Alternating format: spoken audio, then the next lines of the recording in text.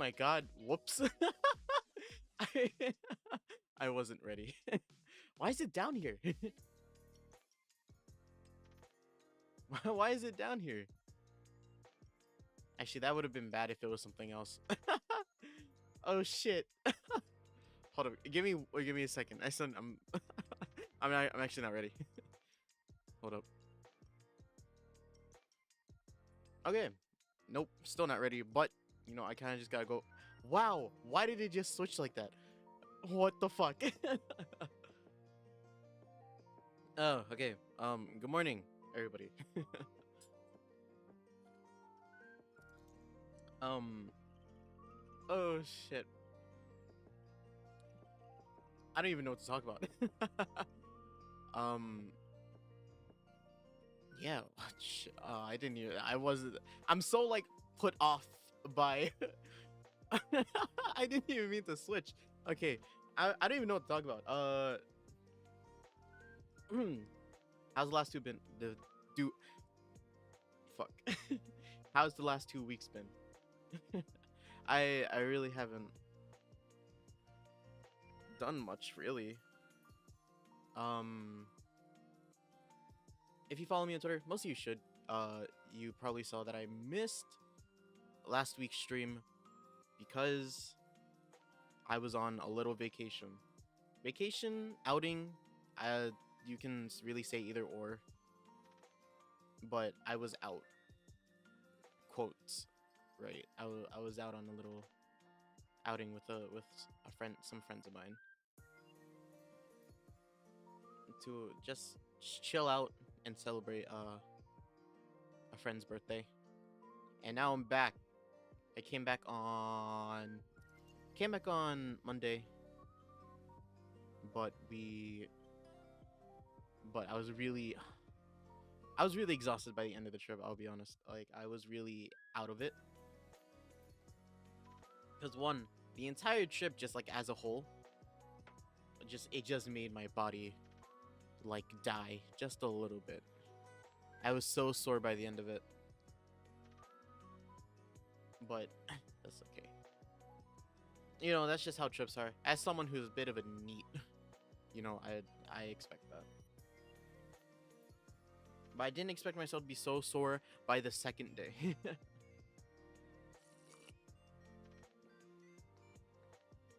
Like I woke up and like my entire body is just dead. Like I hate being sore. I hate like the feeling of being sore, right? Especially when it's like in parts of your body that are like super relevant. Like your arms. My fucking arm. My arms by the end of it, dude, I hated it.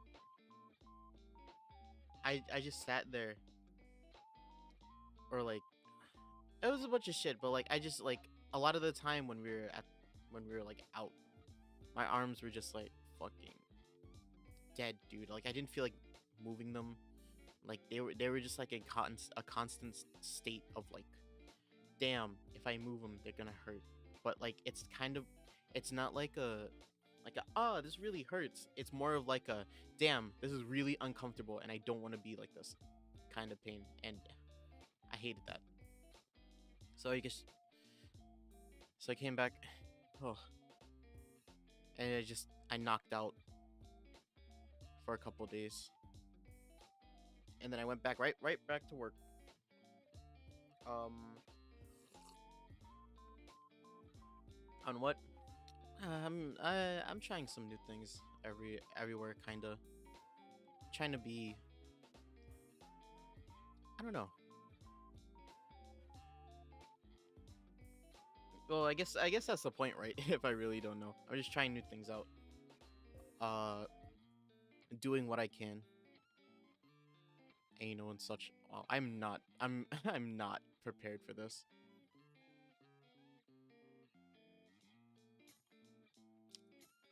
But yeah, shit. Okay, I'm gonna keep stalling because I don't want to play it. So, I actually need to set up some things real quick. But wait, my Steam isn't even open. What the fuck? Okay, I'm just the worst right now. This is the most unprepared I've ever been for a stream. And to be fair, it's kind of my fault. Like I really did wait until like the last 30 minutes to like try set everything up. Like the chat right there. Oh my god. I don't know why it's messed up right now. It is for some reason. And I can't seem to fix it. Like that's not even like the right it's not even the right like chat screen. It's the screen, it's the chat screen that I use for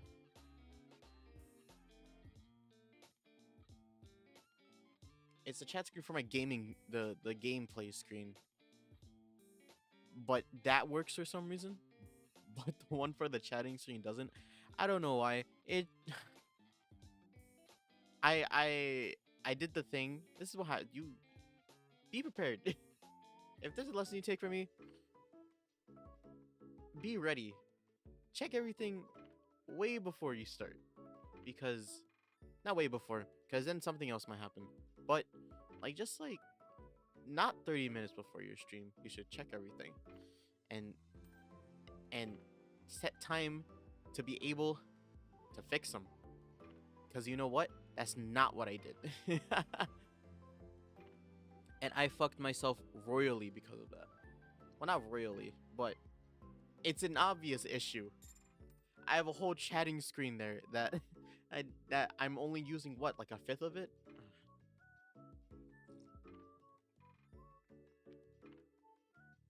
I don't know. It's gonna be rough. Wait, let me set. I haven't even set up my controller yet, man. I'm a. Shit.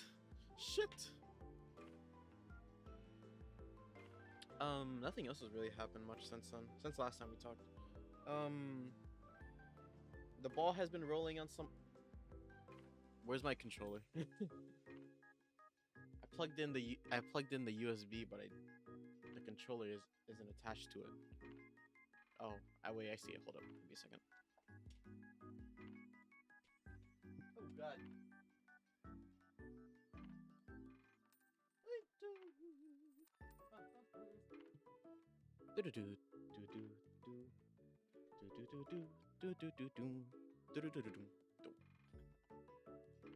Okay.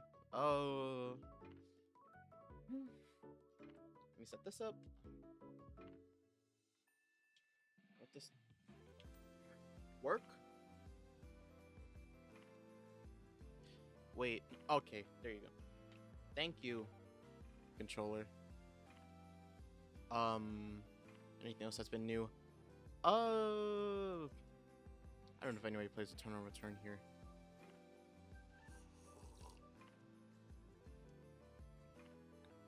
Y'all should. If you do, log in. You get the free 30,000 8 coins.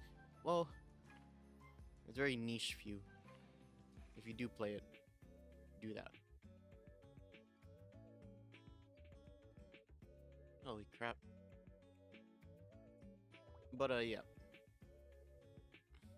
I guess there really isn't much to talk about, huh? I would have thought of some things if I gave myself the time to, but I didn't, and that's okay.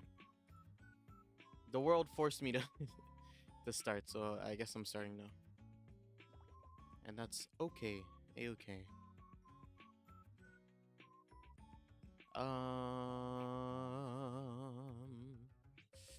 I'm making sure everything is okay. Fucking oh my god. Me check. Oh, okay. I just realized something. The last job I had, not job. My bad, not job. The last stream I had. I don't know why I called it a job, but it's not. But the last stream I had, right? Fucking oh my god. I don't know why YouTube does this. It sets the stream up to be unlisted if you use like, cause I don't know the screen. There's like a preset stream that you can set up, right? And I don't like schedule streams, right? I just preset them, or I used a preset and I just edit them like that, like before every stream. I don't know why it does this. It just makes them unlisted like by default. So last stream I forgot to change it off of unlisted. I didn't, and it was unlisted for the entire time, and I only realized that until I went to check if it was unlisted or not, or public, and that was after stream. So after, I was like, oh my god, it was unlisted. So you could only get through if you had the link, and the only link that was up was on Twitter. So so the Twitter link was the only place that you could go to get that link. So if you don't follow me on Twitter, you were fucked. It's okay. More people follow me on Twitter than they follow me on here, so it's fine. It's fine. But goddamn, is that so inconvenient, right? I was just like, oh man, cause like after that entire stream, it felt like a really good stream, right? A lot of good things happened, but holy shit. I felt like I had lost everything that I had done that day. But I didn't, so we're okay. Oh my god. There's like so many things that are just like happening right now that I don't.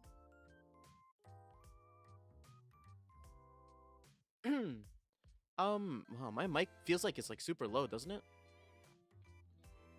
Like, I think it should be. Oh, wait, was I fucking with it earlier? Oh, that's not good. If I was, everything looks the same though. Yeah, everything looks the same. I hope I didn't mess anything up with it. It's a lot quieter than it usually does. Is all it's saying. Oh, today's gonna be a stream. Okay. Let me check my controller and then let me open up the game and then we can just get going, huh? Right? I haven't even opened up the game yet.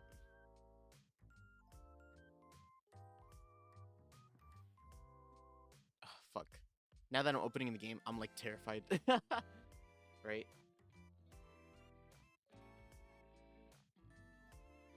Oh my god, I'm getting dropped frames?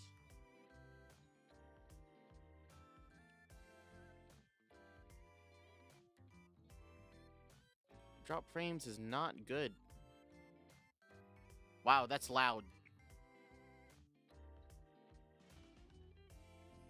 Did it always sound like that? Oh my god. Holy shit. That scared the fuck out of me. Already?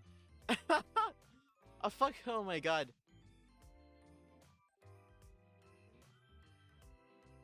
We're starting this early, huh? I got jump scared by a fucking achievement. Just I'm so not good with these games still. Even after last time. Last time I was kind of getting used to it. But now that it's been 2 weeks, I'm fucked. I'm so screwed. Like, I feel like I was desensitized and like now I'm sensitized again. I'm back to where I was before. Okay, let me. Oh shit. Oh, there you go. Nice. It did it automatically. I didn't even have to touch anything. Okay, hold up. Let me test if my controller works. It does. I guess we could just get started then. I came prepared today. I have tea and water next to me. For however long we play this game for. I don't like the vibe that it's setting off already though.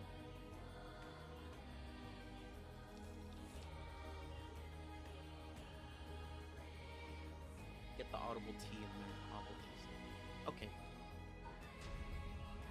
Get me in there! Okay, we're back here.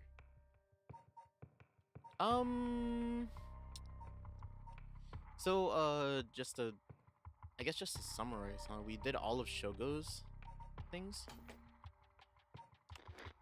right?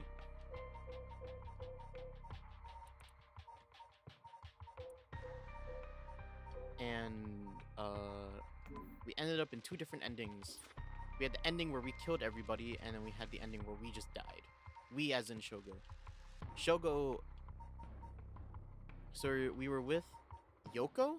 Is that her name? Yeah, I think so. We were with Yoko, and she either dies or doesn't die. If she doesn't die, we die. If she does die, everybody else dies, but we also die. I think that's what the end of the I rewatched the stream, and I think that's what the end of this timeline signified.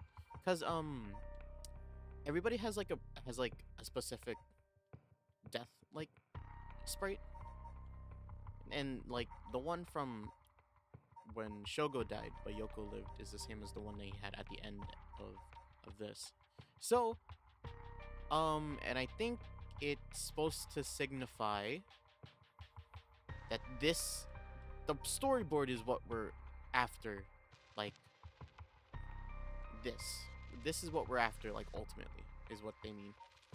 Like if you could have somebody live, then is what they mean, like the resurrections ritual thingy. I don't know,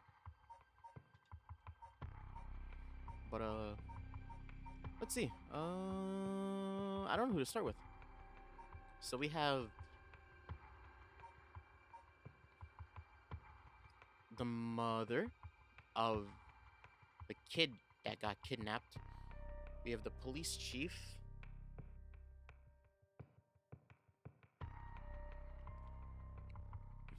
The police chief, and that's investigating the death of what, I think someone under him, right?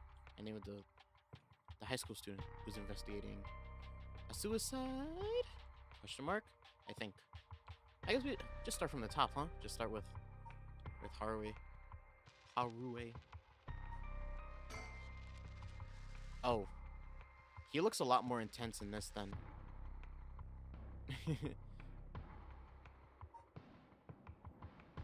in this picture than I thought he did. Okay. Not dreams. Haruwe Shigima. When the son of Haruwe Shigima was kidnapped, a botched investigation by the police resulted in the child's murder. 1 year later, Haruwe has hired a private investigator to help resolve the unsettled case. Late at night, while speaking to the detective at her home, something strange suddenly appears. I'm scared already. Oh shit! Those who mock fire will perish in flame! Oh shit. Kill them! Kill them! The flame bearers! Kill them all! You have acquired the power of the haunting clappers. You can use it to kill those with fire or a fire starting a device on their person. Press use cursor to set the target alight.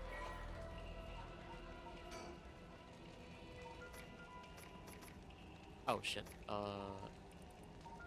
Okay. This is haunting clappers? Really? I thought it was... Well, I had no idea what it was actually. I thought it was beckoning light, or I thought it was Heiko. This is haunting clappers? That's weird. Okay, hold up. Curse power. Kills by burning one who is in possession of a fire or a fire starting device. For example, red. Everything is dyed crimson. My home is burning to the ground. It's hot. So hot. I must call for help, but I cannot speak. My throat must be burned up from all the smoke. No, I think I'm already on fire. That's right. I'll just use the clappers. Clack, clack. Is anybody there? Clack, clack. Why is no one coming? I'm going to burn to death. How did it come to this? Alright. Her. It must be the work of that vixen who appeared suddenly and enchanted my lord. That witch! Those hauntingly cold eyes had my lord dancing in the palm of her hand. Perhaps I was also taken in by her. How many innocent people did I lure under orders? This must be karma. The sound of a heavy bell. It feels like my head may split open. Alright. evening bell. That must be why nobody can hear the sound of my clappers. I've got to do it louder. Clack, clack. I see. So she was in possession of a curse stone, right? I thought it was the guy who had it. The Richter, I think his name is. A murderous impulse seeps into my soul like thick black tar.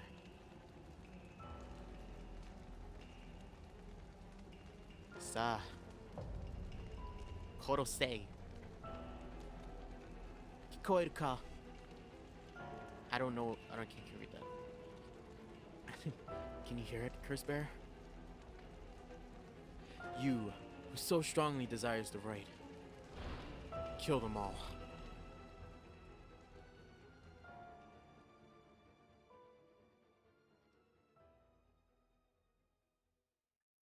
Harue Shigima, 12 a.m. Shigima Mancha reception room. She's rich. Yo, she's rich. Ah, shit. Ah, fuck. We're back at this again. Give me a second. Great. I just need a second to pull up my. Where is it? This one. Okay. Yeah.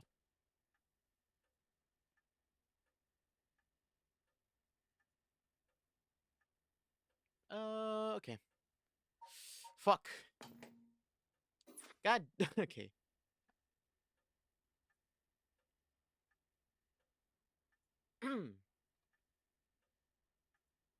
Give me 1 second. 1 second. I gotta check something real quick.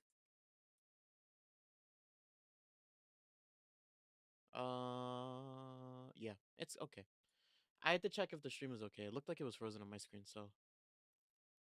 But I think everything's good. Okay, I just had to check that real quick because no point in streaming if it's not gonna be good, right? Okay. how, how did I do his voice again?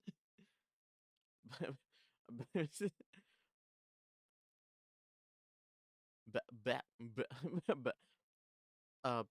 Wait, hold. Let me tune. Let me tune it up real quick. Bat, bat, bat, back, back, back with me, miss. Ma'am, fuck. I already messed up. Okay, but back, back with me, ma'am. Nope. What the fuck? Oh, it's gotta click the thing. Okay. I'll get into it. This isn't the line to go into though.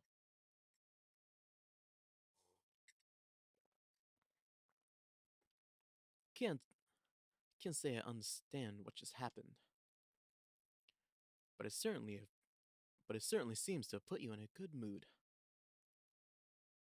This might be the first time I've ever seen you really smile.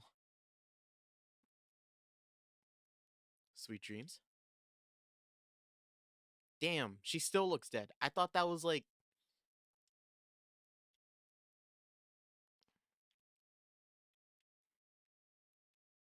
Oh shit, there's so much to go through. Okay. Haruo is a housewife who resides in a manor near Shumoku Bridge. Her 11-year-old son, Shuichi, was kidnapped and murdered about a year ago. The death was a result of a mistake on the part of the detective assigned to the case. A mistake which enraged the kidnapper and had cut him off all contact with the police, leaving no room for negotiation. The incident was covered up and Shuichi's killer remained at large, leading to an aggravated Haruo to call on the services of private investigator Richter Kai to uncover the truth. The Shigima family came from a line of samurai who built their residence in Honjo during the Edo period. They assumed important positions in the police force following the Meiji Revolution, thereby protecting their family's elevated status. Even today, many in the Shigima line work as police bureaucrats and senior police officers.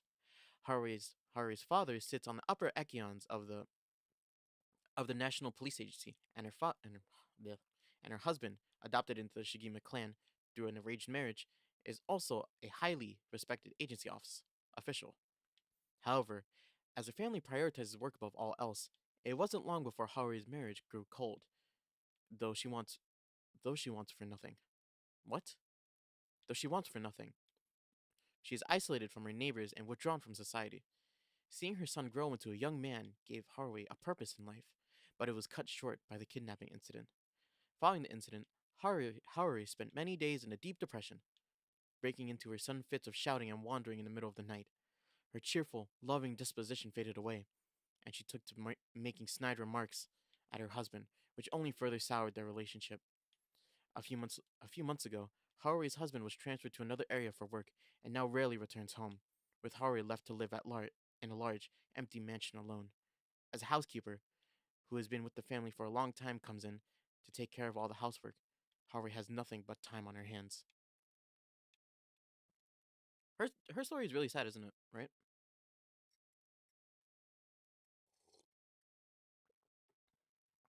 But I can't help to feel that, you know, with the with her connection with the police, right?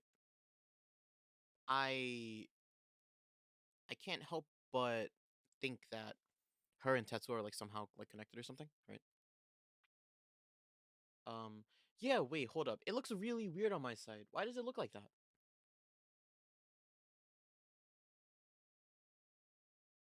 I think this is lagging. Is this okay? Oh, you don't see that. No, my settings.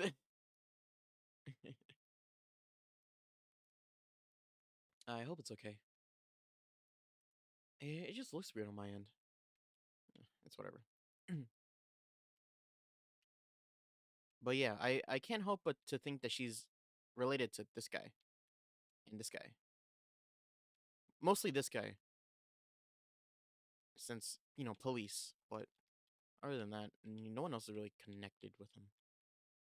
Do we have? We have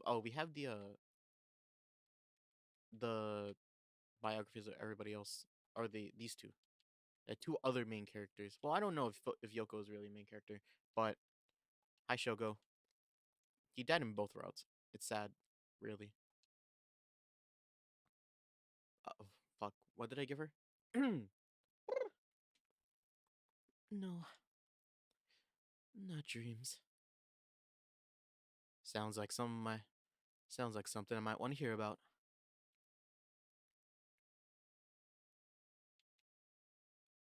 Let me hold up. Let me think. My heart's still racing. This is it. My chance. At long last. Hi Richter. A private investigator I hired. Oh, I almost confused their voices. Holy shit. A friend told me about him. They said he's not very well known, but he's good at what he does. When I first visited his office in Oda City and saw how he dressed, I could hardly believe that he was a detective. But after talking to him for a while, I changed my mind. He says some strange things at times, but he seems like a reliable sort.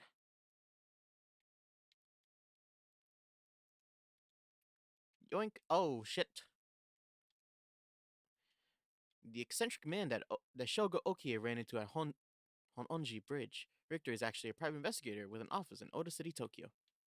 After taking on a request from Haruhi Shigima to investigate the unsolved kidnapping and murder of her son, he gets caught up in the events surrounding the rites of the resurrection. Once a police officer, Richter was racked with guilt over the police's inability to help those in need, and quit the force to start his own private investigation firm. However, his soft-hearted nature leads him to take on too many cases and has put his office in dire financial straits. How he is still in business is a mystery, with some whispering that a wealthy person is keeping him afloat. Richter studied alongside Detective Jun Edio at the police academy. They are related.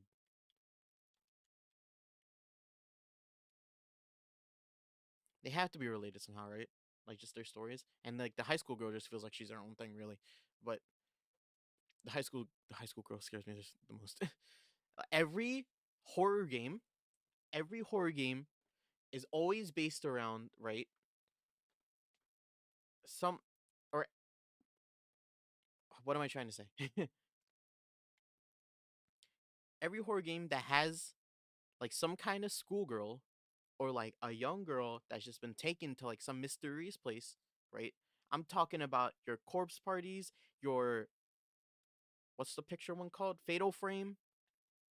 I'm talking about those. Like, are always the scariest. Corpse Party is not that scary, but the atmosphere of Corpse Party. If you were in that atmosphere of just like a haunted school, you'd be fucked, right?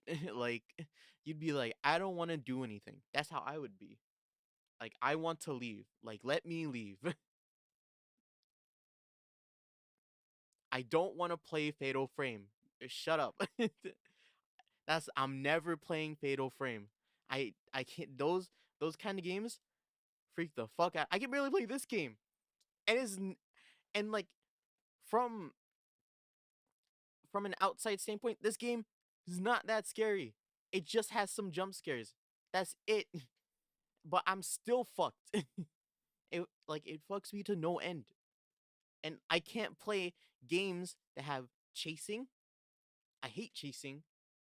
I've always hated tag. Oh my god. Tag is growing up, tag was always the scariest game. but but it stems from that. I can't play games with chasing. I can't play games with time limits. If it encourages the expectation of jump scares and horror elements, I'm not playing it. But I'm playing this. I'm a fucking hypocrite. God damn it. Fuck. Okay. Let me keep reading this.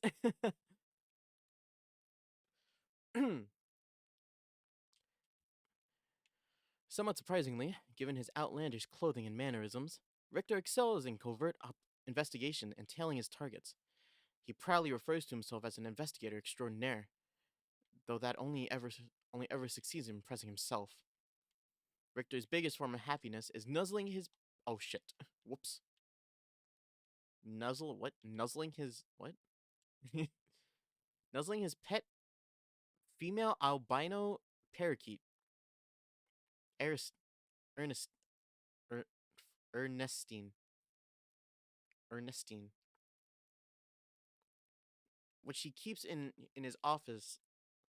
He also enjoys collecting mockingbird stickers, a popular line of merchandise featuring birds in inexplicably inexplicably inexplicably dressed as delinquents, and can be frequently sighted searching around town for them.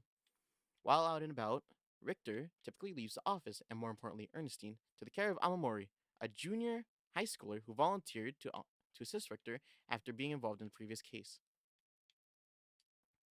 So this guy has his own firm and has an assistant. Who?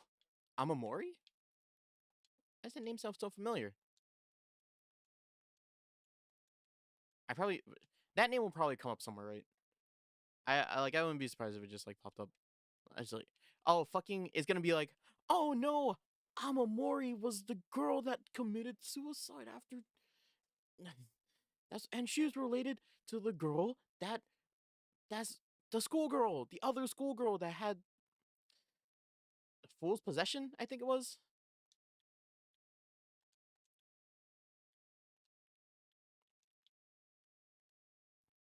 No, fuck. I'm trying to look at files.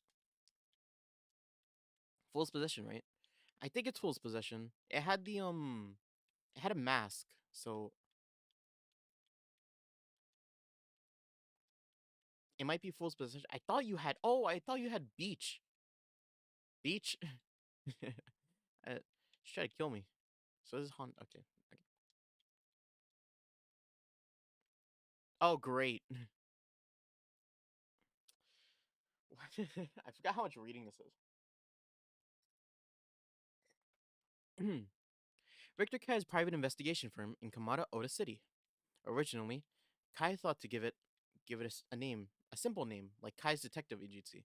But upon hearing that people are more likely to pick names listed at the front of phone books alphabetically, he decided to pick a name that started with A. Thus, Azure Heron Agency was established. However, it is questionable whether the heron, a bird of somewhat ominous significance, is an effective symbol for attracting customers. Even his own assistant referred to the name as confusing as at best. After all, rather than an azure heron, Richter keeps a white parrot as a pet and dresses not in blue, but mostly in white. But if there was a symbolic connection to be made here, it has surely been lost on all but Richter himself. A private investigator, also known as a private eye, is a detective who operates their own agency. Although there is no formal qualifications necessary to become a private investigator, many retired police agents and detectives due to similarities between the work involved. Many are retired. Okay. At a glance, private investigation firms or inquiry offices might look similar, but they carry out different types of investigations. Inquiry offices specialize in conducting credit checks on businesses, while private investigators are generally involved in tailing persons of interest and gaining info sur surreptitiously. Sur rep, repetitiously.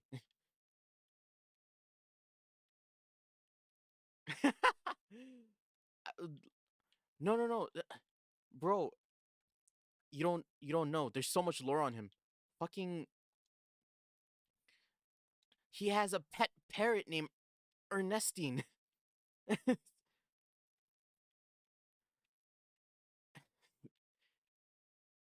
He's so important.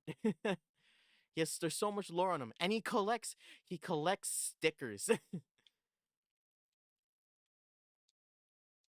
I have no idea for it.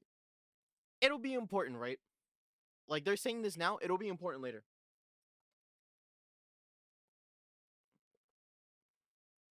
Hey Richter, you don't mind if I just like look around the place, right? I don't really know what the place is like, so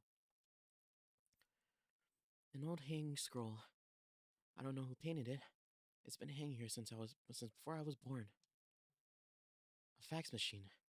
It can send images to other places along the telephone network. I don't really know how it works. Most homes don't have one. I rarely find a use for it.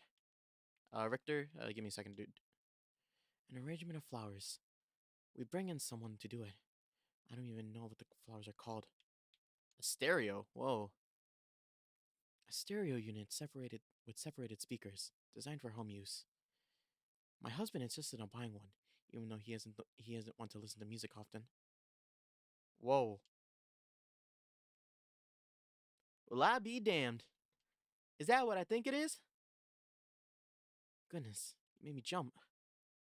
It's just a silly little sticker my friend got from somewhere or other. He put it up just before, well, you know what happened. I still can't bring myself to take it down. Well, let me take a closer look. I knew it. It's head honcho from way back in set 1. This is a real collector's item. Excuse me? Don't tell me you never heard of the Mockingbirds. The what? They're a Haas new craze. Cute little birds dressed up in rough and tumble delinquents. I've never heard of them. But this certainly seems to... Is that a dodo? No, you fool. That's a cock. That's a ride or die cock. It's Mondo cock.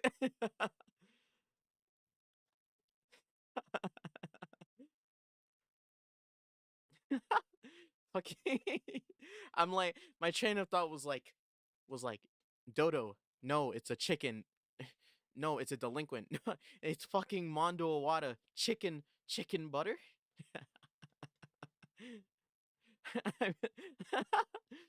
Okay. I've never heard of them. Whoa, whoa, whoa. I've never heard of them. But this certainly seems to matter to you.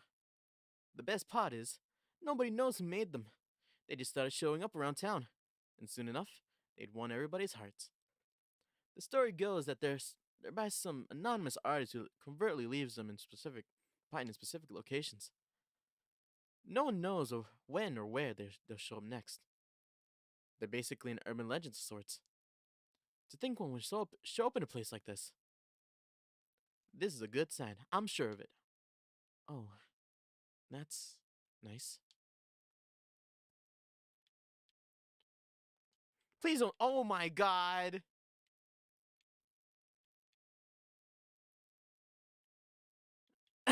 God damn it. There's collectibles.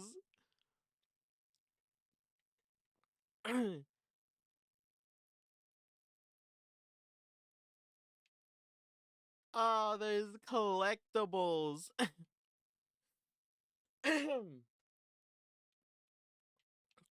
Okay. God damn it. Okay.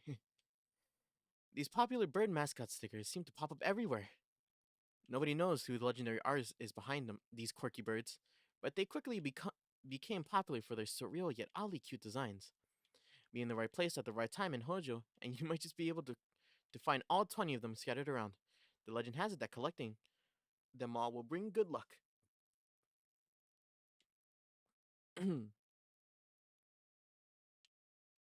This is the head honcho bird.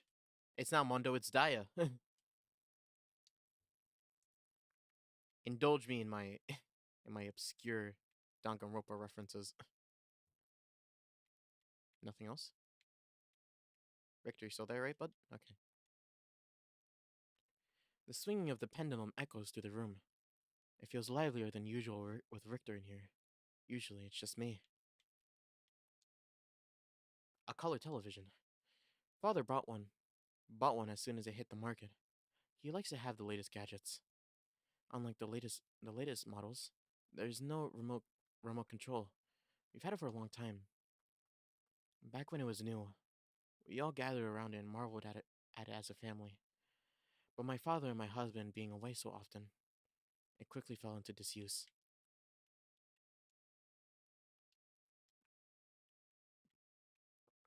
Chandelier!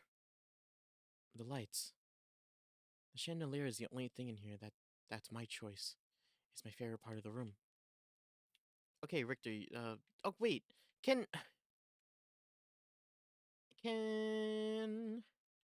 someone explain to me why? Oh, I already discovered it. Why I got the the thing. Why did I get? Hey, do you know?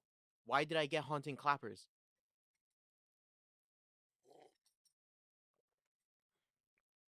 You tell me. Look at me in the eyes and tell me. Why did I get it? Let me bring you up to speed. We were in the middle of a chat when you started spacing out, and the whole time you were grinning to yourself like you just won the lottery. Care to tell me what that was about? Well, where to start?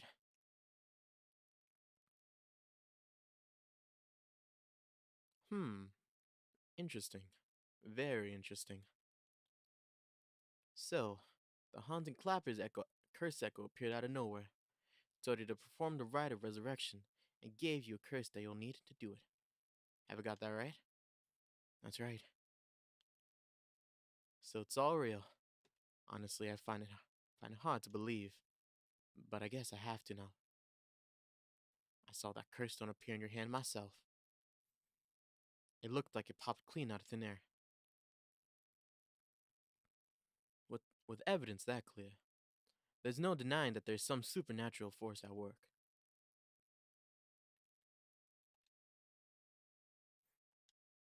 Okay, we're gonna keep talking? I don't think you quite understand. Oh? This isn't about evidence, and it isn't about belief. It's more than that. I know it's real. The moment the curse appeared, I knew everything before it even said a word. It was already there in my head. My head. As clear as day. You just knew, huh? It etched into my soul, along with the cursed echoes of resentful memories. I can feel it. What it was like. Dying like they did.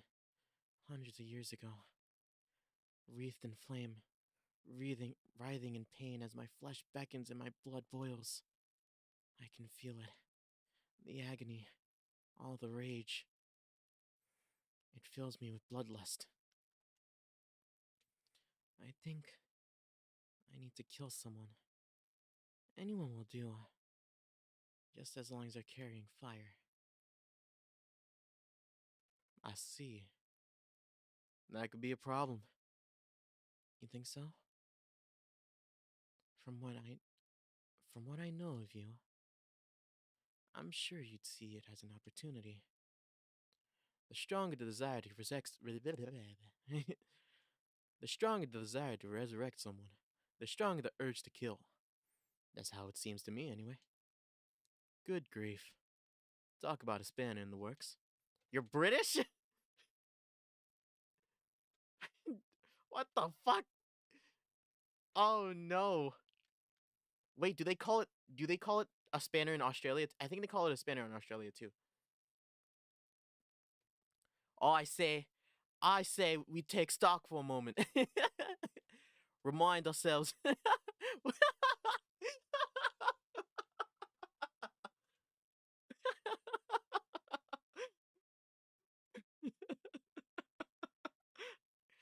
Remind ourselves where we've come from, where we're going. That might be a good idea.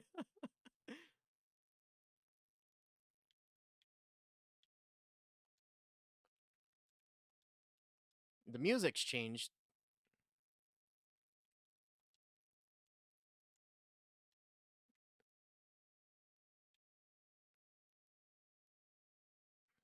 Music's changed, but I don't know. Does that signify anything? I don't think there's anything new. I think I just talked to him. Like nothing's changed. Oh, yeah. Questioning time. That's what you hired me for, ma'am. To look into to look into your son's kidnapping last year. To uncover the truth of the behind the abduction and murder of Shuichi Shigima. Oh yes. I remember. They never did find the one who did it. That's what I'm here to that's what I'm here that's what I'm here about today. In fact, kind of you to let me drop in by so late, by the way. I'm losing it. I'm losing the accent. I've been turning over every last stone, and I've come up with a grand total of one lead. So you said. As far as the police are concerned, it's a cold case. But I managed to make some headway. I remember. You're just about to tell me. Oh, shit. Oh my god. A kidnapping and murder case that took place in Honjo, Sumida, around 1 year ago. Ugh. Haru Shigima's son, Shuichi, age 11, was kidnapped on his way home from school, with a ransom being demanded that same evening.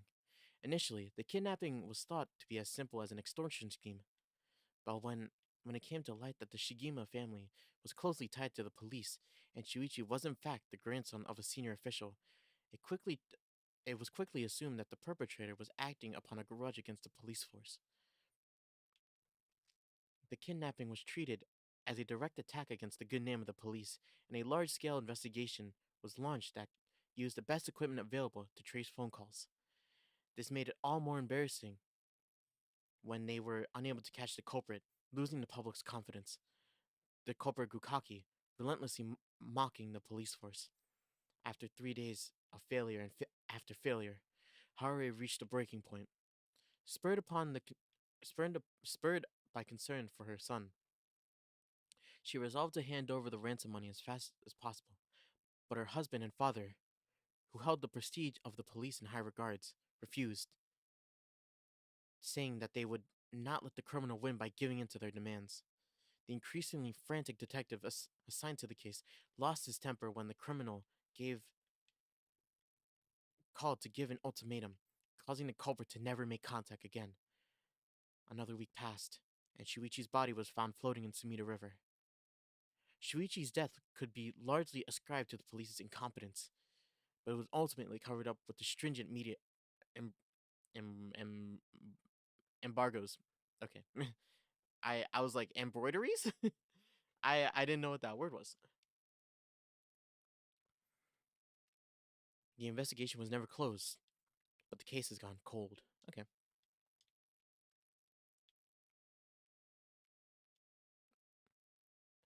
Oh, son.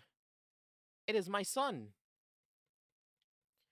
The only son of Haruo Shigima. He was kidnapped and murdered 1 year ago.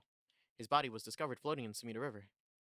Shuichi was a conscientious, brave young boy who was determined to protect his mother, Haruo, amid his father's frequent absences. He dreamed of becoming a police officer and displayed diligence and an impressive sense of responsibility from a young age, likely due to being raised in an extremely strict environment. Born in the early 70s, he spent his days immersed in various activities and studies, including playing piano, learning the abacus, wow, taking English lessons, and training in kendo. Shuichi's tendencies to put other people's needs over his meant he died without ever telling his classmates how much he longed for them to go out on a hunt for mockingbird stickers. He just wanted to collect mockingbird stickers. Oh shit. I didn't check the rotary phone. A telephone. This mansion has a private line. Oh.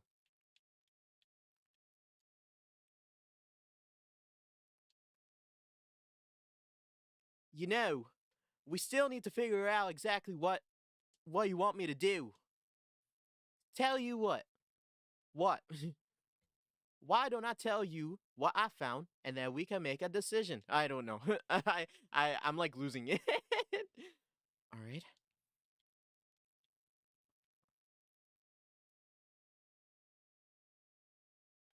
Can I save here actually? I actually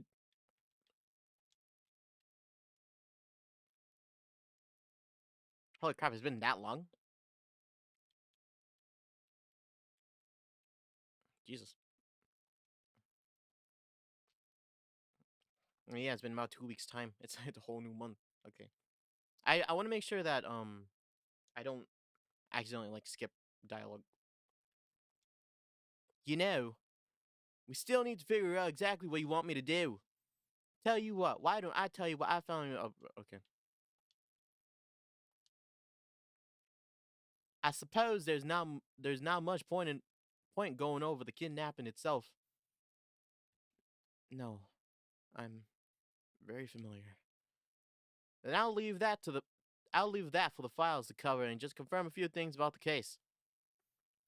The police traced traced the culprit's calls back to, let's see here, northern Oyoko River, here in Sumida City. That's quite a wide area. Wow. That's right.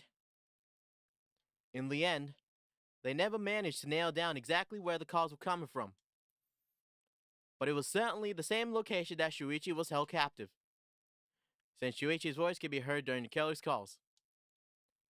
Northern Oyoko River, quite the distance from Shuichi's normal school commute. Factoring in that he was seen at school but went missing before he arrived at his home. It's likely that he was abducted by a car on his route home. Maybe, but exactly. Shuichi was a clever boy. He never he he never would have gotten into a car with a stranger. That's right. I was very firm about that. I knew he understood too. I even saw him warning the other children. It's possible that they forced him into the car. The only issue is there wasn't any witnesses to the kidnapping.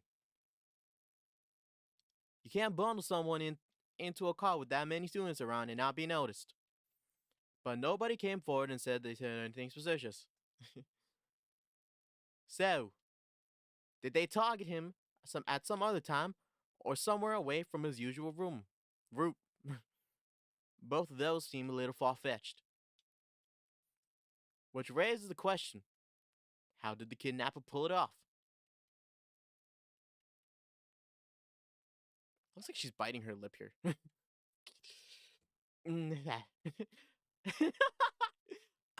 I need it. That Aussie accent. That sexy voice, that cowboy hat. Do they have cowboys in Australia? I don't know.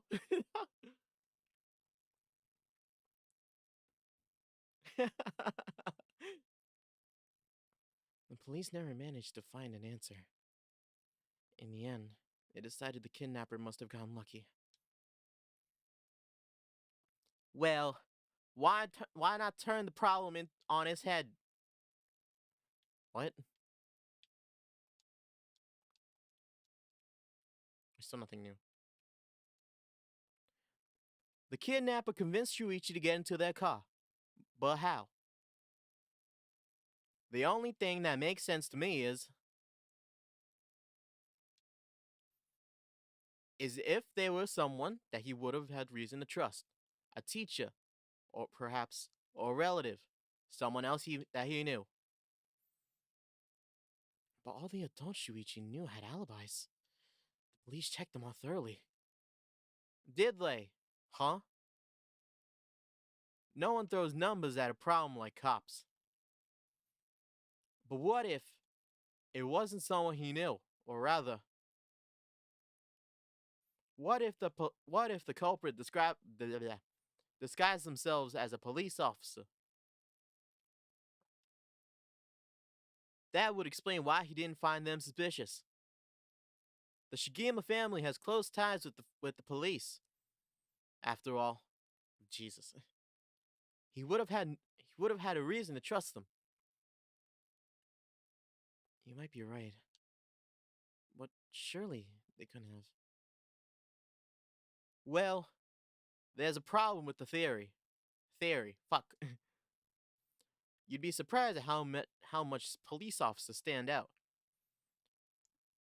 That's sort of the point, after all. They're meant to be visible.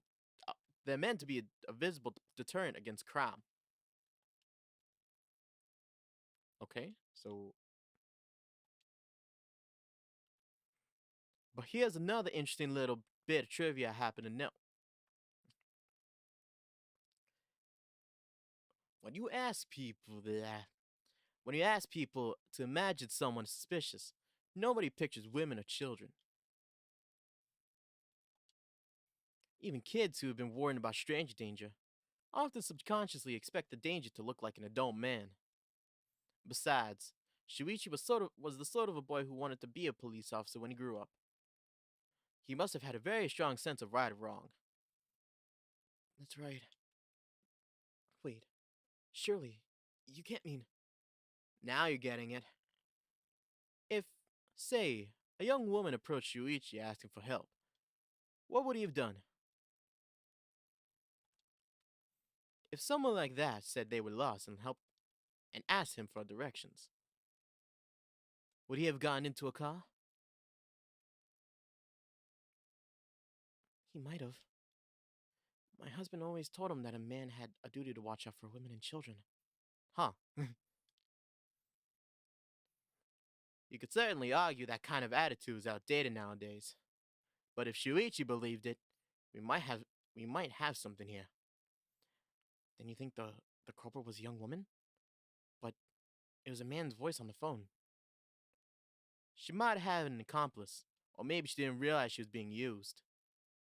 If anything, that would explain why she hadn't come forward.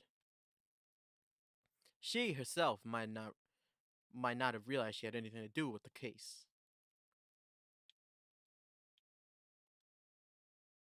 So the question is, did anybody see Shuichi speaking with a young woman on the day of his disappearance? See, what I said about people's biases, that goes for witnesses too. And I figured out that maybe if I started asking new questions, I might get some new answers. So I spent the day asking around Shuichi's school route, seeing if anyone had seen something. And one man thought he had. Do you mean he saw it happen? Well, I can't say that for sure. It turned out he wanted something from me, so he asked me if we could talk in private. Not a flashback.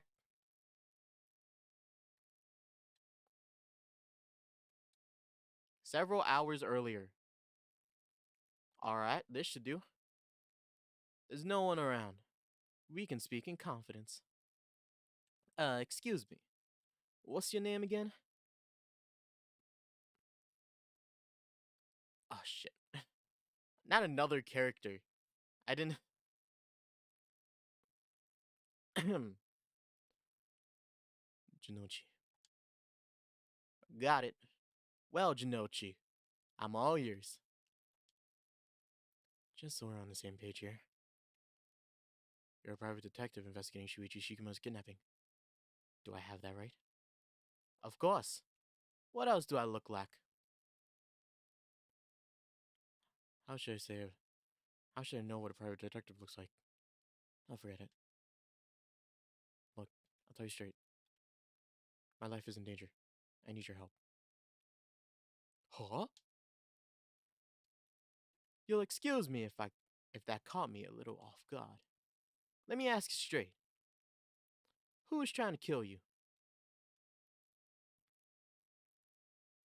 A student called Michiyo Shiraishi. Interesting. A schoolgirl, huh? Sounds like you've been naughty. It's not like that. The girl, she's the murderer. I'm the only one who knows, but I saw what she did. Michiyo Shiraishi. I saw her kidnap Shuichi Shikuma. Come again? I saw her talk to him on the street and lead him away. I didn't think much of it at the time, but then he went missing. She murdered him, I'm sure of it. Or at least, she's got something to do with it. That's what you're here for, isn't it? That you can't let her get to me. If that's true, you've been sitting on some valuable information. Why didn't you tell anyone? Well, you see, if you can't explain that, I don't have any reason to believe you. I couldn't. She told me she couldn't. She told me she'd kill me if I spoke word. You're telling me a schoolgirl had you scared for your life? So you've been sitting there all this time, thinking that she's come for you if you spill the beans? Yes, that's it. Exactly. I'm begging you. Don't let her get to me. Arrest her, I'm telling you. She's a demon. Well, you seem to believe what you're saying. But it doesn't add up. How could a schoolgirl have a fully grown man be so terrified? You don't know what she can do. She'll curse me. Curse you? Sorry, but you're losing me here. It's true. Her house, forget it. Why do I even bother? You seem dubious enough to believe me, but I should have known you'd never understand. Enough. I'll find someone else to help me. Hey! Oh, he's fucking dead, isn't he? And that's the long and short of it. I can hardly believe it. At the time, I thought his mention of curses was just crazy talk. But I'm starting to see that there might have been more to it. Then, if we find that girl, curse or no curse, if she was with Shuichi on the day of the kidnapping, there's a good chance she knows something. On top of that, I did some digging on the man I spoke to. His full name is Kohei Jinochi. He's a teacher at Komagata High School here in Sumida. A teacher? Then this schoolgirl is one of his students? It's very likely.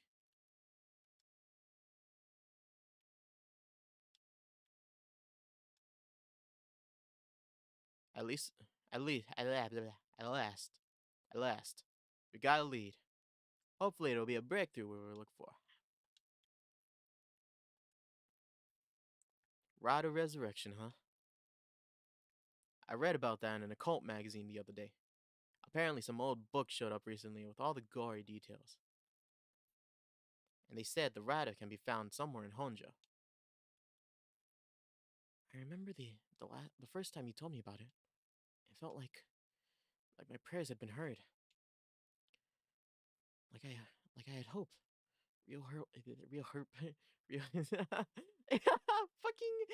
I've been doing it. He talks so much in this that I'm like losing my my sense of like every other character. Wait, give me a second. Okay.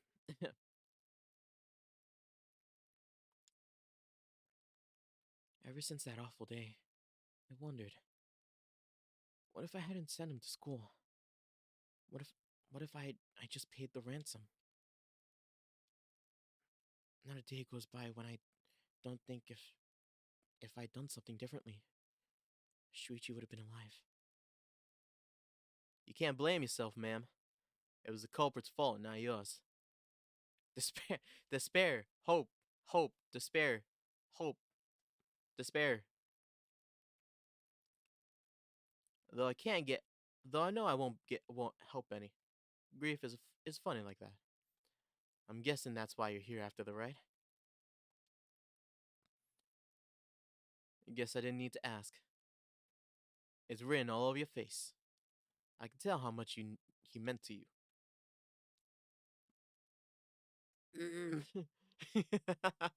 that face.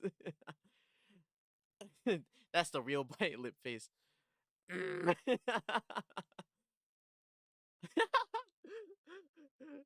Like I'm like filtering through the jokes I can make, and I don't want to make any of them. Like I feel like I'm gonna be in trouble.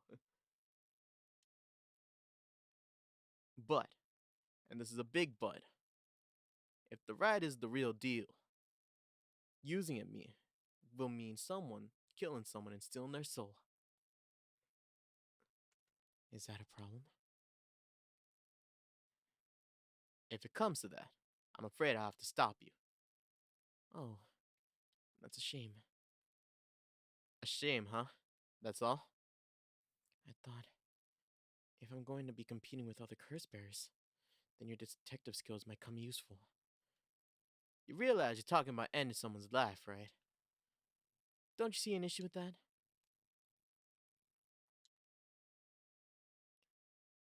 I think any parent in my position would happily kill for a chance like this. Is that so? Is it? Dear, oh dear. What have I gotten myself into?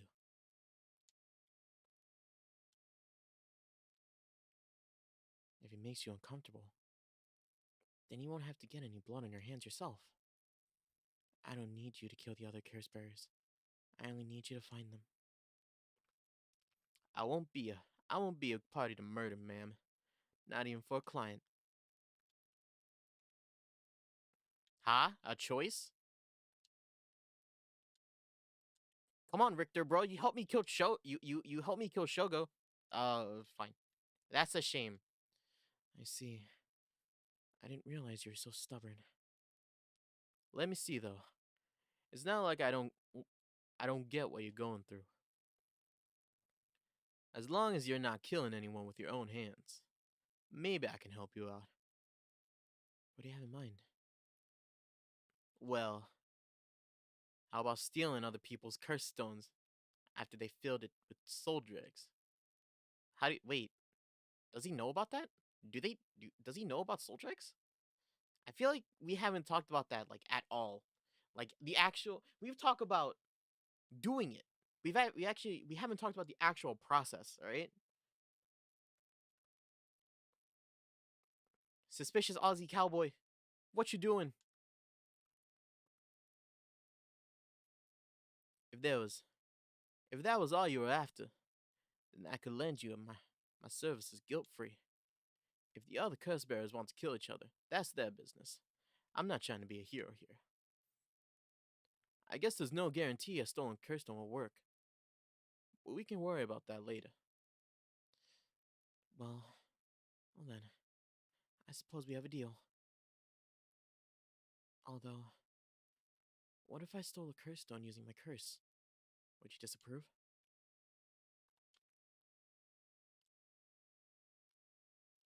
That would void our contract, ma'am. Just warning you now. My.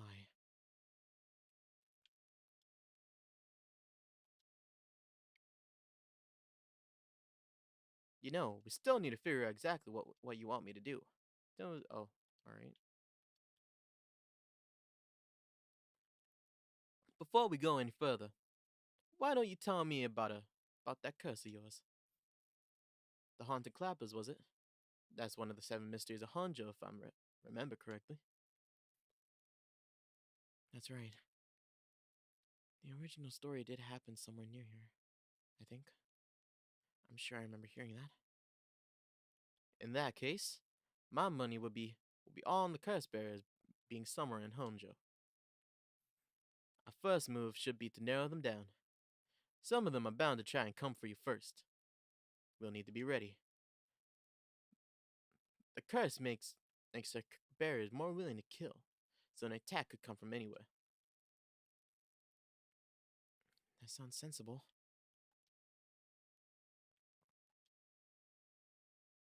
And if I remember correctly, your haunted clapper can set people on fire, but only if they have a naked flame or a lighter on their person. Is that right? Yeah, that's right. In olden times, wooden clappers were used to warn people of fires. I'm guessing it punishes those who don't heed the warning. It seems like a good curse to have. It's simple and straightforward to use, although it's hard to say how it stacks up without knowing what else is on the table. You really think that it's good? The target can't do much to throw it off, and has a nice long activation window. It's big that it works on ladders too. Just slip one into your target's pocket, and say that the conditions were already fulfilled before they even knew you're there. They wouldn't even know that it would hit them. Maybe I won't actually use it.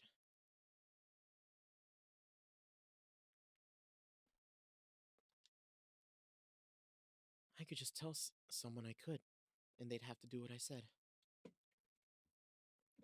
Threats could work, although without any proof, it'll come down to convincing you can be. If only that if only you could use the curse and back out at the last second. At the last second? What an interesting idea.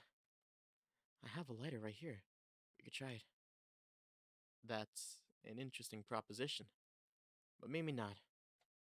I'm I, bleh, I'm not quite crazy enough to make myself a guinea pig.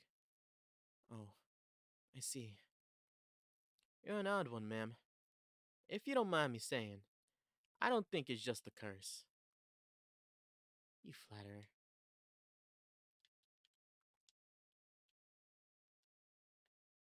As for what we do next, first of all, I think you should stay indoors. Try not to do anything spontaneous or outside of your normal routine. Right then. Oh, let me save.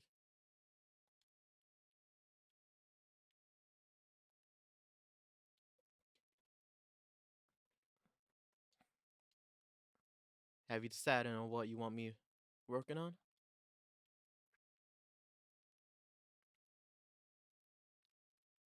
It's probably help with the right? I could see it being this. Bringing back my son is more important. I want you to help me with the rite of resurrection. Roger that. The rite it is. Odds are good that other curse bearers will also working tonight. Anyone they kill under the cover of darkness won't be discovered until sunrise. I bet they'll be trying to do as much as they can before the morning comes. So it's settled. So it's settled then. I'll try to look into the other curse bearers by night. And once the city wakes up, I can start asking questions. I'll investigate the kidnapping as well. I'll even try to find Miss Shiraishi as part of a bargain. Thank you. That's more than enough. Now then, I should get to work. There's only so much time before sunrise. I'll call you if find out anything new. You stay here and keep lookout. Okay? There's no telling what kind of curses you might find out on the streets tonight. Don't go outside if you can help it, and try to be ready for anything. I will. Well, well, that's all. I shall be going.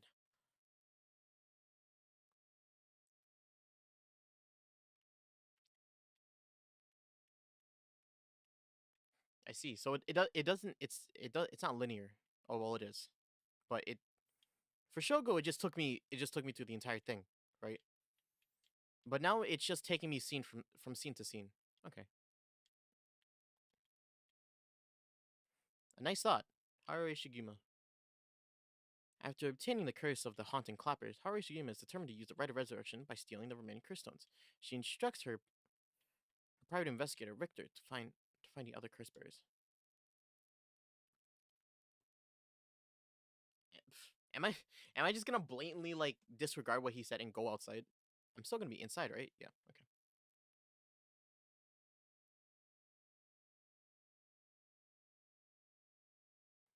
It's been over an hour since Richter left. He promised to call me if he found anything, but he hasn't. So all I can do is wait and wait. I know it's dangerous to go out, but I can't just sit here and let this opportunity pass me by. I have to look for Michio Shiraishi. But first, I need to find more soul dregs. The flowers put me at ease, just a little. No hanging scroll. I've seen it too often to feel anything from it now.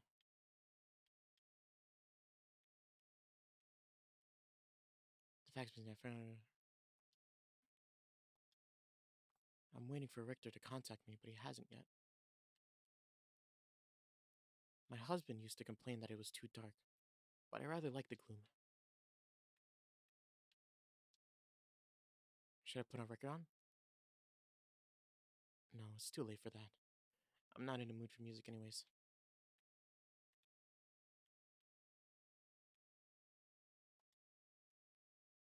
There's nothing on at this hour. I see no point in turning it on.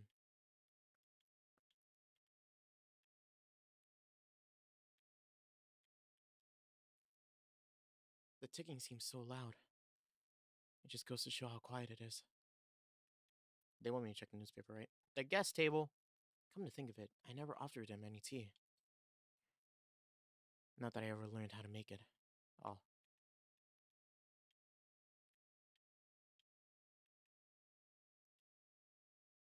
What's this? A newspaper? It must have fallen off the chair. Don't read it. We're not gonna read it. Reading is bad, Shigema. You don't want to do that.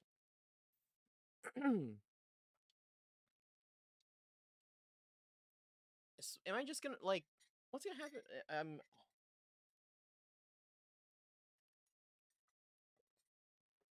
I'm nervous about what happens next. I don't really know what's gonna happen. It's a newspaper. I only leave them in here for guests. I hardly read them myself.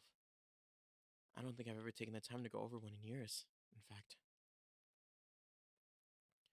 Well, it's not like I have anything better to do. Well, time to read. It looks like the city's biggest problem right now is pollution. I remember how the air and water used to be even more polluted. The river was covered in scum from all that sewage and industrial waste, and it stank so badly that it made my eyes water.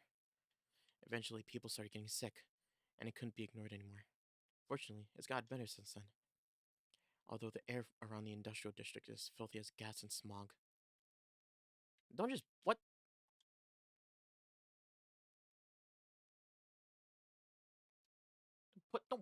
Don't put it down. If there's one thing Honjo never wants for, it's horrific crimes. They found a police officer dead in a local park just the other day. A lot of my family were in the police. I hope it wasn't anyone I knew. I don't read the news anymore. Not since last year. It brings back bad memories. Suicide at a local high school? Oh, I remember that.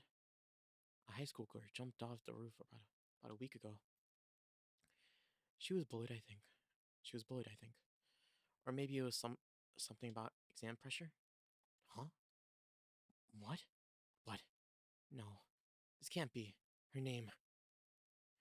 Michio Shiraishi of Kogamata High School? It can't be.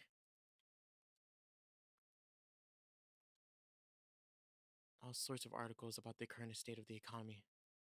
Now that the post-war boom has passed its peak, we're moving into an era of large corporations. It's about 220 or 230 yen to the dollar. Manufacturing is on the rise and high and exports are healthy. The dollar's down from its height, and people are saying that it could fall further. There's no denying how much the standard of living has improved in past years. It's common to own a car and a television now, and supermarkets are better stocked than ever.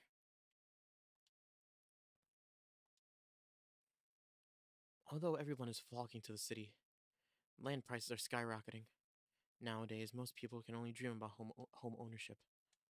The city center is going to be nothing but apartments long before. Hmm. I'm not exactly a businesswoman, so this all feels like another world to me. Now that everyone has more spending money to go around, people are coming up with all kinds of new diversions. It seems like only yesterday that people were flocking to arcades to shoot aliens. But now we have enormous theme parks and gaming machines that plug straight into our televisions. Everyone's talking about superhero series, foreign films, and movies based on the latest bestseller. Back in my day, fusion rock and folk music were all the rage. But now it's all about city pop and idols. Idols! I love idols. What are idols really that old? We're in like the 90s, right?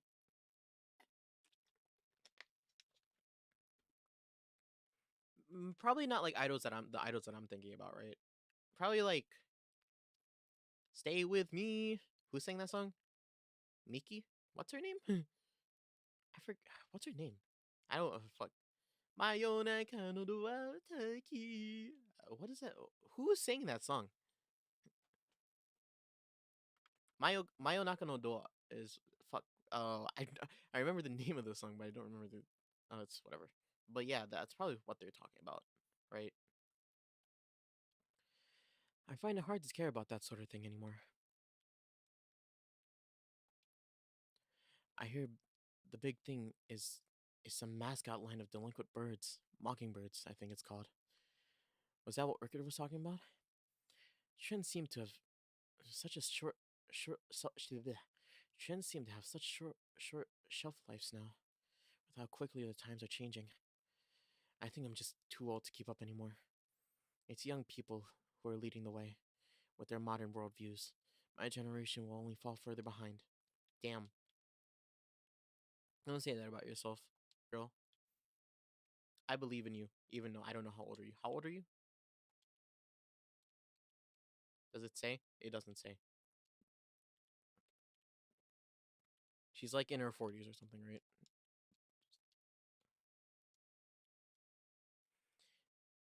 Everyone attends high school now, even girls. Universal education policy, they call it.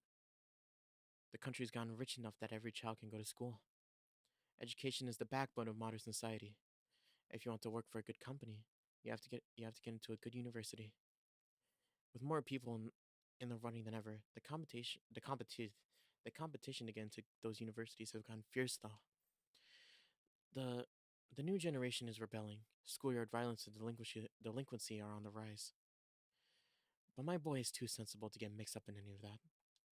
I don't want to read anymore. It only reminds me of him. I don't really watch much television. It feels as if the information in the world has gets passed through a little black box. But father stopped them from reporting on the kidnapping. Back when it happened, I was glad about it. Most of us. Now that now the comedy boom is over, all the comedians are flocking to other genres. The occult seems really popular at the moment. Look at these paranormal specials.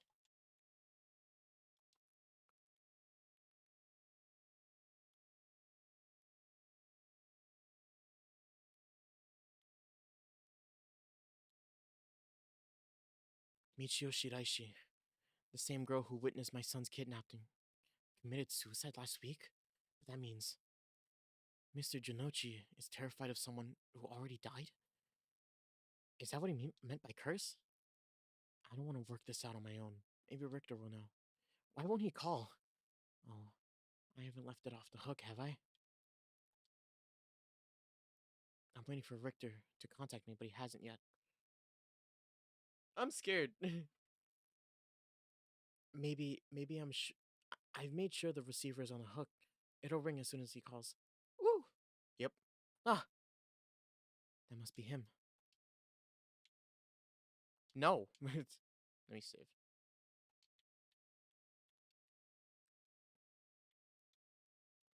I'll let it ring forever and forever and forever. Okay. Hello? She gave me residence.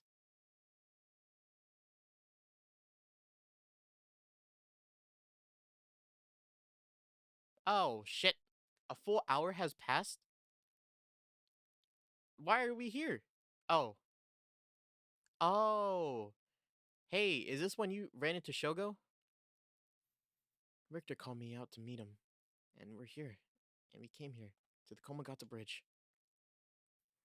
Richter, there's something I need to tell you. Funny? I was just thinking the same thing. Well, I trust Richter. I feel safe when Richter's with me. Like, I didn't feel safe when I was in the house by myself. We're on Komagata Bridge, over the Sumida River. There's a highway on one side, and a freeway on the other, but they're both deserted this late at night. Komagata Bridge! One of the bridges spanning the Sumida River, completed in 1927 as part of the reconstruction effort following the Great Kanto earthquake. It is notable both in its distinctive blue arches and the cutting edge for the time techniques used in its construction. Shit. There are many bridges stretching across the Sumida River, each boasting a unique structural form and design. Oh, my stomach. Alright, Richter, hold up. Give me a second. Look at the beautiful river. The Sumida River. Oh my god. The water is filthy and horrid, but at night, when it's still, it's almost peaceful. Can I ask you something, ma'am? Is the Sumida River where you Honjo folks picture when you think of home? I can say.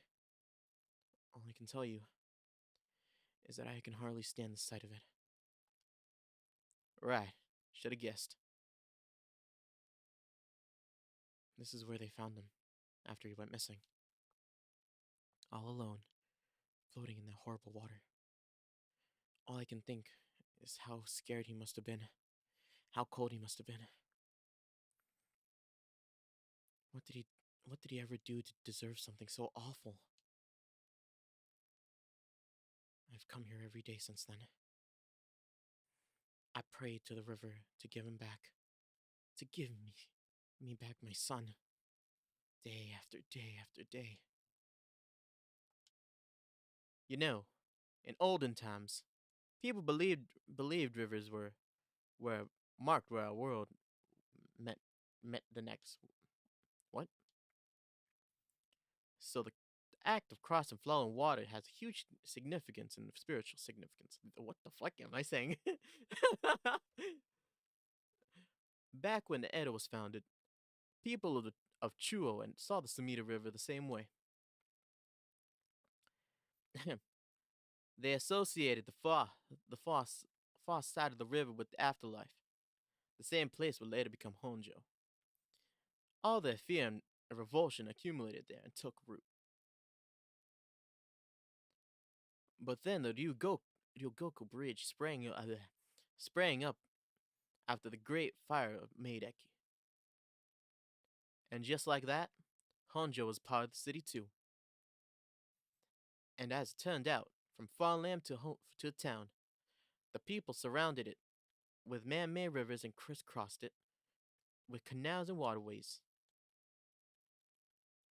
Weren't those to prevent flooding? That's what I was told. They were. But that's not all they were for. Their other purpose was to contain all the corruption that built up on the far shore.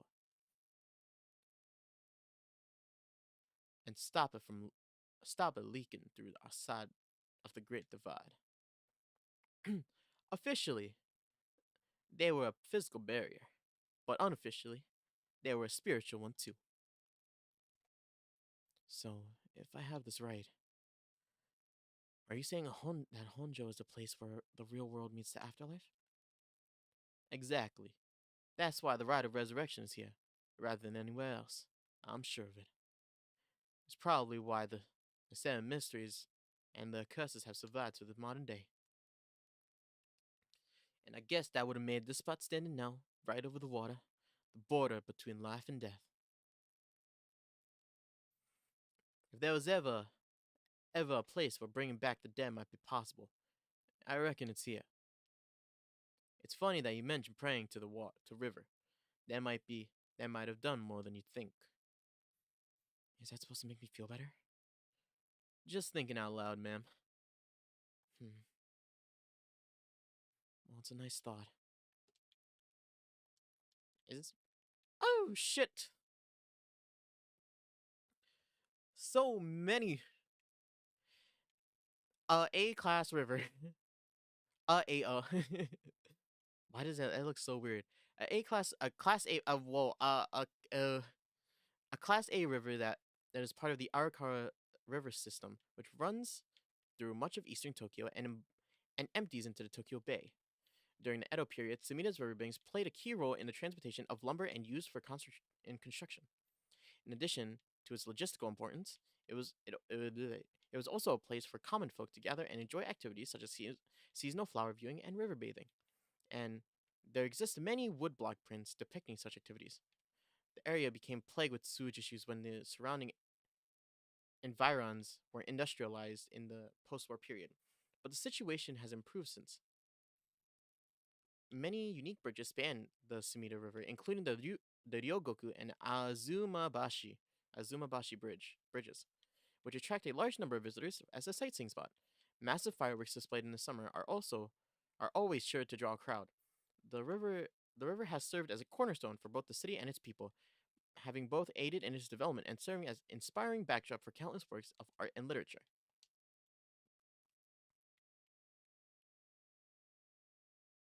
Oh, that's right.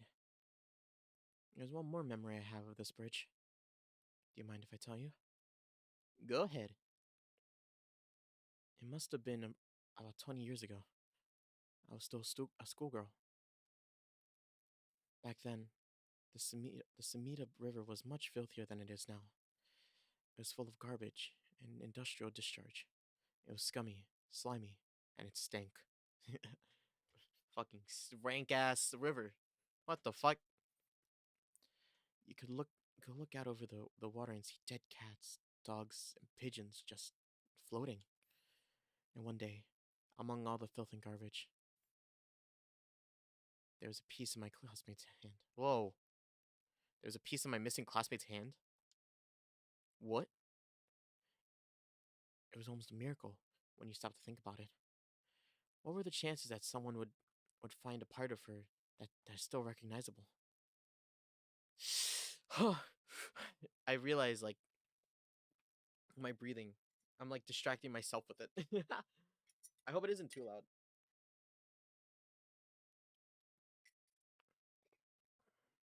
Wait, hold up. I'm dropping frames like crazy. Hold up. Give me a second. Not Discord. OBS is telling me that I'm dropping frames. Wait, I hope you guys don't hear that. Wait, hold up. Give me a second. 1 second. Your boy is in a pickle right now. Like, actually. Can you hear that? Wait, hold up. I need to keep talking for this. Oh, yeah, I think we're good. Oh, we're good. Okay, we're good. I just need to check that. Okay. And although everything but the palm had rotted away in the water, the part that was left would have an identifiable scar, and that they would tell that it'd been a murder from the blade marks on the bone. Wait, are you talking about the Nejima murders? So you've heard of it. I'm impressed. I assume you were but an elementary schooler at the time. I wasn't really aware of it then. I only heard about it after the fact. I had no idea the victim was your classmate of yours. Oh my god. Okay.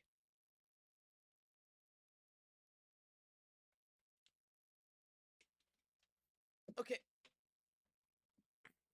A notorious case from over 2 decades ago involving the murder of a female high school student. It first came to attention of the authorities when part of a human left hand was discovered floating in the Samita River. Testing revealed that it belonged to a missing female classmate student. As it appeared as it appeared to have been severed deliberately, the the police launched an murder investigation. A large-scale search of the river was organized, but the high ow.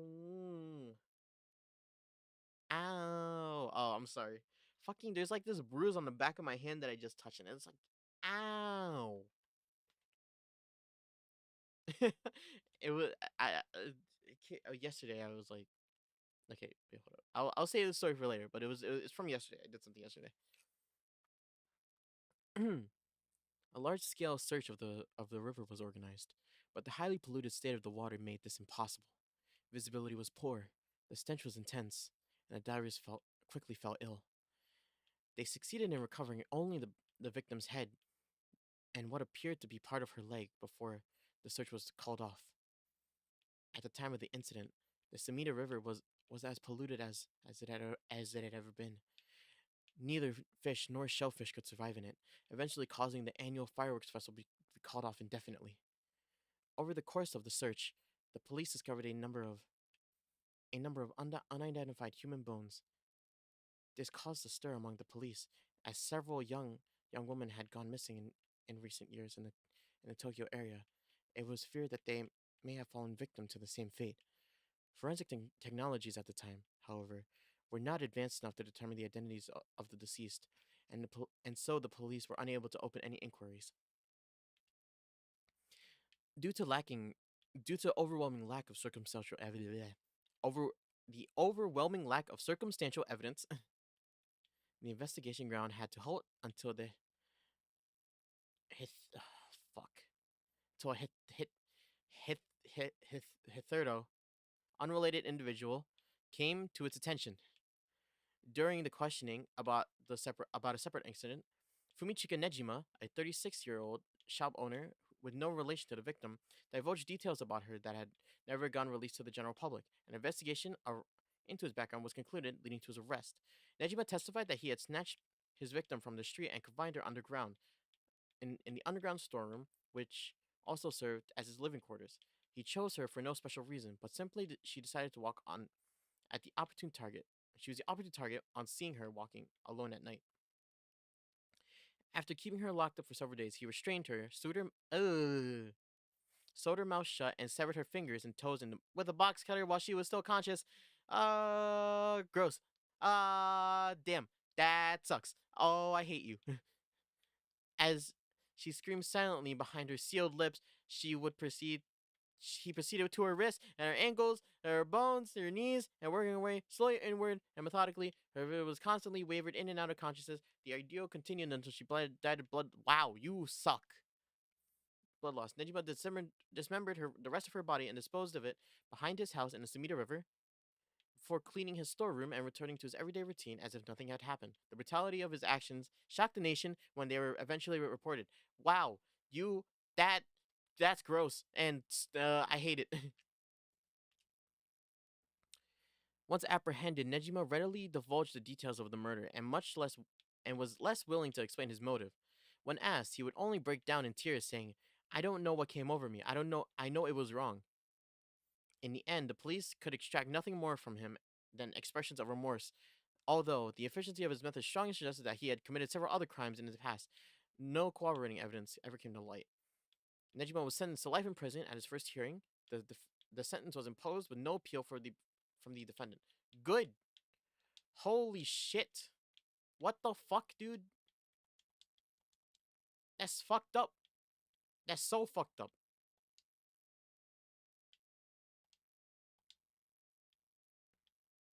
Oh my, what the you're relevant in this game?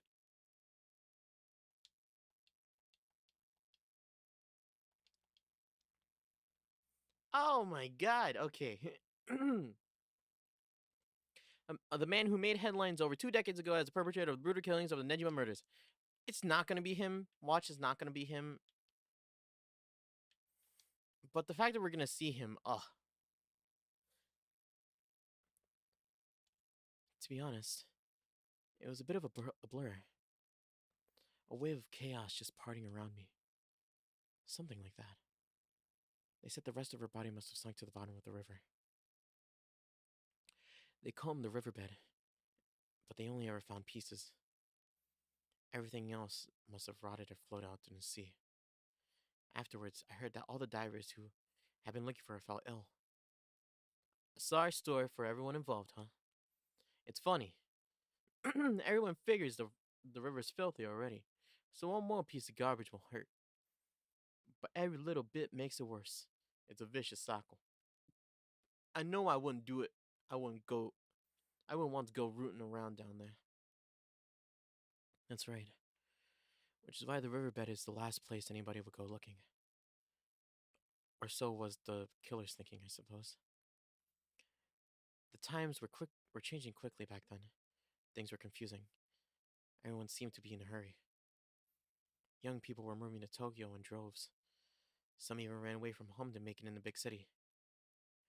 And they made easy targets for bad people. A lot of them ended up disappearing without a trace. You see, back then, if you chopped up a body into tiny pieces and threw it into a river, it would rot quickly and discreetly and sink to the bottom, never to be seen again. Are you saying what I think you're saying? They arrested him shortly after, Fumichiki Nejima, the man who killed my classmate and cut her into pieces. He was so methodical about it. It couldn't have been his first crime. And people began to wonder how many other girls he had murdered the same way. The police never found any evidence of the other murders, in the end. But the river knows the truth. How many corpses he has swallowed up over the years, I wonder. The same thoughts spread through everyone's mind, and they started to avoid this area. So really, this river has been rank of corruption for decades now. Or at least, that's how it seems to me. Well, was that interesting? Well, I see why you don't have many good memories of the river. With all the darkness lurking beneath the surface, there's no reason that you would. Still, if I may, ma'am, I'm surprised you knew so much about the Nejima murders. How could I not? After all, I was the one who found the hand. Yeah, didn't we say this already? Wait, was this not established?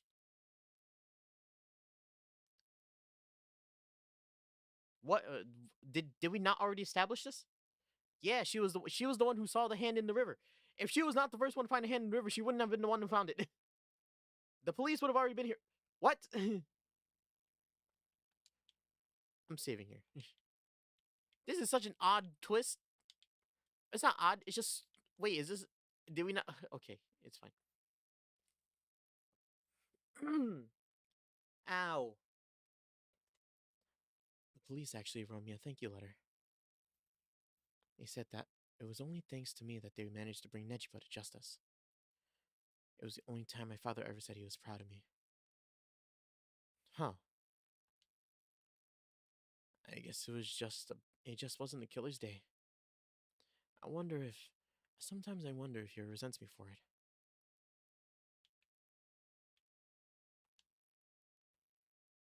He's gazing down at the water. What does he want to see down there, I wonder? What does he see down there? What did he say? We're gonna keep talking about the river.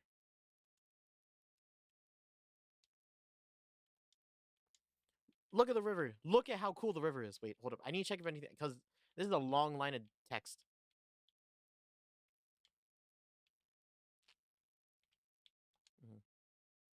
The Samita River. I have nothing but awful memories of it. Okay. Let me think again. Standing around is the last thing I want to be doing right now. This is my only chance to get my son back. I can't afford to fritter it away. Fritter it away? Don't mind me saving multiple times. I just needed to make sure. You can go first, Richter. Please go ahead. All right then. I've been poking around places connected to the Seven Memories, looking for curse bearers, and I think I found a few candidates. First, a tall man I ran into in it's Takuma. Takumi? Takuma? Takumi? Takumi. First, a tall man I ran into in Kinshibori Park. I asked him for directions, trying to probe him little by little, but he turned the questions right back around on me. He was out. He was out there for a second. For the second, he figured I wasn't looking. I wasn't looking, but he was like I wasn't what he was looking for. I got the since curses were nothing new to him. I'm about 40% sure he's a curse bearer.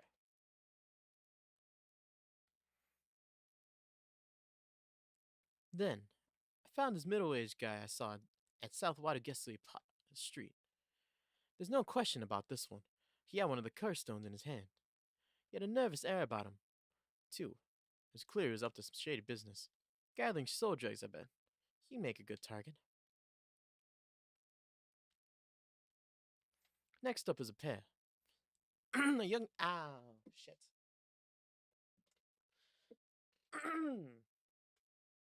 I don't know why, but like my like lower abdomen is like sore now for some reason. I don't know why.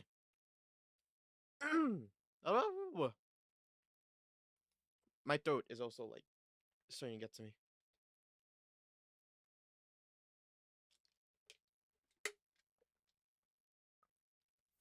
Next up is a pair. A young man and woman I saw around Ryogoku's bridge. This time, the man came up to me and asked me flat out if I was a curse bearer. I told him I didn't know what he was talking about, and he backpedaled and left. Looks like they lurked around there often. Look for kindred souls would be my guess. Though it it didn't seem like they were working as a pair.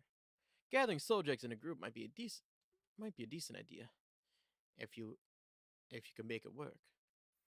But with things being the way they are, it's got to be hard to find folks one can trust. They've got brass though. I don't know what their deal is, but I'd like to find out. Last, there's two detectives I've seen sniffing around. The police are involved? Not necessarily. A body turned up in a local park a few days ago. They might just be looking into it. Since the park still got ties to one of the Seven Mysteries. Might be it was a curse that the guy did the curse in. And if they're sending detectives from the head office, then something's got to be up. How do you know where they're from? Let's just say that when you're in the business, there's some faces that you get to know. That's his classmate, his academy classmate. Anyways, that's everyone who's got my eye. You found all of them in so little time? I really did hire the best. It's all in the name, man. Richter Kai, P.I. Penis instructor. What? No. Wait. Make that Richter Kai investigator extraordinaire. Ah, my. An investigator extraordinaire. Is that why you dress like that without drawing attention to yourself? You bet. And an investigator extraordinaire can blend in like a chameleon in any outfit. Well, that aside, a middle-aged man and the young couple sound the most promising. Am I right?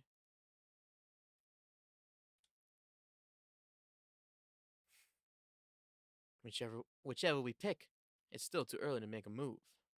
It seems like the curse bearers are less involved with each other than we thought. Plus, there are still others we don't know about. I'd say we hang fire and see how things play out. Once more bodies start showing up, that'll get the pot nice and hot.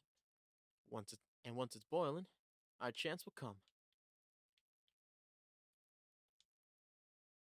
Standing around is the last thing I want to be.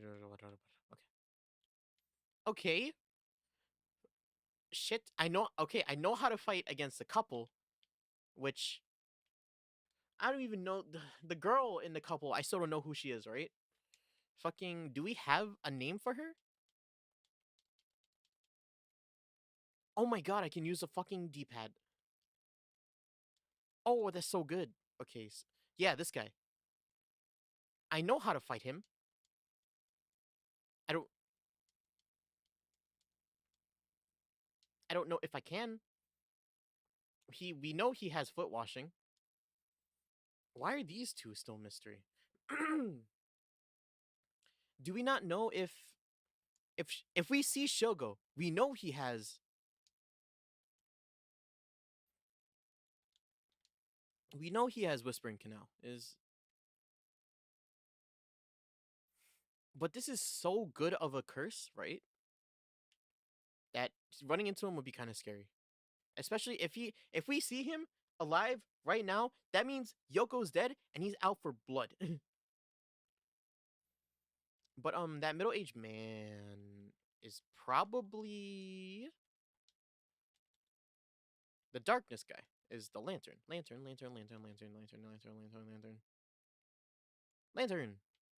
He's probably this guy, right? And going up against him is scary because he'll like jump me. Meant to save.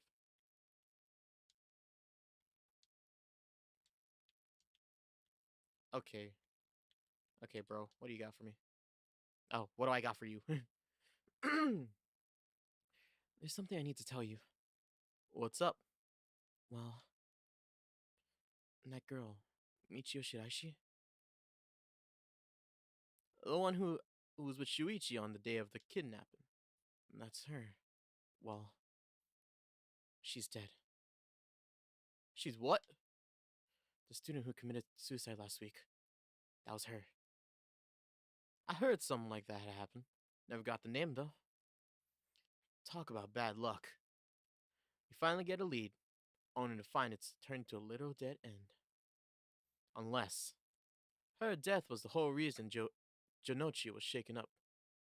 He said she was going to curse him. Was he talking about taking revenge beyond the grave? It seems like we're back where we started. Not necessarily. That teacher knows something. I'm sure of it. At least, I put money on him having something to do with Miss Shiraishi's death. That's why he's so scared of being cursed by her. I see. And also, something tells me he knows more about your son's kidnapping. In any case, I think I've got a good idea on what he's hiding. Call it a hunch. A hunch? Well, it's more of a theory. Care to take a guess? Important decision. Can I guess what Richter's fucking theory is? Yeah, I can guess. I can't say for certain, but Mr. Jonochi, science with murder. Oh, did I get it right? Was that right? What if Mr. Jonochi silenced Michio Shirashi with murder? What do you think? I see. So you think Miss Shiraishi's death might not have been a suicide? That will certainly give him a good reason to think she holds a grudge. But I'm not sure I buy it. That might be a bit far-fetched. I see. I'm sorry I disappointed you. I'm really not cut out to play detective. Wait. Is there a good... Right now, I think... Wait. Mr. Janochi. Wait. Can I guess that right? Hold up. Give me a second. We're doing this. Yes. I can guess.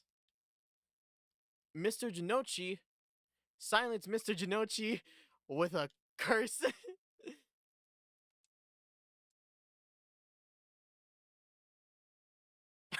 It is different. Shit. No. Hold up. We're doing this again. There's 3 different choices. So there's, what's 3 squared? 27 different choices we can make. Is that right? No. That's not right. That's 3 cubed.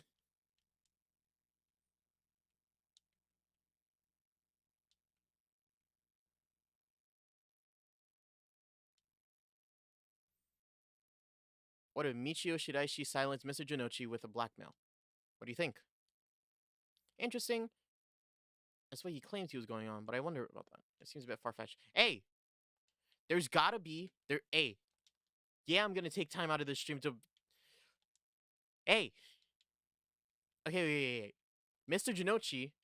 Silence... Okay, let me just go through all these. With... with a curse.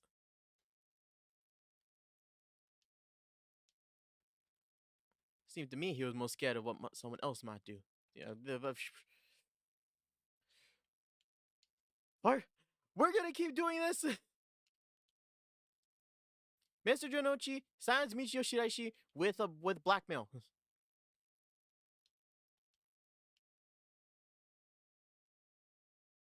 Oh shit! I got it. Oh shit! I'm a fucking genius.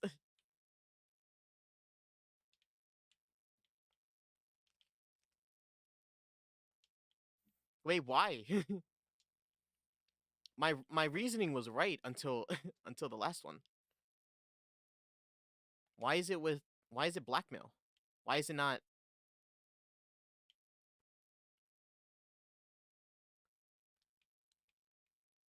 Oh.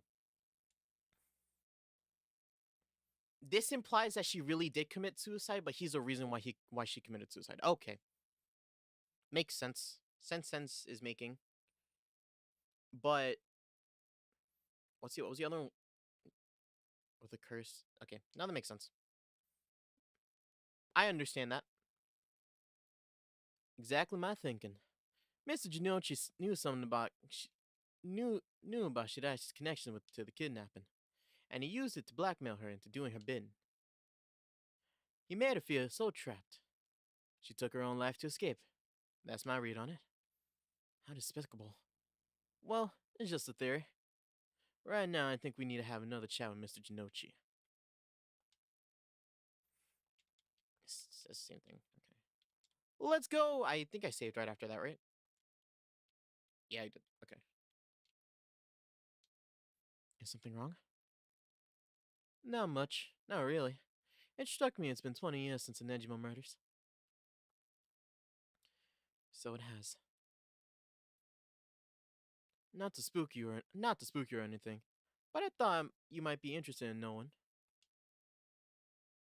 Life in prison doesn't always mean life. There's a precedent to first-time offenders being allowed out on parole after 20 years. Only if they're found to show remorse and desire to reform themselves, of course. Oh, excuse me. There's like a weird smell. A weird smell just like wafted into my room. I think it's coming from outside or something. Ah! Weird smell. That's why I have a candle. So now I can. Oh my fucking god! This. While we were out on the trip, right? My parents, they put a candle in my room, right? They didn't light it, right? But they just put it in there like a wax scent. But it smells like it's scented like salted caramel, right? And when I first came into the room, the smell was so strong. I couldn't smell anything else in my room for like the next day. Like I couldn't get used to it. It's all I smelled. And the smell doesn't even remind me of salted caramel. I don't know if salted caramel smells like this, but the smell really just smells like a McDonald's like caramel frappe. It really does. But it's to like it's like 200% like the smell. I'm glad they didn't light it, cuz goddamn my room would smell like a fucking I was trying to think of something funny there when I said like a candy room.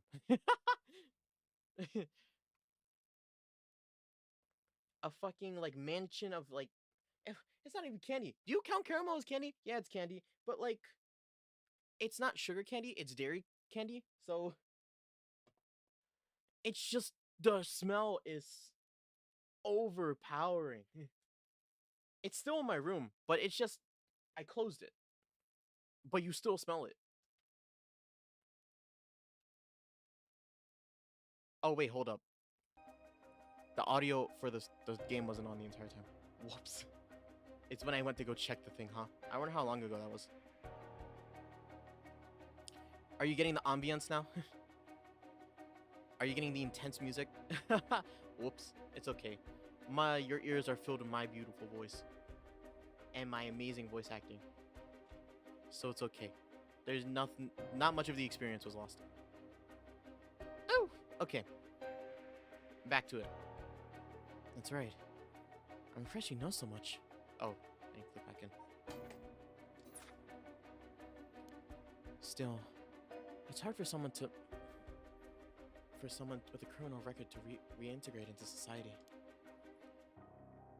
I hear there's been trying to fix that recently, matching inmates with jobs and accommodations. Oh really? They keep an eye on them, of course, but make them report in for regular checkups. And to avoid discrimination, they keep the inmates' records a secret from everyone but their employers. They even give particularly notorious identities to, so they don't recognize in the workplace. My, the way you put it. It's like you're saying Fumichika Nejima could be out on parole right now. Back in society under a new name, and nobody would be any wiser. It's possible. As it happens, a little birdie told me about a big name making parole a few months back. I don't know if that was Nejima, but our discussion just now did bring it to mind. I see. How unsettling. Now that you mention it, I remembered something too. What is it? I was passing Komogata High School a little while ago when I saw someone. A janitor, I think. And I swore he could have reminded me of Fumichika Nejima.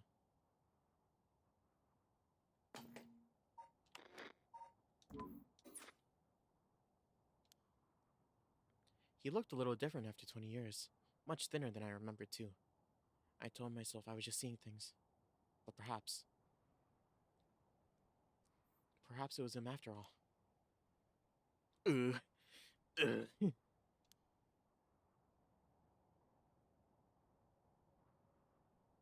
So, what's next?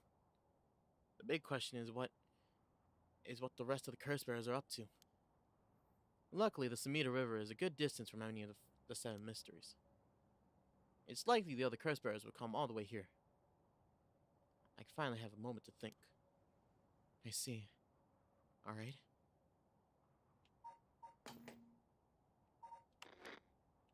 Excuse me, what? What is happening? What is happening? I'm scared.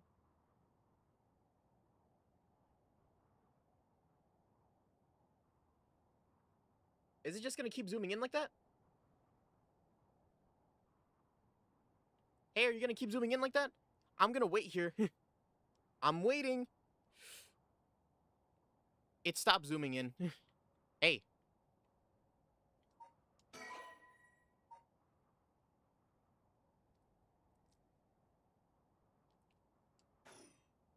What? What? What? Can't do anything? Nothing? That's fucked.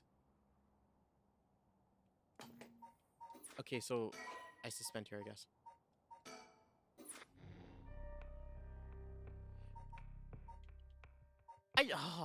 Really? Okay. I can't even progress the story without doing everybody else's story. Okay. These three are all connected. That's what I just learned. Oh, my controller. Give me a second. All these stories are connected. Well, no dip, they're all connected, but like, their reasoning is all connected too. So I'm like in a weird spot, right? Okay, let's do Tetsuo Tsutsumi's. I'm gonna save the girl for last, because I'm scared of her, frankly. Crime scene investigation. Tetsuo Tsutsumi. Tetsuo Tsutsumi, Chief Inspector of the Metropolitan Police Department, First Investigative Division, is investigating the mysterious death of a fellow officer. He visits the scene of the incident, the former Yasuda Gardens, with his subordinate, Jun Ario. Am I gonna go in with the curse like I did with the girl? Or am I gonna... Former Yasuda Gardens.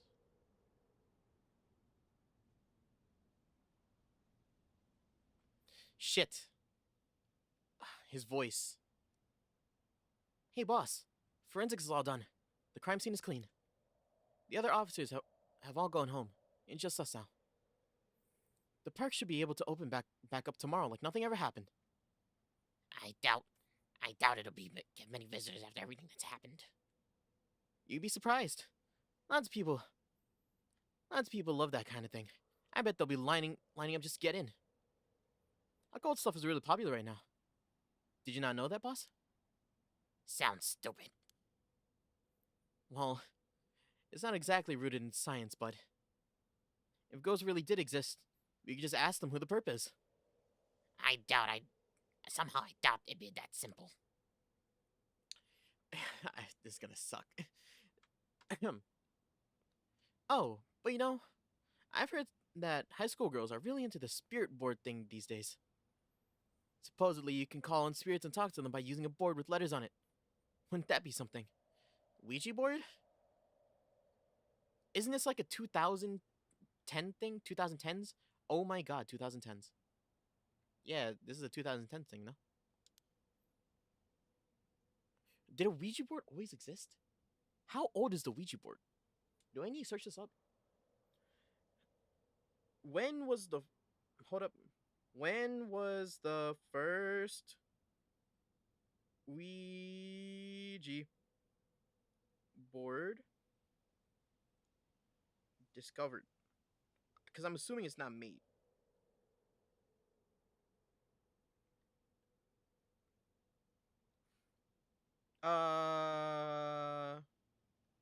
Oh. The idea of the Ouija board is old, or a spirit board is old, right? What, 2000 or 1100 AD? After Dominicus? Assert dominance? Ass Destroyer? One of them. I don't know what AD stands for, but yeah. 1100 AD. And it's I guess it's been a thing for a while. Weird. I didn't know it was... I guess it's just like resurfacing now. Okay, back. Oh! You could try it out yourself if you're so interested. Hey, that's not a bad idea. Let's give it a go sometime, boss. One now. Stop messing around. You really think we're gonna solve this case by moving a coin across a scrap of paper? Sounds like you know all about it. You've got to be open-minded. What if that's how police work is going to be done from now on? Don't make me laugh. Oh, fuck. I didn't even need to look it up. Due to the occult craze, divination has become popular among young boys and girls. All one needs is a coin, a piece of paper with letters and numbers written on it. Using this, all one has to do is speak a question of the called upon spirit, and it will move the coin and answer. It is believed to be a tool that was adopted from modern spiritualism and molded by Japanese occult enthusiasts. Though it is considered a form of divination, the ritualistic nature of its usage can cause self-hypnosis and autosuggestion, leading to hallucinations and symptoms similar to spirit possession. Many schools banned these spirit boards after there were in several cases of students sneaking into schools at night, in addition to stories of people of having seizures when they're using... Wow, seizures? That's fucked. Okay. Listen up, Ario. You can't go blaming the death of your buddy on something like the occult. I don't care if it was ghosts or the occult or what. Whoever and whatever it was that did it. I'll get them. I promise you that. Well, you got the right attitude, bud. We don't even know if this is a murder. Bias is weak in our judgment. Get too fixated on one thing, and you stop seeing everything else. Aye, aye, boss. So, now that we've finished investigating the scene, let's review what we know. Now? It's getting late. I figured we'd head straight home from here. Oh, come on. We've got to go over all the info we gathered. And what better place to do it than here, the scene of the crime where we can soak up the atmosphere. Soak up the atmosphere? The hell is there to soak up? You must be really getting into this occult stuff if you get off of being in a place like this. You mean... Wait. You mean somewhere like this it doesn't get your blood pumping? No way. No. Don't turn this around on me. I'm not the weird one here.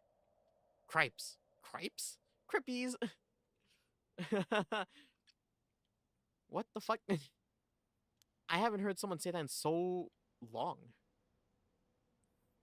Ugh, fine. Let's get it over with. Aye, boss. Okay. This is where the victim was found. Oh, this is where the victim was found. It's clean now. It almost feels like nothing ever happened here at all. But once an incident like this has come to pass, there's no going back. Not that knowing that is any consolation. Forming Asuta Gardens is here in Yokohama Ichome. Fucking Christ.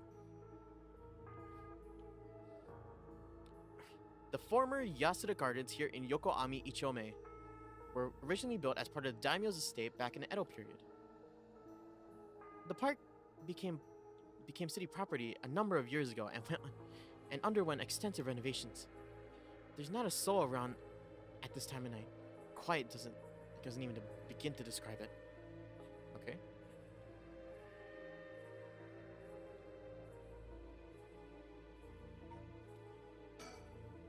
This pond.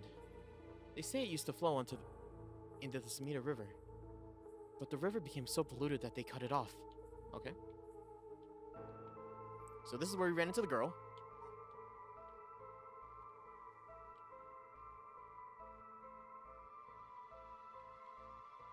Don't mind me. This is me investigating. I'm a pro investigator. It's so disorienting. Holy shit. Wee.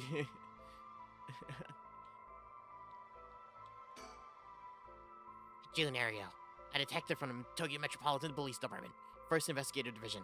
His rank is sergeant. This is the first time leading a case. It's like he's graduated from rookie to newbie. He looks put together on the outside, but he acts like a kid most of the time. Honestly, the force could use more people like him. Really? Let me think. I've got a bad feeling about this case, and my gut is rarely wrong. I knew this would be a treacherous case from the moment we were dragged into it. Okay, well, let me save the game. Okay, June, let's talk about some things. So, early in the morning yesterday, a staff member found a victim collapsed here in the park and called the police when they realized he was dead. Oh, that's not good. Yeah, curse did get him. Oh, shit. My bad. Excuse me. Ah! But yeah, this is definitely a curse. Look at him being all veiny and drooling. Stop drooling, dude. It's not good for you. A staff member found the victim collapsed here in the park and called the police when they realized he was dead. While there was no obvious external wounds, the fact that he was also a police officer and the evidence of a struggle means it's likely that this was a murder. The Sumida office sent it over to us since it was sensitive of the death of an officer, and we were tasked with the investigation. What we need to figure out is what happened and whether there was foul play involved. I think that sums things up. But, boss? Yeah? Is this case really important enough to assign someone from the investigation division? I mean, a friend of mine died, so it's important to me, but... It's all up to the higher-ups. I'm sure they got their reasons. Boss, you know something, don't you? It'll be all clear in time. Try not to worry about it much. Thinking about it, the only thing we know for sure is the identity of the victim. That means there must have been something special about him, right? Maybe he knew something that he wasn't supposed to. Some kind of secret or something. Isn't that right? You're pretty sharp sometimes. You know what? You know that? No. You picked up on that. You should be able to put the rest together yourself.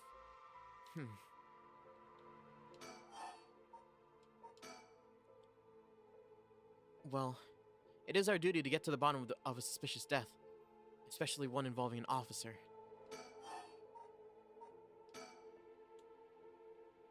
The victim is Hajime Yoshimi of the Juvenile Division of Sumida City Community Safety Bureau. 27 years old, single. He mostly dealt with cases involving juveniles in education. His rank is senior police officer. You knew him well, did you? What was he like? Yes. We were in the academy together. We went out for drinks together every month or two. He could be a little rowdy, but he was a big brother to all of us. He was kind and cared about his friends. For better or for worse, he wasn't the uptight type of cop. The man always showed empathy, and I heard he was popular with the locals for it. He treated each and every troubled kid he met with compassion. He had a great track record when it comes to rehabilitation. Sounds like we lost a good one. Yes, we did. We truly did. I knew being a cop would be dangerous, but something like this could happen. I knew something like this could happen, but it's never easy when it happens for real. I know the feeling. He doesn't seem to care much about climbing the ranks, but he was at the top of our class. The only problem was that he took on so much. He had the most unfinished paperwork too. I always felt we needed an unusual guy like him to help us solve all of our unusual cases. Hajime Yoshimi. Yeah, you seem like a good dude. Also, that chin line dude is fucking crazy. Look at that. He has like Joe Swanson. Like, hey. Wait. Hey, Peter. Hey, Ariel. I'm Hajime.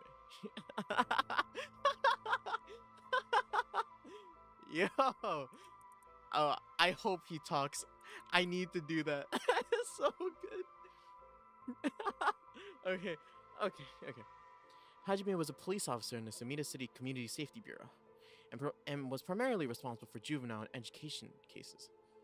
He held the rank of head patrol officer and entered the force at the same time as Jun Ariel.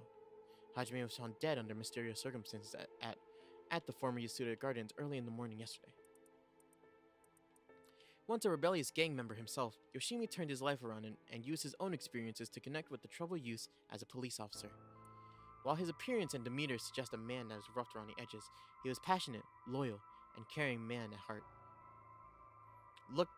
Looked up as to being a big brother by his peers, Yoshimi achieved stellar results in his work with juvenile cases, but his consistently sloppy paperwork and less than formal attitude essentially doomed his career and had him writing formal apologies on the regular. He left behind a fiancée whom he had been dating since high school. Is that important? Also, what do you mean by left behind? Like they didn't divorce? They're fiancé, so they got engaged but never married, right? What? How is that? You know what? It's fine. Don't worry. You're pretty unusual yourself. Me? I was the most normal of my classmates. Besides, the real weirdo among us quit the academy a long time ago. There was one even weirder than you. Oh, he's fucking talking about... Oh! He's talking about Richter!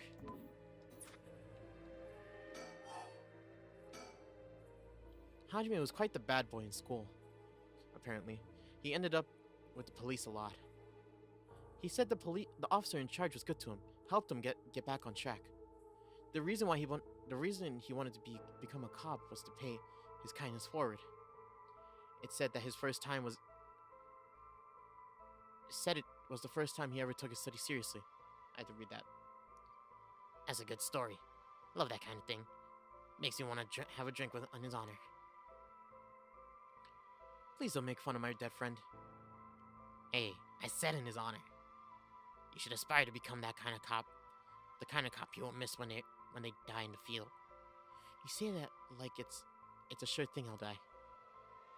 Besides, if I end up biting it, I'm sure you'll be the one who misses me the most, boss. Eh.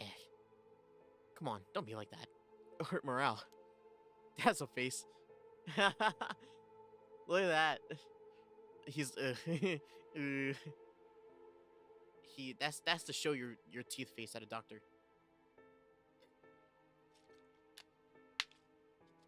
Don't mind me. I had to drink. Well, I guess how much I'll miss you depends on how this investigation goes. I can already see it. Ariel, no! Why'd you get yourself killed? I have no idea what's going on in the head of yours. Yeah, you'll see it. That'll be a sight to see. I can't wait. You can't wait for your own death? Get it together, kid. Sheesh.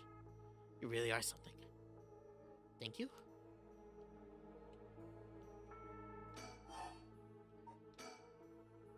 What about the victim's family? The Yoshimi family is from Kita Sengu in Adachi City. Well, Hajime's parents died a long time ago. He lived there alone, no siblings or anything. I went to his house a few times for drinks. I was surprised.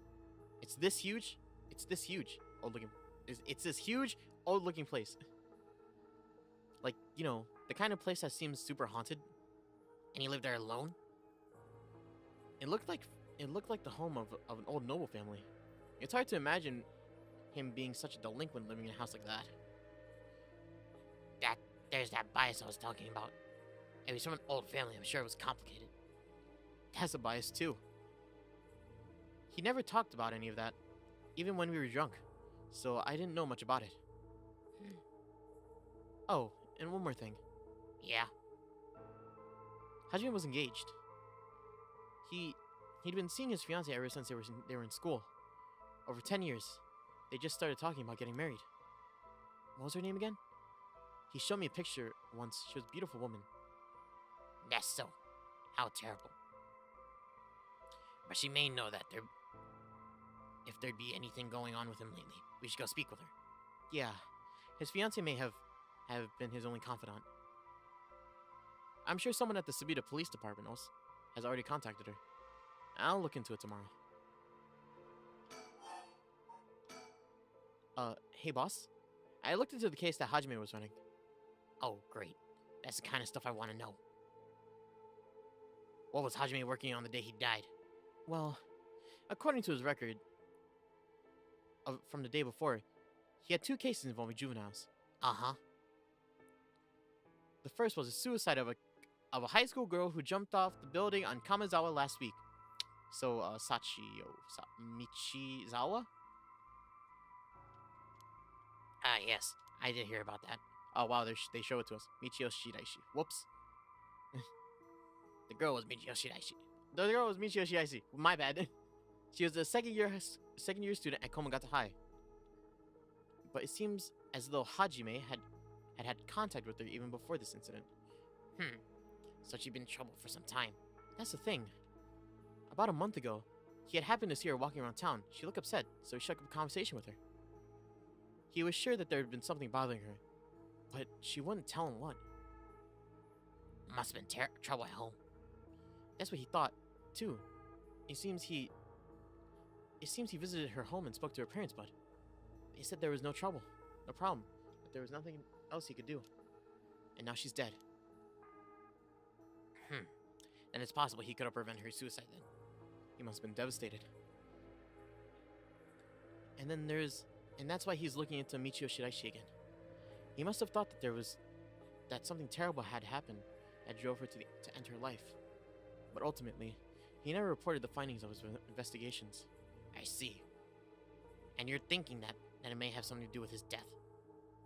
We'll have to find out what it is Hajime discovered. Right. Let's check with the Sumida Police Department about that tomorrow, too. What was the other case he was working on? This one is also related to a Komagata High student. A troublemaker called Hitomi Okuda. She seems to be the leader of some group of kids who get up to no good. Juvenile delinquency. Fun.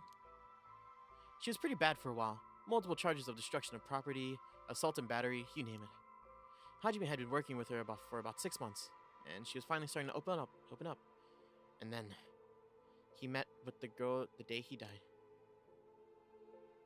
Well, every school's got its problems.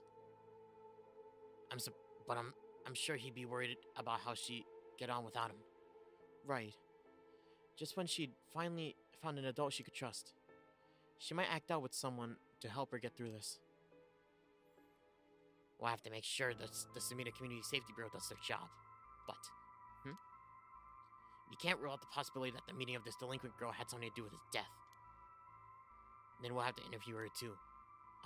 Yes, you're right. She may have been the last person to see him alive after all. I asked Sumida to introduce us tomorrow. Though, who knows if they'll actually let us talk to her. That's what we hired you for. Lay a little boyish charm on them if they need a little convincing. Yeah, I'm sure they'd prefer me over a scary-looking old man like you, boss. Watch it. I'm serious superior. You ought to act like you respect me at least. Oh. I thought I was.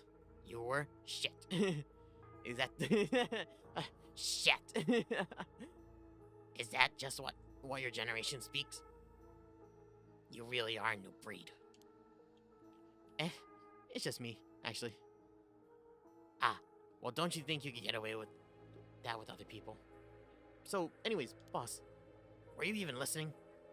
I've got quite a bit to look into tomorrow. First, the Komagata High School cases that Hajime was handling. And we need to speak to his fiancée as well. I believe that's it for tomorrow. Okay.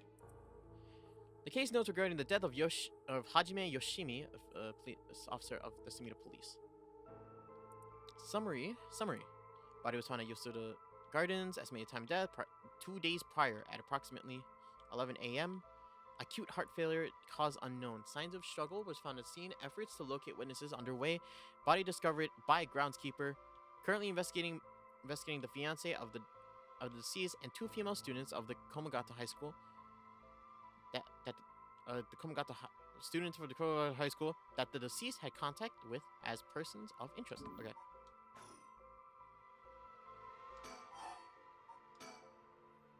As for the cause of death, we won't know until the autopsy is done. From what we've seen, though, it appears to have been some kind of acute heart failure. Since there's no record of chronic illness and had no visible wounds, it's possible that poison or drugs would have been involved. Dying in the middle of the park seems like that. It certainly seems suspicious. We found signs of a struggle at the scene, as well as footprints belonging to the unidentified individual. We've got people trying to look at those prints. If you can find who they belong to, you might be able to figure out this whole thing. Yes. Wouldn't that be nice if that were the end of it? The only things Hajime had on him were his badge and his wallet in his pockets. So he can rule out mugging. Though there probably aren't many people who would end up trying to mug a cop as big as him. I've also heard that Hajime got into a fair few fights in his younger days. He started judo once he became an officer and rose up the ranks quickly.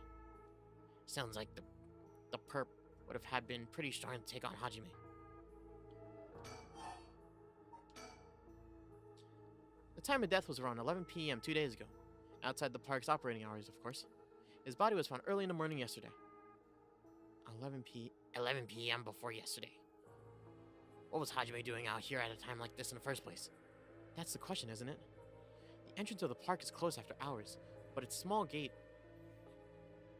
But it's a small gate that'd be fairly easy for him to get through if he really wanted to. That would, of course, be breaking and entering, but what do you think, boss?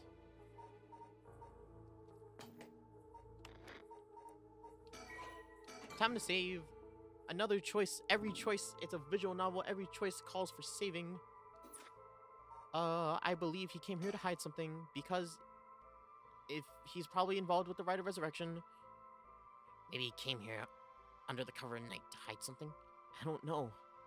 Why'd you go through all the trouble just to hide something? To be perfectly honest, I think you're going in the wrong direction entirely. You think?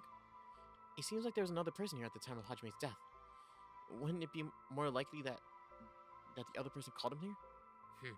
Yeah, Let's go with that. They must have... fuck. Really? I chose the wrong thing? That's fucked. I try so hard just to be good at this game. Fuck. I feel like every choice that would have been like, oh, I think it's this. Like, it's giving me a choice between two answers. I've gotten them wrong every time. It's crazy. They must have been talking about something pretty sensitive to come here in the middle of the night. So Hajime met someone in secret to discuss something in secret. And then they got into a fight? No. That wouldn't match the cause of death. There are no wounds on the body. That would indicate a spontaneous scuffle. The perp must have planned something. Then, do you think this was meditated? That would mean they called Hajime. They called Hajime into the park with the intent to kill him. Well, there is still a possibility that it was just some accident.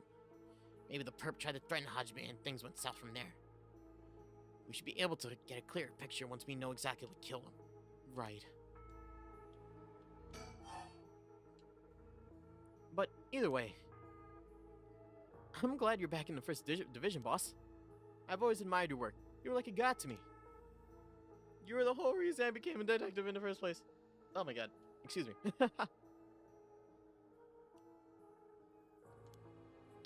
Yeah, about that.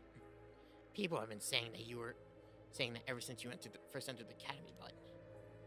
Yes, that's because it's true. I couldn't believe you got transferred out of the first just as I was assigned to it. So getting to work on a case like this now, just the two of us, is like a dream come true. Happy as I am to hear that, well, how should I put it? What is it? If that's true, then I'm not sure you've been showing me the appropriate amount of respect. Huh? I do respect you. Don't tell me you're going to see now, boss. That's exactly what I'm talking about. When you run your mouth like that. It's getting late. You must be sleepy. Go to sleep, old man.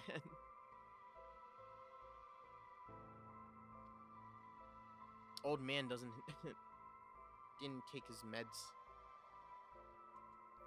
Don't worry about it, boss. I'm sure we'll get out of here soon. Yeah, I get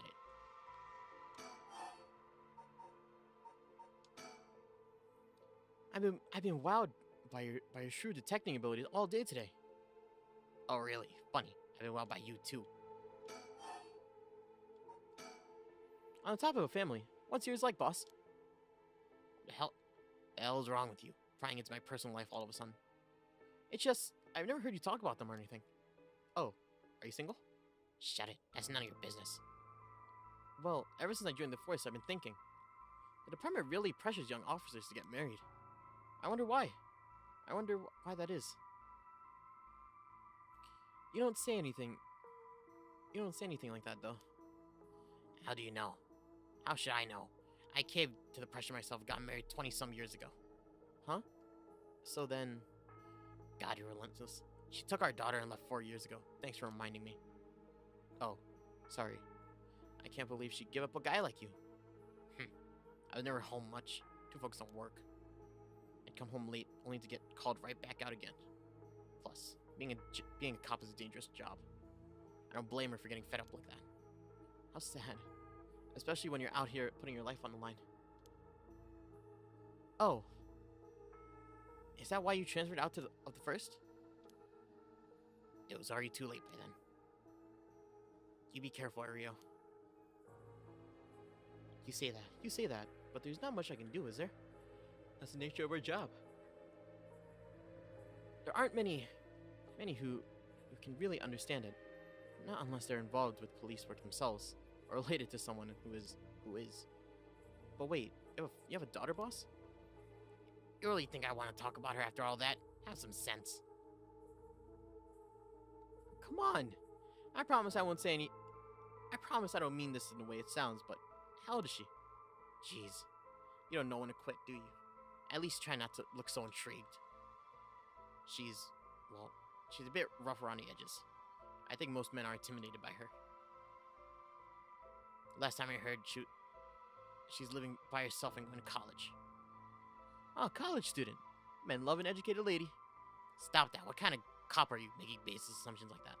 She's living on her own, though, huh? You must worry about her. Worry? I don't even know where she lives. Oh, so she hasn't told you. Probably because she knows you'd follow her around everywhere. I would not. I don't think. Oh, come on now. We both know that's not true. Listen here. You may look like a mean old man, but I'm sure you have a soft spot. What? Is that supposed to mean is that supposed to be a compliment? I can't keep up with you. We're done talking about this.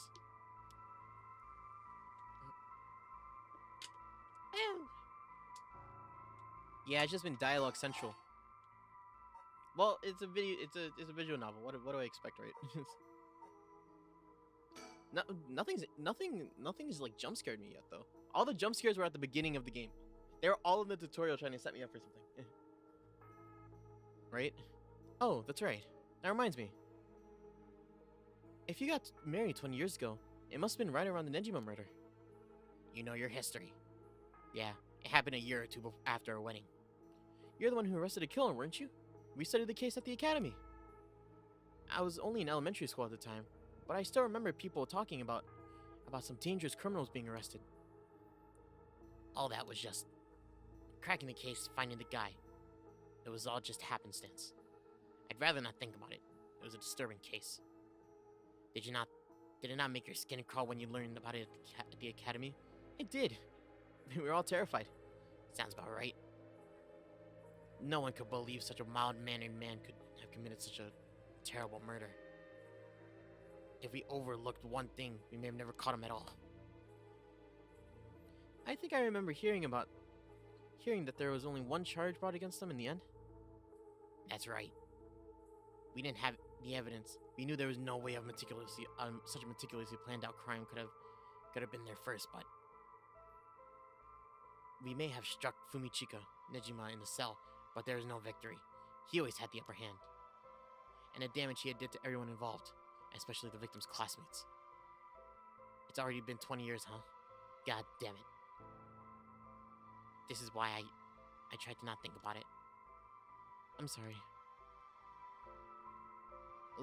Don't think about it. Look up at the stars, the sky, blue sky.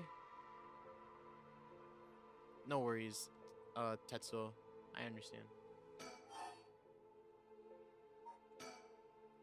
So, this occult stuff. Have you heard about it, boss? What are you talking about? The Rite of Resurrection thing that everybody's talking about. No, not you two. I've been hearing about that shit everywhere. Oh, have you? That's surprising. Who cares what people are talking about? It's got nothing to do with our job.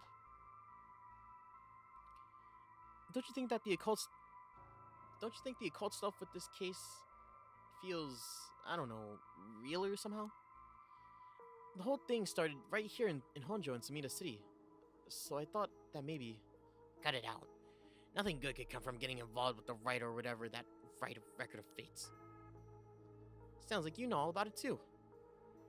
Boss, are you secretly into the occult? Stop it. Seriously, this isn't a joke. I get why you'd be intrigued by something called the Rite of Resurrection after a buddy of yours died, but bringing the dead back to life, that's the stuff of fantasy. It's not real. So don't go hoping for miracles, got it? Well, boss, I think that about does it. Right, let's call for tonight. I'll see you tomorrow. Oh, shit! Oh, it's a man! The man's gonna kill me! Oh god, what is that? Huh? Boss? What's wrong? Don't tell me you're going senile. There's no runner, don't leave me. There's no fool, don't I'll be fooled. Damn it. It was that case all along. Boss, what is it? Is there something over there? Ah! Such deep sorrow. I remember it. Those who deceive the falsehoods in eternal darkness. Kill them. Kill them. Those who spread lies. Kill them.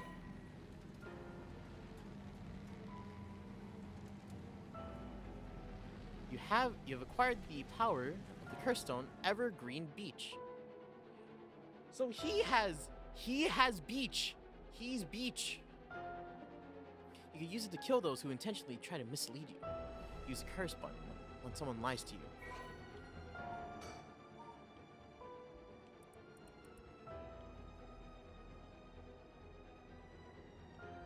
Okay. Kills by hanging one who tries to mislead the curse bearer with false statements. Oh wow, that is a straight up noose. Wow. You hanging in there, buddy? I shouldn't have said that. I didn't think about that. Okay, resentful memory. He deceived us with his so-called rite of resurrection. The man who tricked the people with his false dark art swings from a rope. They thought the man had escaped the previous night, but oddly enough, he was found hanging in the garden of the daimyo's mansion that morning. The man, a local called Jinkichi, was known for his kind temperament and skills in crafting Netsuke clasps. While his life wasn't always easy, he was optimistic, the type to smile through whatever life threw at him. He was the kind of man who would take care of those who didn't have anyone else to rely on. The prosperity of the ukiyo-e boom must have been what fanned the flames of his greed. The old craftsman was found in a miserable state, as if sentenced to some cruel fate. Perhaps he'd ended his own life, unable to bear the weight of his curse. But dead men tell no tales, and the people thought of him as a bad man even in death. He hung for days, his neck stretched horrifically, the visage of pain still etched on his face. It was clear he must have struggled greatly as he died. His flesh marked with dark scars where the rope wrapped around his whole body. The beech tree's leaves do not fall, neither did the man's body hanging from it. As the mansion's owner was not home, another unfortunate event. The people held their tongues, fearing divine punishment, but the rumors persisted nonetheless.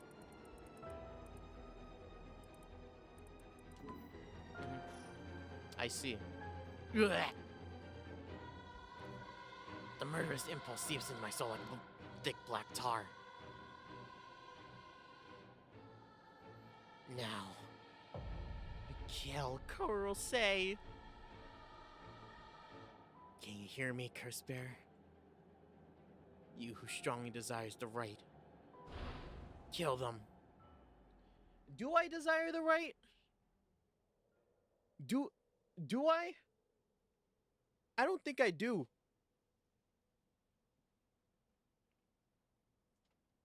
Cause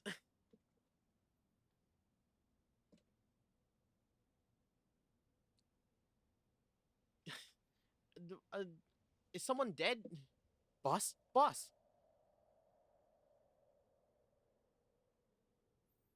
Boss, what's the matter? Don't tell me you wait she now. Why is he talking like this? Boss. Sorry. Sorry, I'm fine. Ariel, Yes? I have some bad news. Oh no. Your senility is kicking in, isn't it? No, we've got a bit of trouble on our hands. It looks like we'll be working some overtime. We're not going home tonight. Huh? What are you talking about?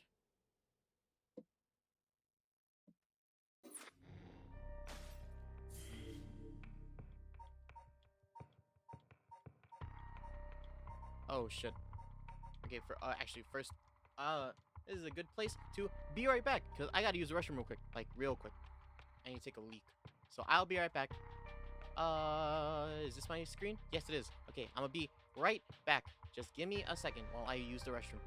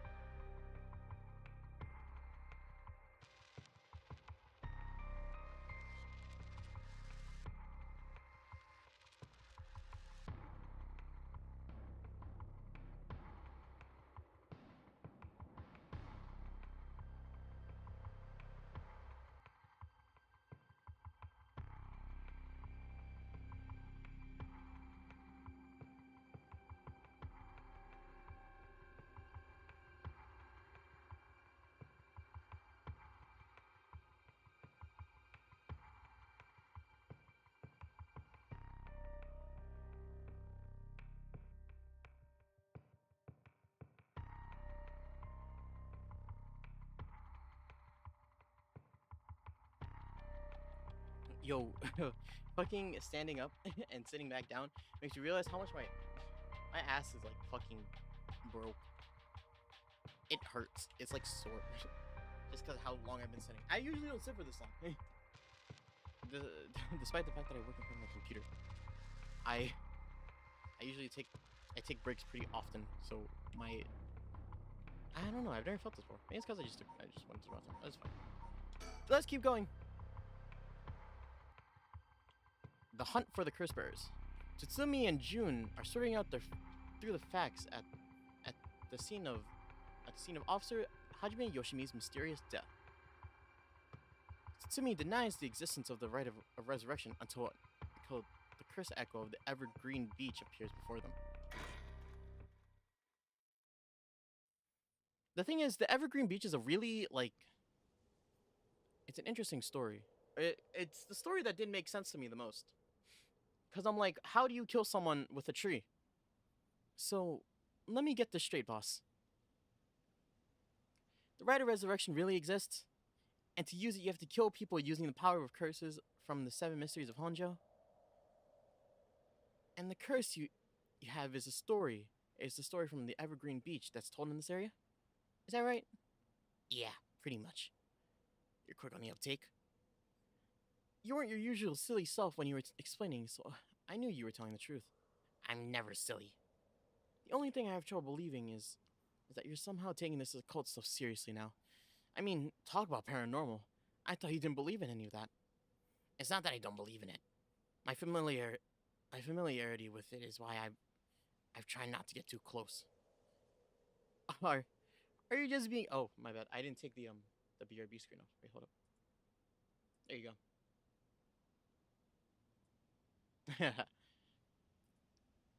It reminded me because this is a funny face to look at. Not used to admitting you were wrong. Oh, shut up and listen to me. No point in trying to hide things anymore. We won't get anywhere if you don't understand, so listen up. Please, just listen. You don't have to keep saying it. I'm listening. We don't have time to waste. We'll talk as we walk. Hey, wait! Wait for me, boss! Yo! Excuse me? Yo! Yeah! Holy shit, this is a banger track! Yo!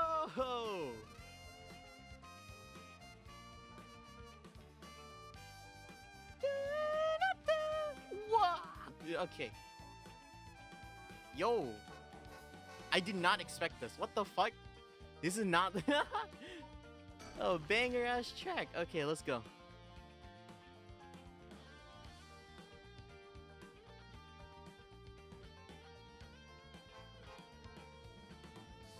Sorry. I just want to double check one thing.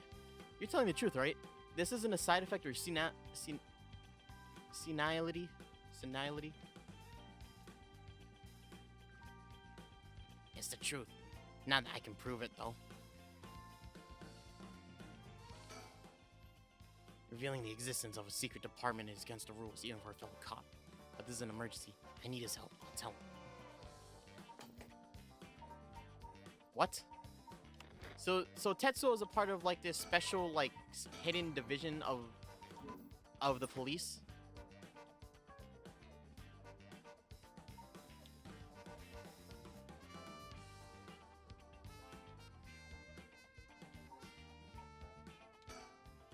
He's not stupid, but I'm sure he can be slow sometimes. Though I think that positivity of his may come in handy at some point.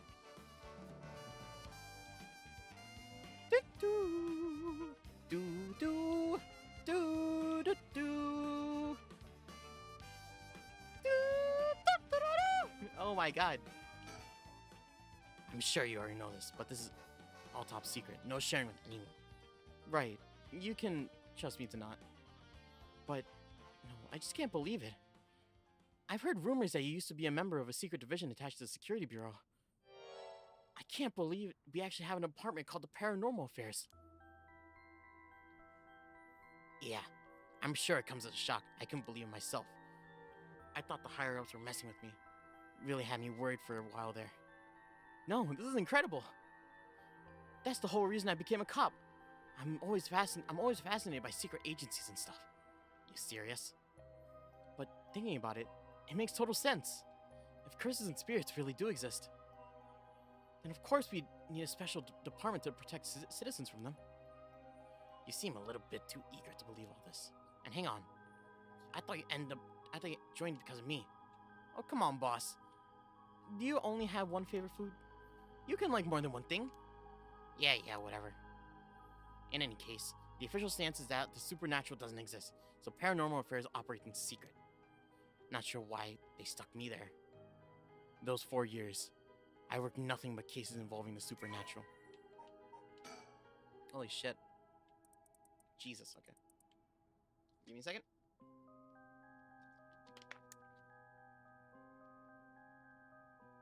Although officially called the Tokyo Metropolitan Police Department, Security Division, Special Security Unit, Paranormal Affairs Bureau, it is more commonly referred to as the Paranormal Affairs. Only a handful of people know of its existence, even within the police force. As the name suggests, it specializes in investigation and resolution of cases involving paranormal phenomena. Since the existence of paranormal phenomena is not public knowledge, nor is it readily believed by the general population, the Bureau's activities are conducted in the utmost security. Currently, there are only 5 members, including the chief. The Bureau has a network of psychic contacts across the country who assist in their cases, including Mio Kurosuzu. The Bureau undertakes investigations into any suspicious stories that crosses their desk, though the vast majority turn out to be hoaxes. Due to the sheer volume of cases, closed-lipped, experienced detectives without paranormal abilities of their own, such as Tetsuo Tsutsumi, are sometimes assigned to investigate. The current chief of paranormal affairs is a man called Kuiru Nakagoshi. He is born from a family of psychics who have been involved in keeping the world safe from paranormal phenomena for generations, and has served as Mio Kurosuzu's mentor since discovering her. Kuiru is an elusive figure. Very few have met him in person, and he's rarely seen in the office. It is said that because he has oft been target of curses, however, some theorize that it is in fact because Kuiru is not actually of flesh and blood at all. His seat in his office is usually occupied by a Nue, a legendary creature found in the Japanese folklore. The Nue resembles an ordinary white's thrush and acts like Kuiru's messenger, leading to bizarre scenes of police officers earnestly reporting their findings to a bird. In the term Nakagoshi case serves as a code name used to refer to cases under the investigation of paranormal affairs. I see. Oh shit. Okay, they updated everything.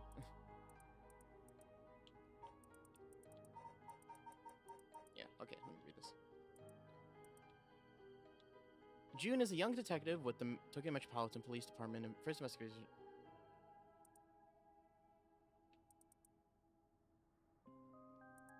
Yeah, okay. The parrot! Oh, the parrot! Richter really is a paranormal freak. What's up with birds in this game, dude? There's so many birds. So many bird metaphors. Are birds that bad? They don't seem that bad to me. I don't think they're bad. And I'm not saying that as a position of a bird. June encountered a curse echo while investigating the mysterious death of his colleague Hajime Yoshimi in the former Yasota Gardens with Tetsuo Tsutsumi. When Tetsuo explained to him that the supernatural was real, he accepted the fact without a moment's hesitation. He vowed to help his partner solve the case. Born in a relatively well-off household, June developed a healthy sense of self-esteem and optimistic outlook on life.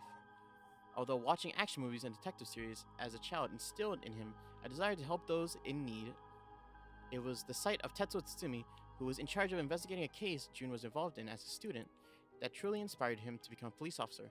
While Jun still maintains the same respect for Tetsuo, he also gets much enjoyment out of making casual cracks to get a rise out of the veteran officer. As an adult, Jun continues to hold on to the faint hope that the world is as he pictured in his youth, a thrilling place in which superhuman heroes do battle against secret evil organizations. He attended the police academy with Victor Kai, who is now a private investigator. The two initially became friendly when June found Victor holed up alone in the reference room scouring over old crime data and invited him to go bowling, a popular pastime during this era.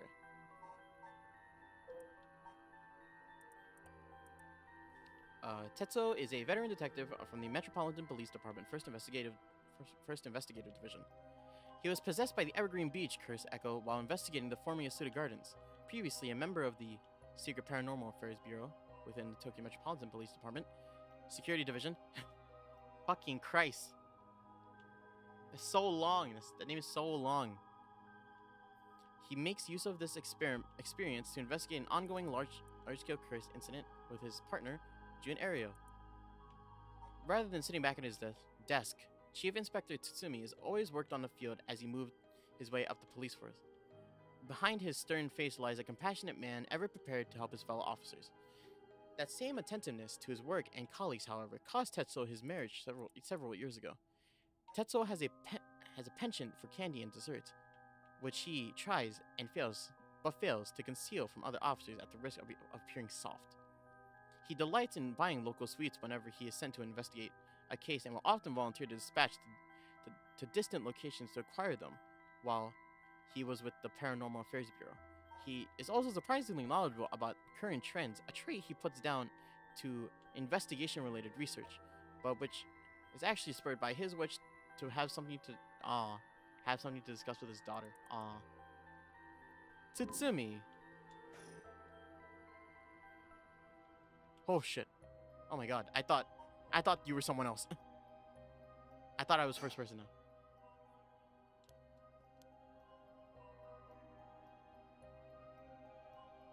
Whoa.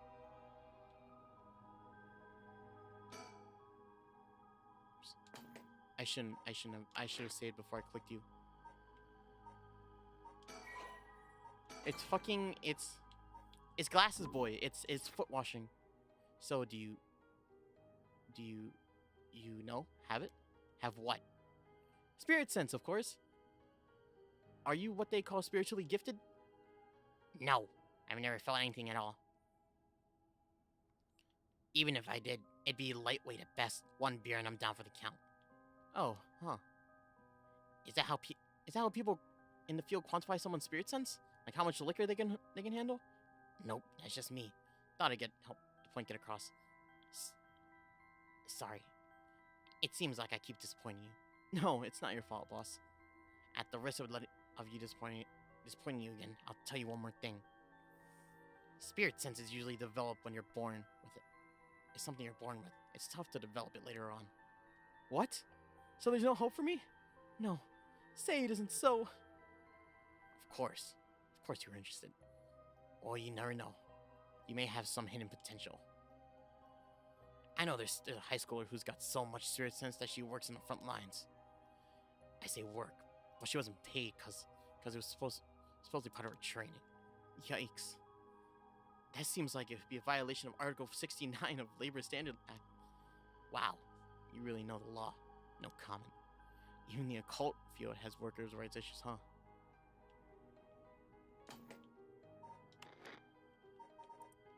I'm nervous to talk again, so I'm just... because of this bitch. Yo, Glasses Boy, get out of here.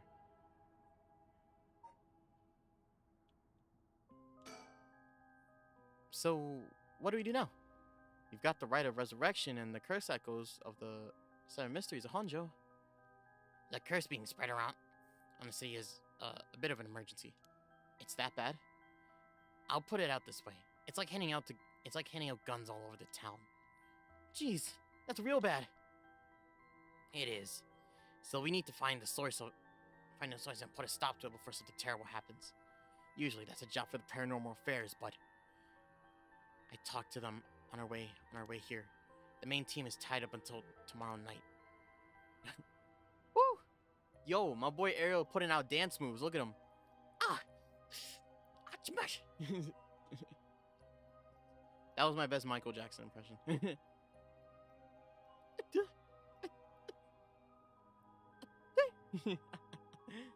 Look at it. He's fucking vibing. You know, but he looks really distressed while doing it.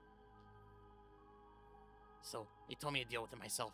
Said it'd be fine since I have some experience. Huh? What? Then that overtime you mentioned means... Yep, you're gonna help me, partner. All right, let's go. Let's do this. You seem a bit too eager to dive into all this. You really have no reservations working on a case, you know that? You said this was an emergency. We didn't have a choice. I didn't think we had a choice. I'm just trying to be logical about this, boss. You really are something else. Might actually be nice to have you around. Thank you. Every time I talk to you is like another shot in the dark, right? Is he gonna walk up to us? I need to be prepared with that fucking volume button. So what exactly do we do? If these curses are connected to the Seven Mysteries, and then the people who have the others should all be in town. Right. If there's 7 of them, that means there's 6 more out there. And we have to stop them before they kill anyone with the curses. If we can, we should find and collect all the curse stones. But boss, from what you said earlier, killing the curse bearer gets you closer to completing the rite of resurrection. Won't your life be put in danger if they find out you're a curse bearer? Pretty much. We can't let that happen. Should you even be out here right now? Hiding would only be a waste of time. The mystery of the one-sided reed is associated with the real Goku Bridge. I was hoping we'd be quick enough to run into the one-sided reed's curse bearer. No luck, it seems. Well, if nothing else, maybe word will spread that the cops are on the lookout and people will behave. That's putting a lot of trust into whoever the other people are. But it's possible that the other curse bearers have the same idea will come here. Talk to anyone you see who seems suspicious. Ugh, that means someone who may have the power of a curse. Understood. In that case, why don't we ask the guy who's been watching us the whole time? What do you know? There's someone there. Good luck. Hey, you there! Sorry to bother you, but I've got some questions. I'm with the police. Glasses boy. Thanks for your cooperation. We'll be asking you a few things, Mr. Utahara Namagaki? That's your name, correct? Yes. I don't mind answering your questions. You're a detective?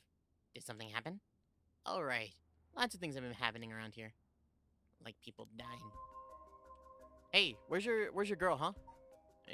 Where's your girl? I need to know where's your girl. So, what to make of this guy? If this were a normal case, I'd be fine letting him take the reins. But curses are involved here. I should take over.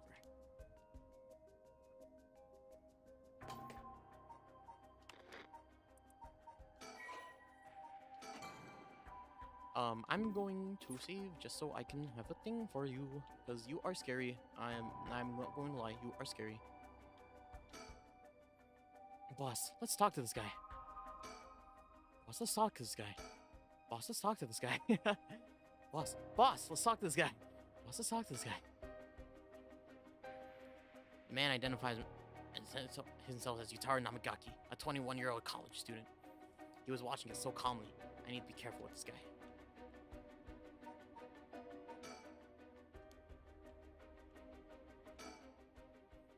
So, what is it you were doing here? It must be that incident from the former Yasuda Gardens. The dead policeman? I can't imagine a detective would come all the way out here otherwise. Huh? Say, detective. Have you ever heard of the Evergreen Beach? Answer my question. How about you answer my question first? What are you doing here? I was answering your question, I'm here to look for the Evergreen Beach from the Seven Mysteries of Honjo. Actually, I was wondering if either of you knew anything about it. If it's the Evergreen Beach you're after, you'd be better off looking at the former Yasuda Gardens than here. Oh, you know a lot about this. That's what I thought. Detective, you have the curse stone for the Evergreen Beach, don't you? You! How did you know? Ariel, you idiot. Ha ha! Well, that's much easier than I expected. Oh crap! Sorry. It was a simple inference. I figured you would have taken the curse if you were just in the gardens. If you know that, then you must be a curse bearer yourself. I have no intention of hiding anything. I plan to tell you from the start. Look. This is my curse stone. I believe it's called the Foot Washing Mansion. That's right. Are you sure about this? I'm not so rash I'd kill someone as soon as I found that they were curse bearer. Not without talking to them first. You're the same, aren't you, detectives? You wouldn't use the curse on a normal person. Let's speak as equal. Hold up. Is this the first time today? Oh, shit! He's a bitch, so I want to kill him anyways. Boss? Sure. I'd rather we resolve this amicably, too. Oh, fuck. Wait, did I mess up?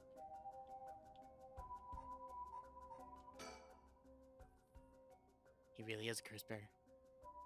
He may only be talking to us and try to activate his curse. I'll be wary of anything he asks me to do. I could tackle him and pin him to the ground, but that might have something to do with his curse. Any slip with the tongue, it could get us killed. I'd try to discern what activates his curse. So, what do I do? Though you're a curse bearer, so please be careful. Fortunately, I don't think he knows which one of us is a curse bearer yet. If we play things right, we should be okay. I fucked up, but that's okay. Cause he's gonna be more of a fuck up than me. Before we talk, I think I should tell you something. This is my curse stone, the Evergreen Beach, just like you thought. What? What? Boss, why'd you tell him? That's how the curse works. Boss, are you having another senior moment? If you tell him that. It hangs to death whoever tried to mislead me. So if you try to lie to me, this curse stone won't let me know. I don't have to use it to tell, understand? Whoa, really? That's super useful. I see. Understood. That's a pretty useful power for a detective. Now, let's talk. Damn. Seems like I've lost the upper hand. There's no point in playing petty tricks on you. I'll be honest with you.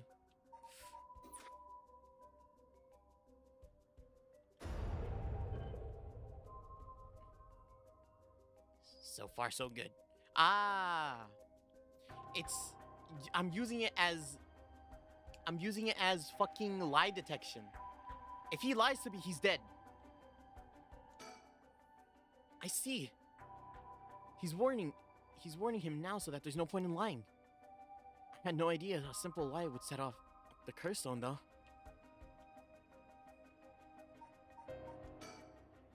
I could tag him.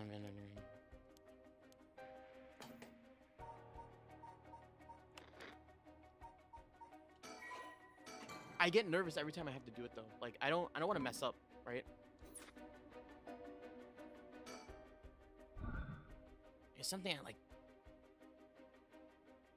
There's someone I like to bring back. So, I'd like your assistance in collecting soul drugs. I can't help you. Please. Please. All you have to do is tell me who the other curse bearers are. Sorry. But as a police officer, I just can't look the other way and let you go. Please, if you help me, I'll let the two of you go. Is that a threat? No. It's your final warning. Uh-oh. Uh-oh. Uh-oh. Uh-oh. Uh-oh. Uh-oh. Uh-oh. Uh-oh. Uh-oh. Uh-oh. Bad, bad, bad, bad, bad, bad.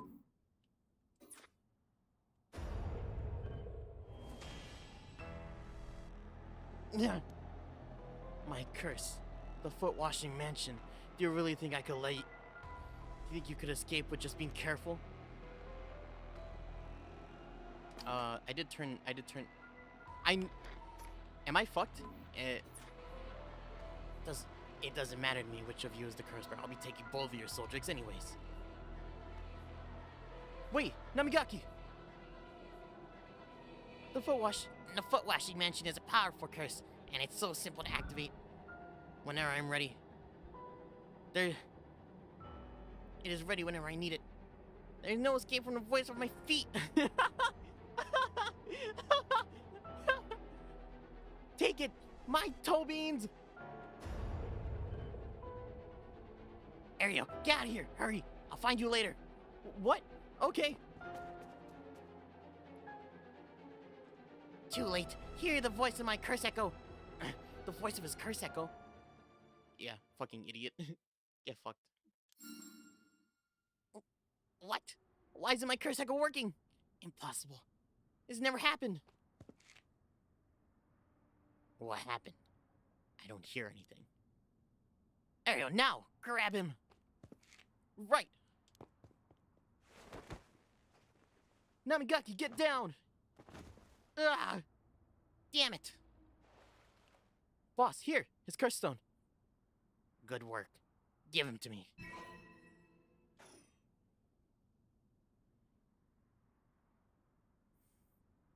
Damn it! Why? What do you think, boss? Should we lock him up?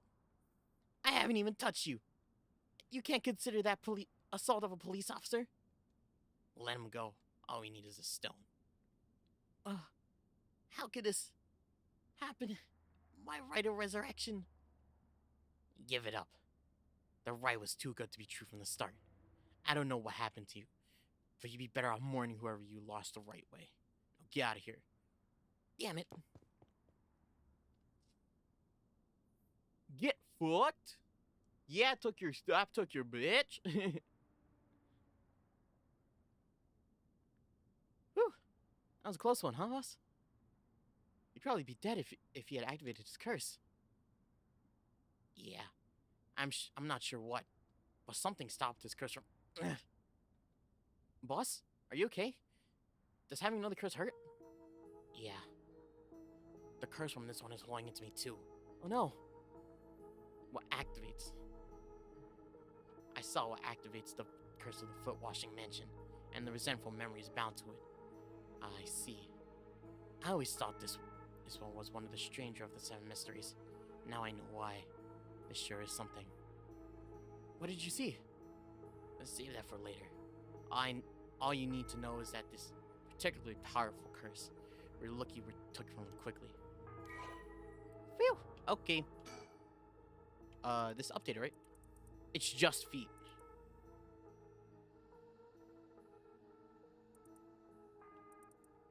Kills by crushing one who hears the command wash.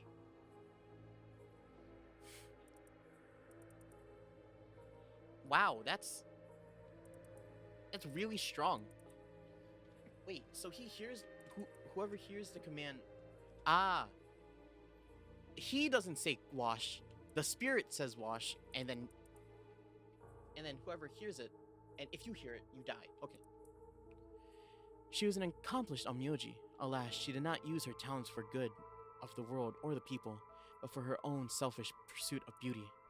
After a fierce battle, the woman dragged herself through the streets. It was like something had gnawed at her away at her body. Will I die? I've already obtained what I needed. As long as I have this. Suddenly, a terrible realization dawned on her. Her legs wouldn't move. She fell to the ground. What happened? What was happening? She was surprised. She looked down. Her foot, once so beautiful and delicate, has grown ulcerated and rotten. He got her. She was on the verge of death and covered in filth to the boot.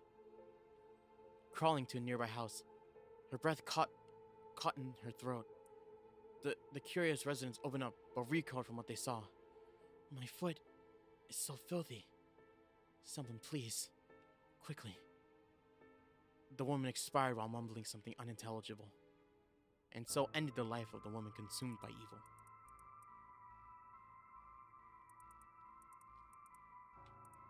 That's weird. Well, that makes one stone. Where do we go next? We'll visit all the places associated with the mysteries while it's still dark out. Ow. You mean we have to do that all over again?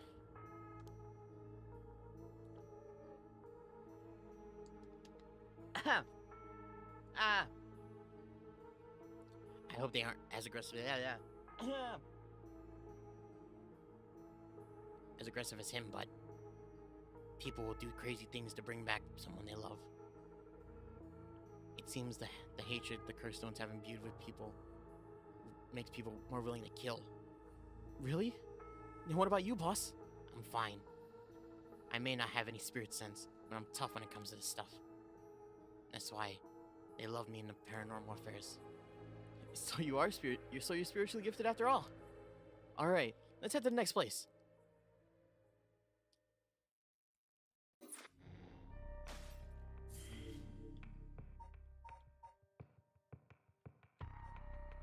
Oh yeah, let's go. Okay, is this is the route that we can keep playing? Yeah, let's keep playing then. They won't pull this shit on me. The hunt for the curse bearers. Tatsumi and Ario decide to collect the curse stones as soon as possible before they become the cause of an unprecedented tragedy. The two obtain foot washing mention from Utahara and head to their next location. We're going to where? Midoricho Park. This is taiko drums, I believe. I think I remember looking over this. This is what I thought they had at first too. I thought they had this one. Oh, I'm so blind. Okay. Who are you?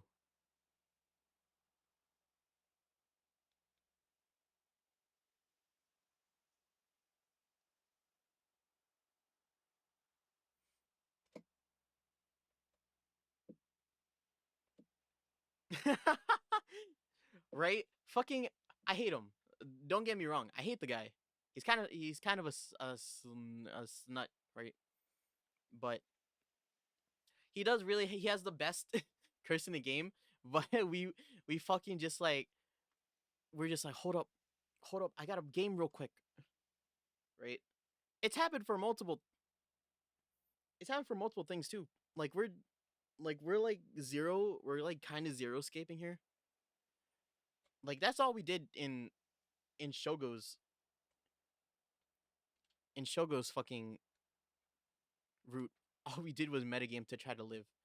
It's amazing that fucking I was able to do the I don't know if you remember the first one when we ran into the dark room or when we got kidnapped into the dark room.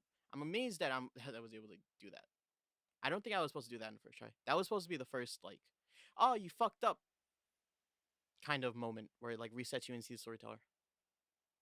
But no, I'm too gamer. We're too gamer. Too gamer. Huh.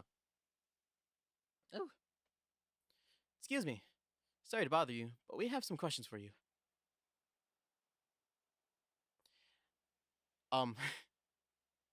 Fuck. Who are you? Ah, crap. I'm pretty sure this is a bad boy. Bad boy. What? Are you with the police? I haven't done anything. Don't worry. This isn't an interrogation or anything. We just want to talk. You're Hideki Araishi, right? The historian? We know who you are, so this won't take long. And since we saw you here, we'd like to ask you a few questions.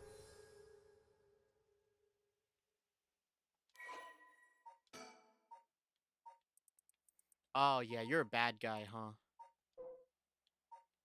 Oh shit, this guy's thing got updated. the young man encountered by Ryugoku Bridge, he doesn't hide the fact that he was a curse bearer. His curse stone was later recovered by Tetsuo Tsutsumi. Utaro was an elite student at a prestigious university. He lives off the generous allowance of it he receives from his parents, who are both prominent local figures. Although Utaro has lived a charmed material life, emotional neglect at home has caused him to develop a spoiled, egotistical streak. The only kindness he knew growing up was from his family's maid, and he still fondly thinks of the plain rice with butter that they used to enjoy together. So the maid died. Let's get that out there. The maid died, and she's the one he's trying to resurrect. That's the only reason why this happened. Also, where the fuck was the girl? We we've seen her in every other route except for this one. Where is she? She never meets him in this route. Never. Hideki is a historian who works part-time as a curator at the local folk museum and as a teacher at Komagata High School. His recent publication of On the Rites of Resurrection has caused quite a stir in the occult circles. Oh, you're the guy. You're the guy that they were talking about in the first case. Hideki is a quintessential.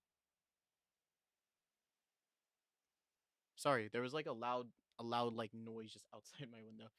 Okay. Hideki is a quintessential obsessive researcher. Despite being entirely unsuited for teaching, he had no choice but to take up a position at Komagata High School in order to make ends meet.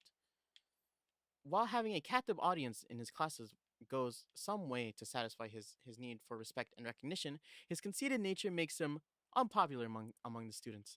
Lately, he is concerned that articles that he contributed purely for monetary reasons have earned him a reputation as a researcher of the occult, but his surge of interest in the topic and resulting volume of article requests he is receiving is undeniably tempting. Hideki is a regular on Kurokikyo Cafe on Hokusai Street, where he can be found outside his working hours writing essay and manuscripts. His public books include A Study of the Unknown and the Introduction of Bando History. Well, let's get this over with. I'm a busy man.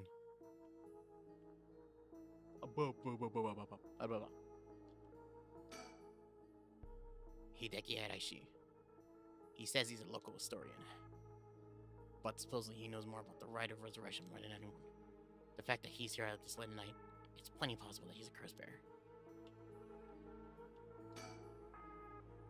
Questioning people like this can turn put unnecessary stress on them depending on their position. The position. This guy's pretty sharp. I have to play it safe and only pushing him when I see an opening. Boss, let's ask Hideki some questions. You're right, June. Let's ask him some questions. After I save. Always save. Saving is important. From his appearance, it's hard to imagine this small, bookish, well-spoken man is very convenient, very dangerous. But in this day and age, you never know. I should be careful. Now, Mr. Araishi, what are you doing here at this time of night? Doing research, of course. Day or night, information never sleeps. That's an admirable philosophy. You know, your research has been quite the talk around the town. You discovered something about some book? The Scroll of Fates.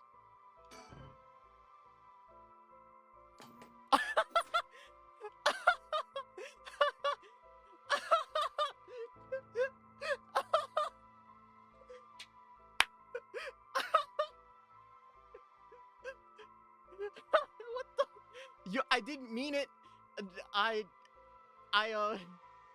Of course it was. What the fuck is it? Wait.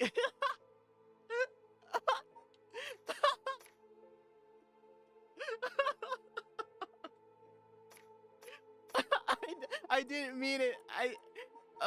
Wait, what did he, fuck. Record of Fates. Wait, hold, this is why we saved.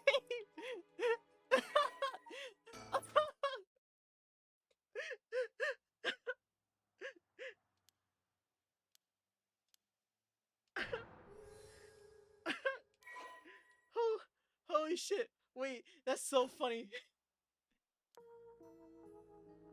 Okay. The faces that they just made when when they it was just like, what the fuck are you doing? Oh, did I load the wrong? I think I loaded the wrong one, huh? It's okay.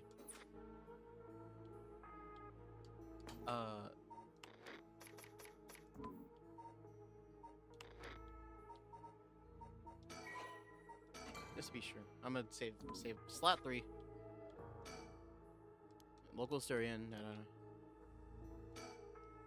Let's ask him some questions. Some about your demeanor, something like that. Hideki Araishi is very dangerous, so I should be careful.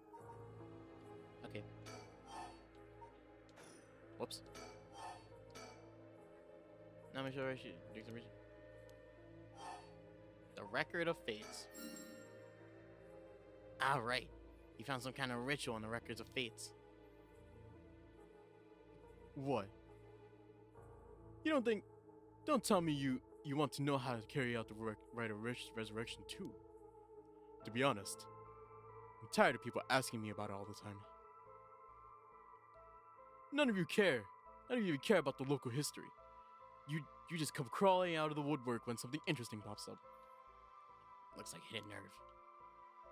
If you think you can force me to tell you because you're a policeman, you're sorely mistaken. Fuck you too. He is a bitch. He is a certified A-class bitch.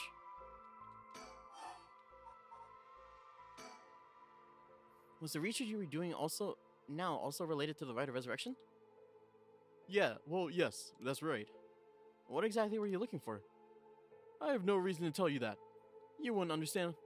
Anyway. I have to be careful with this guy. This guy's gonna lie to me, isn't he? I don't want to kill him. Oh, it just played the same thing. Are you doing all this research so you can see the rite of resurrection yourself? You're a policeman. Do you really think people can be brought back to life? Everyone I meet, pitiful. Huh? So you don't believe in the rite? Whether it's real or not has nothing to do with my research. Such things are better left to the occult folks. Or so I thought.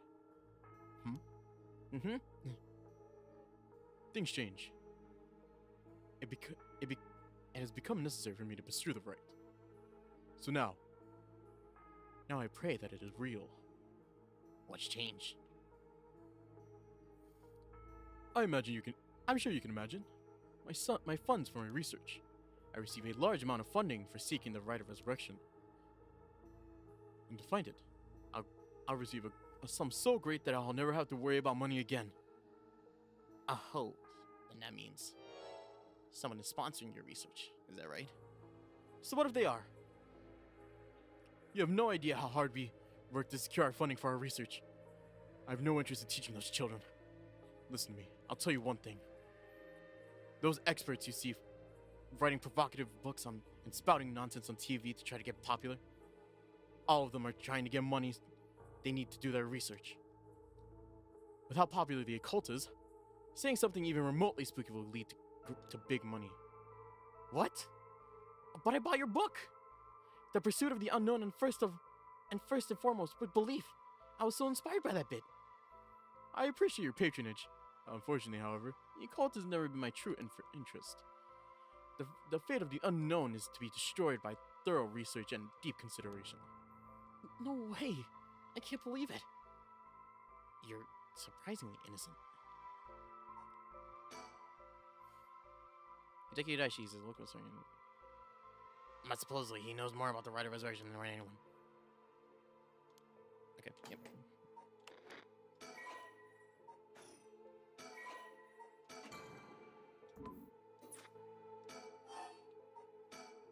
What kind of research do you want to be doing? I'm sure it won't interest you, but to put it simply, my research is how historical accounts transform into folklore over the years as they are passed down from generation to generation. What does that mean?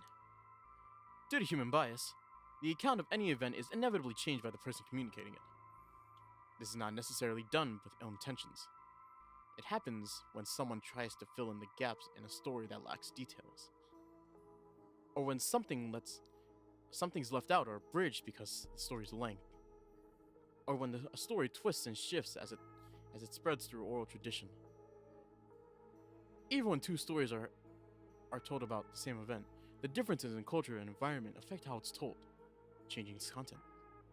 Silly little things can turn into terrible, mysterious legends. My research is to study how history, culture, and legend all influence each other. I see. Oh, it's this river again. Take the Seven Mysteries of Honjo, for example. Why are some of the mysteries seemingly about nothing particularly interesting?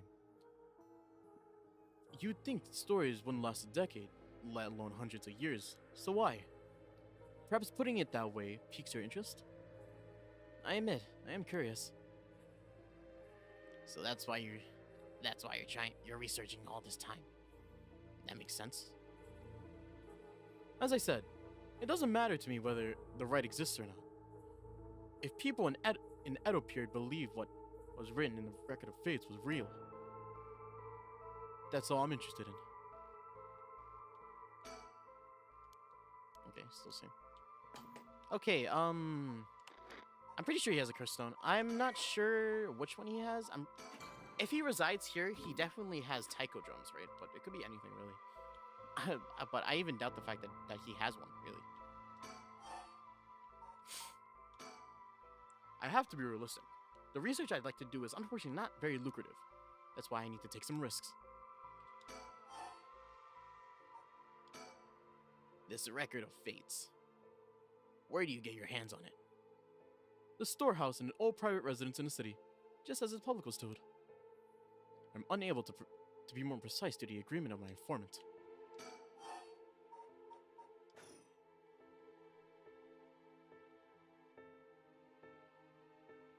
Okay, well, let's save here. Hey, bro, what's your dealio, bros?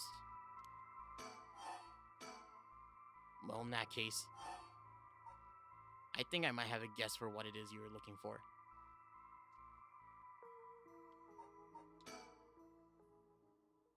What? Damn it. If you know about that, then... Calm down. No need to be so defensive.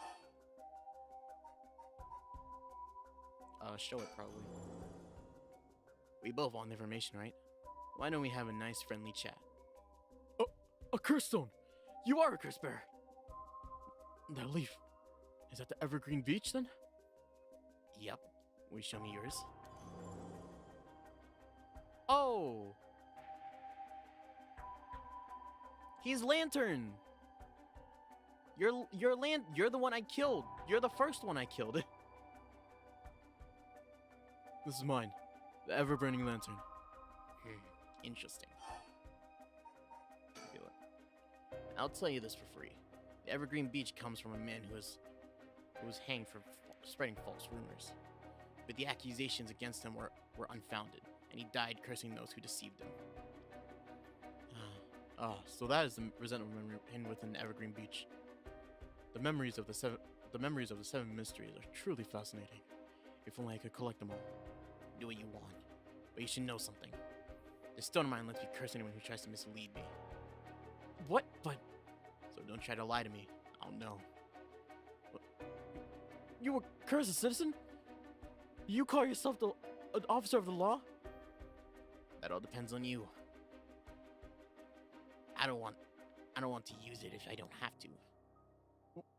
What is it you want? The curse stones are dangerous. I like to confiscate yours. Excuse me? But my right. Let me ask you one thing.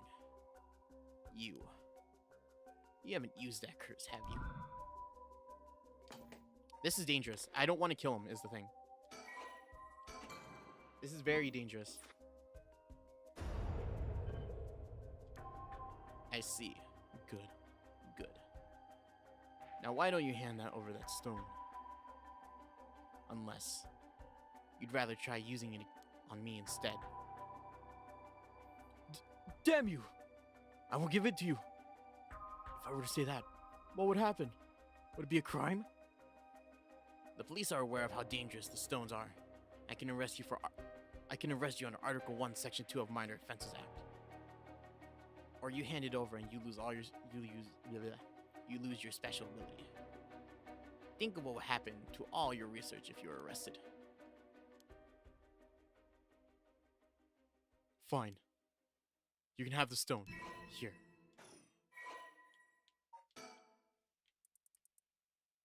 Ah, there he is.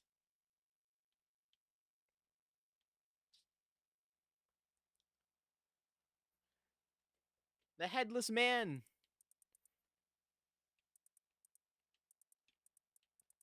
So he was the one that pushed me in. When Honjo was filled with samurai residences, the spies of the shogunate lived amongst the townspeople to keep an eye on things. The Sobo car on South Watagesui served as one of their outposts. They would communicate to each other in code by turning the lantern on and off. Tonight at 4 a.m. meant that someone would have their last soba of their life, and that their belly would be sliced open the next night. An unfortunate incident occurred in which a man attacked a woman in a bout of fury. He regretted it deeply, even declining to invoke the right to defend his honor. But that deed was done. Still, he could not accept it. His rage at having been used by his daimyo boiled over, turning into a grudge he would never forget. Nearby, he saw a lantern quietly glowing in the night, and when the 6th bell rang, the man cut his own stomach open.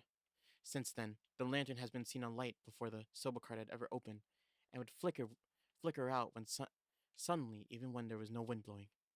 As this unsettling phenomena continued, the rumors surrounding it grew, and soon all were convinced that it was the man who cut his own stomach visiting from beyond. A bout of doubt, a bout of regret, really. It is sad, though. Bro tried to kill my boy. Shogo. So thank you. Gimme, Microstone. Good choice. I look forward to seeing how your research pans out. All right. Would you tell us everything you know about what's been going on? If you help us out, we'll give you all the information we've gotten after solving the case. What do you say? In that case, would you tell me all the resentful memories of the 7 mysteries? I believe they are the key to the hidden of the record of fates. Sure, why not? I'll learn about them as I collect the curse stones.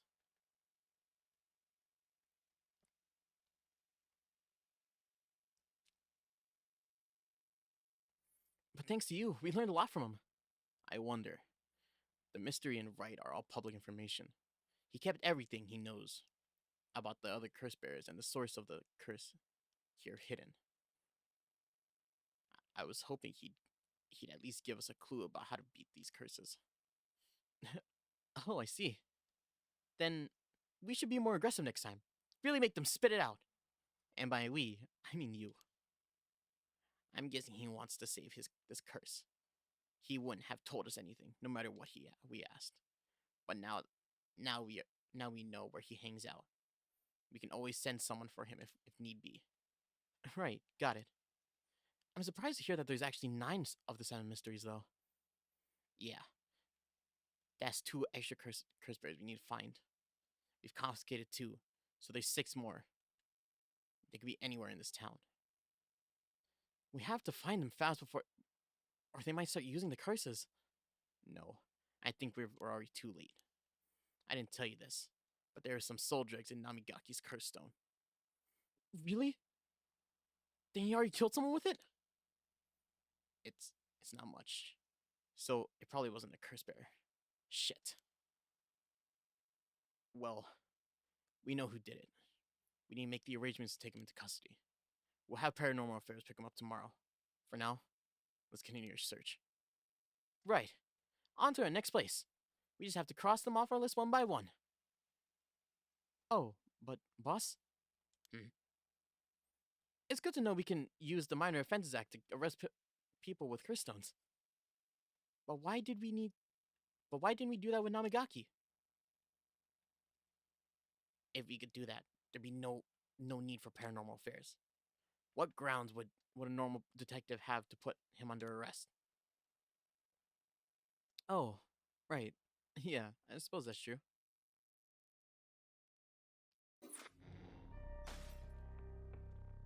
Huh? Huh?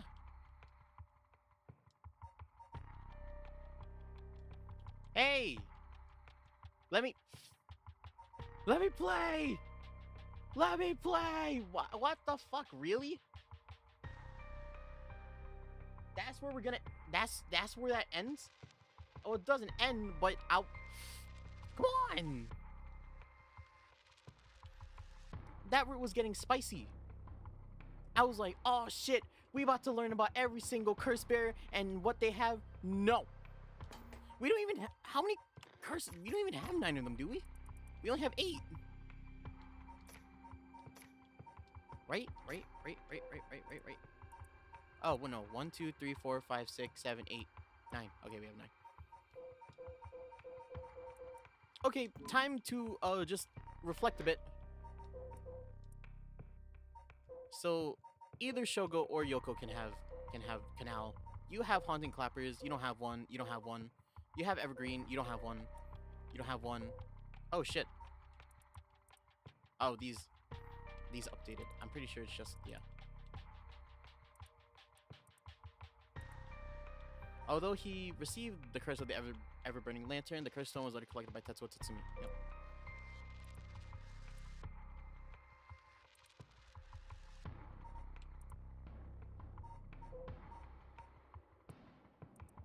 Oh no, I don't want to do it. I don't want to do it. No, I'm scared. I'm scared. I'm scared of her. I don't want to do it. I don't want to do it. Okay. Okay. Okay. Oh shit. Mio Kurosuzu. Wait, isn't that? Who is that? You? No, I'm Amamori. Who? Fuck. Who mentioned Mio Kurosuzu? Mio is a name that popped up somewhere, right?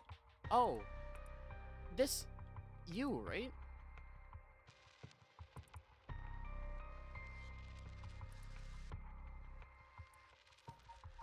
I think it's the rebellious girl, right? That's who this is? Okay. Let's do this last one and then we can end stream after this.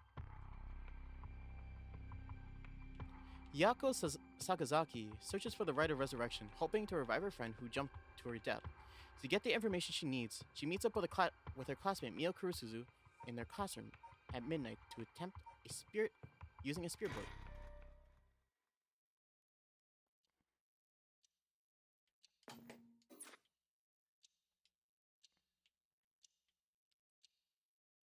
Komagata High School. I want to go into the school, 'cause I need to meet up with my friend. Oh no, you're not the delinquent girl. I hate this. Get me out of this chair. I don't want.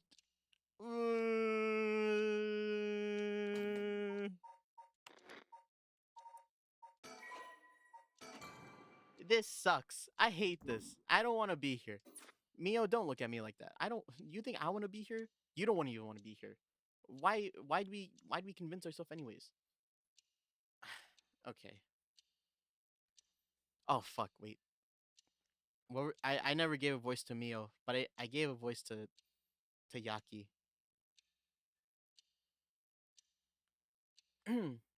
They about to sound the same. Oh, you know what? Fucking perfect. I'm so good at this. Wait, hold up.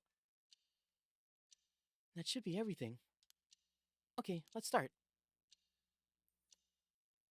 Ready for this, Yako?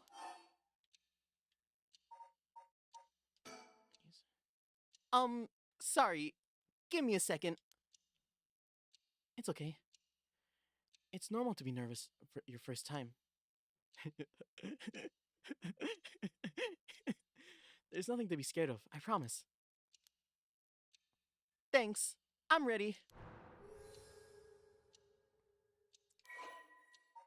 Okay.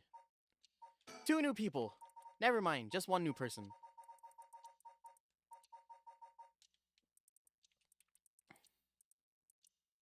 Yako is a student in class 2C.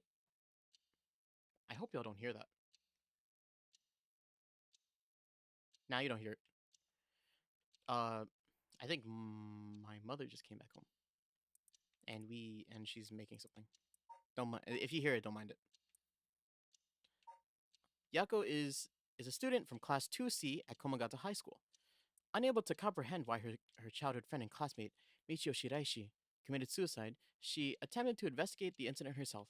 However, she was unable to make any progress and, feeling desperate, invited transfer student Mio Kurusuzu to join her in performing a spirit board ritual. Born and raised in Honjo Tsumida City, Yako's family owned and operated a beloved candy shop, Senoya, since its establishment in the early Showa era. Despite her modest appearance, Yako is a cheerful and vivacious young woman with a sense of duty and compassion so strong that she is easily moved to tears. She is also a bit quick-tempered and quarrelsome, always prepared to stand up against those who harm her family or friends. It is possible, however, that this readiness to fight is more driven by an innate love of chaos. Great. Yako's winning streak against arrogant boys and scraps since she was a child remains unbroken, and she is a source of considerable stress for her mother.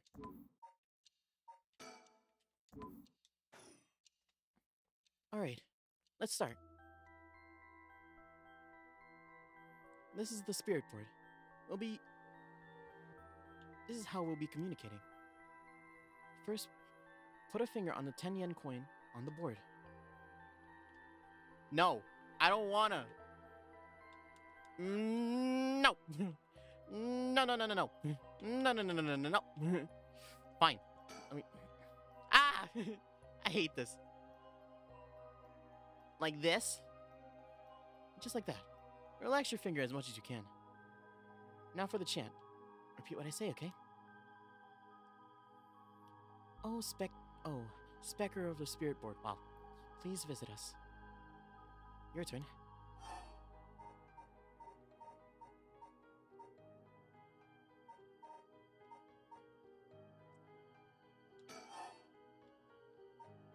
Spectre of the Spirit Board.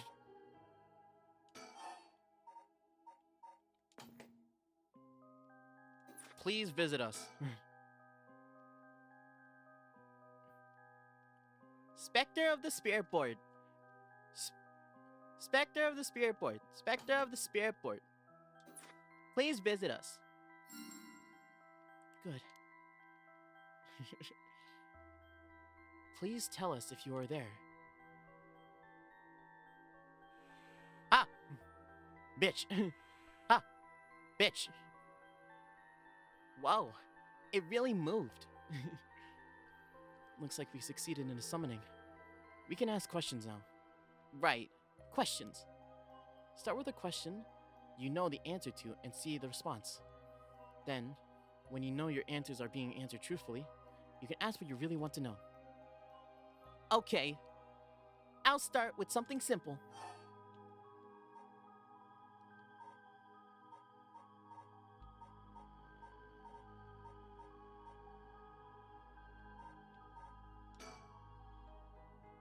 I think I should know the answer to this. Oh, Spectre of the Spirit Board, what is my name?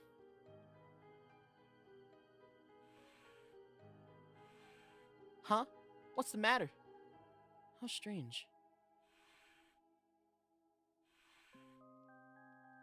Huh? It told me no. I bet it means it doesn't know. It may be the Spectre of a Spirit Board, but it doesn't know everything. Is this Spectre the real deal? It's fine. I feel like it's giving me attitude. What is this girl's name? Fine. Fine. What's the name of the girl across from me? M-I-O. Mio. Mio. That's right. That's not fair. It knows your name, Mio.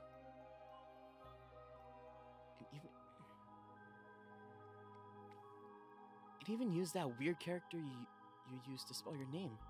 How flattering. Oh.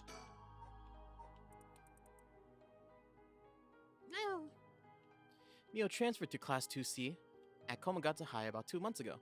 Although she is an extremely mild-mannered young woman, she exudes somewhat of an off-putting dark aura which makes it difficult for her to form friendships. Mio, however, has found a friend in her classmate Yako Sakazaki and has begun opening up to her little by little.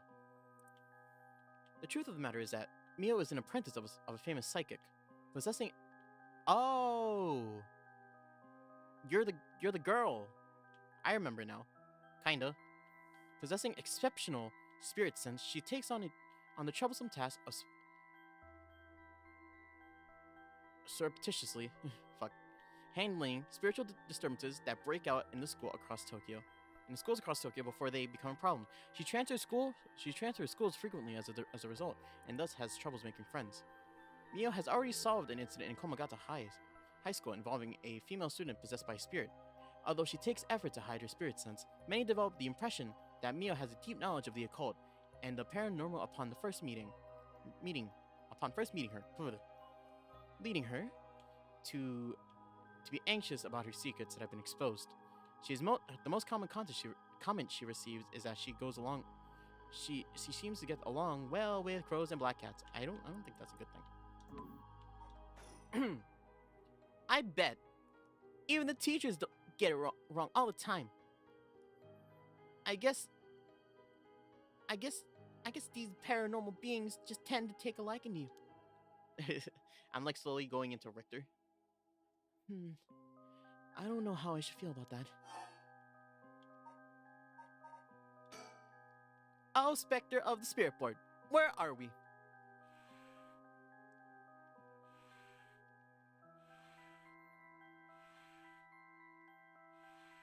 High school.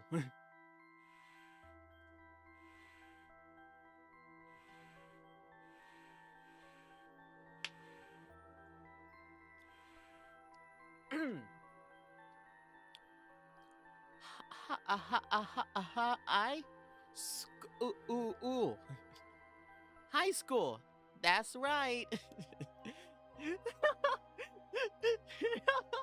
She's gonna be so dumb. The answers don't seem to be very precise. Oh, Spectre of the Spirit Board, are you truly the Spectre of the Spirit Board? Huh? Huh? It said no? Is it lying? Not quite. The Spectre of the Spirit Board is just a temporary name we call them when using the board. We're calling a spirit with a strong tie to this place, or one of the people participating. In other words, a spirit that just happened to be nearby just felt like answering.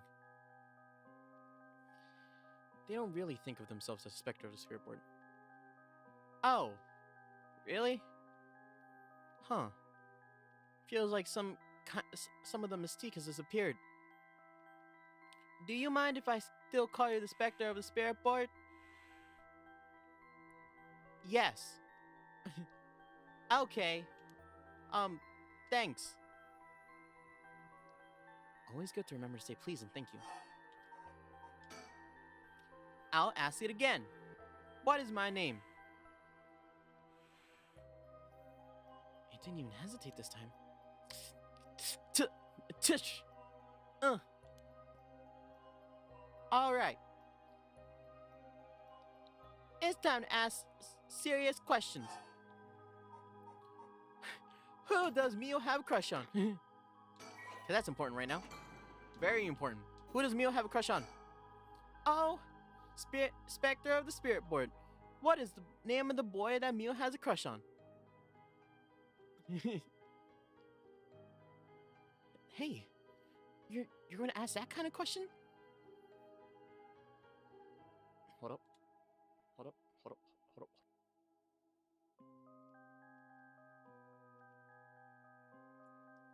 Oh shit.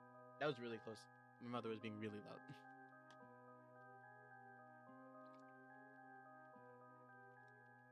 I really hope that doesn't pick her up, cause I hope you please.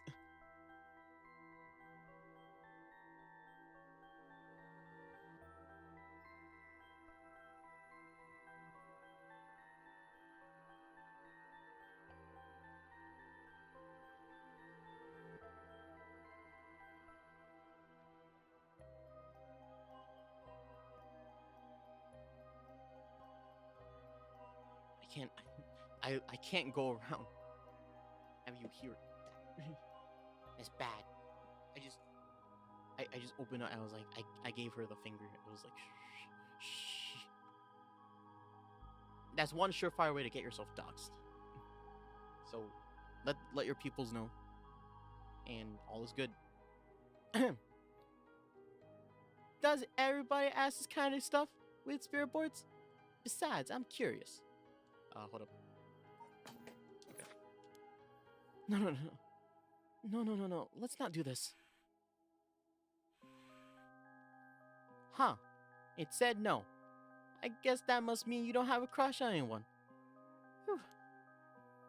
Yeah, that's it. No is correct. Let's move on. Ah, or maybe... Oh, Spectre of a Spirit Board. Do you mean the boy isn't in our class? Wow! Hey, stop that! Don't make me exercise you. If that's the case, then, oh, Spectre of the Spirit Board, is it a teacher at our school? Aw, no good, huh? Phew. Yako, cut it out already. You made the effort to sneak in at night, and we shouldn't waste time with these questions. You got a point. Okay, here I go. I'll be serious now. Yes, please. Oh, Spectre of a Spirit Board. Did Michio Shiraishi in our class, who died by committing suicide by jumping 1 week ago, really commit suicide? Damn. Huh? So it really wasn't. I'm not surprised. I never believed it from the start. Now the important part. Okay. Goddamn. Okay. Michio was a second-year student at Komagata High School. She was found deceased 1 week ago back in the back alley off South Warigasu Street. Her entire body broken and severely contorted. Police determined that Michio committed suicide by jumping off a nearby apartment building. As there was no suicide note, the police based their conclusions on interviews with Michio's peers. Michio was an honor student with a great head on her shoulders and consistently excellent grades, making her a favorite among the teachers. Although she appeared somewhat reserved, she had a positive outlook on life and a courageous spirit. Michio and Yako formed a long-lasting friendship during childhood, with Yako unbending and compromising attitude deeply influencing Michio. However, beneath her strong exterior, Michio had been pushing herself too hard and keeping her emotions bottled up to the point where they risked overflowing. Following her father's death 3 years ago, moving to a new house, Michio began avoiding Yako. Although the two remained in the same area of town and attended the same high school, they eventually grew further apart. Excuse me. Yako herself worried for her childhood friend,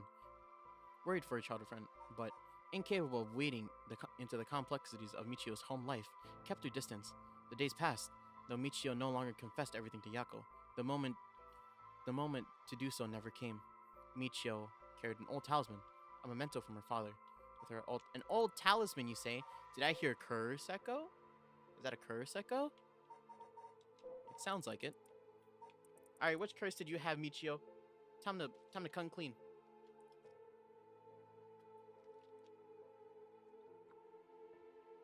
No need to hide it from me. It's okay. We're all cursed berries here. Actually, not yet. Oh, Spectre of the Spirit Board. Did Michio died in an accident? It said yes. So it was an accident, but not a suicide. Michio. Then, did she slip and fall off the apartment building? Huh? She didn't? What do you mean? Michio didn't die falling off the building.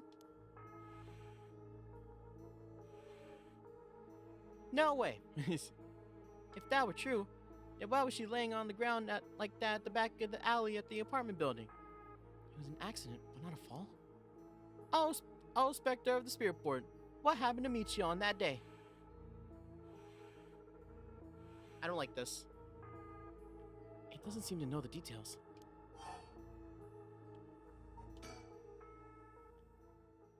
Then how about, Spectre of the Spirit Board? We want to use the rite of resurrection to bring back Michio to life. Do you know where the rite of resurrection is? I wonder.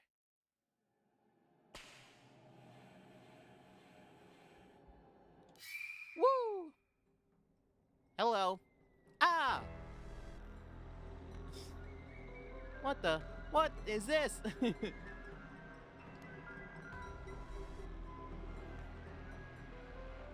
Stop it. she's NPC. That's that I've put a name to this voice. Is NPC. Stop. Mio, I'm scared. Calm down. You can't let go before it's over. Ah! Such deep sorrow, a reserve for memory is flowing into my mind. This is fool's possession. How did I know it was fool's possession? I don't remember. Kill them.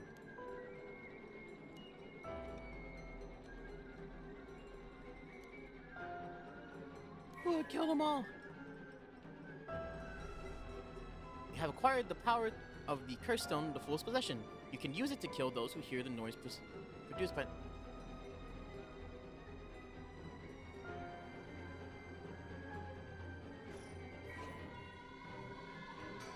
Oh, this is the most complicated one, huh?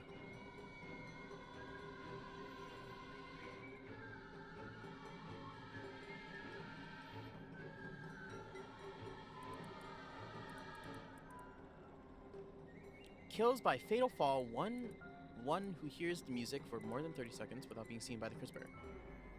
Okay. This is the... but... Oh, wait. Someone used this to kill girl? This sounds a lot very similar to how she died, right? Omio stood atop of the tall festival tower. It was her time to shine, and she was ecstatic. It had been years since she joined the troupe, but she had yet to enjoy her day in the spotlight. She wasn't particularly pretty, nor was she all that talented. As the gossip and a loudmouth, she wasn't well liked by her peers. Some of the girls thought of her as the teacher's pet and bullied her. I don't care about them, she thought. I'll use this chance to make something of myself. Everything was perfect. She wore a beautiful kimono and an okame mask over her face. The stage was set, and the accompaniment began.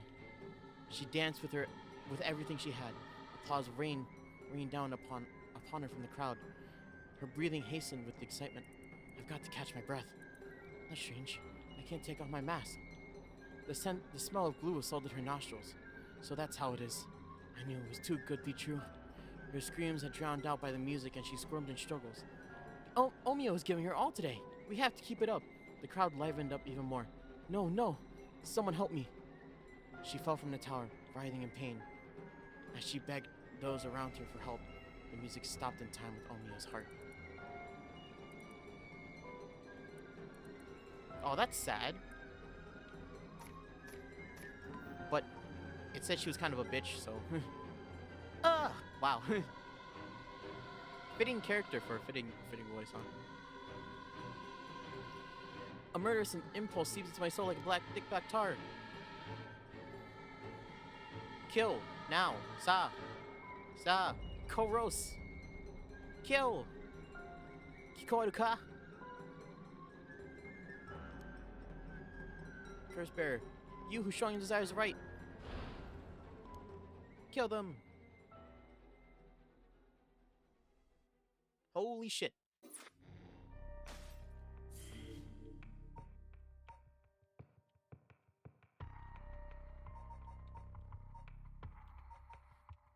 Huh, okay.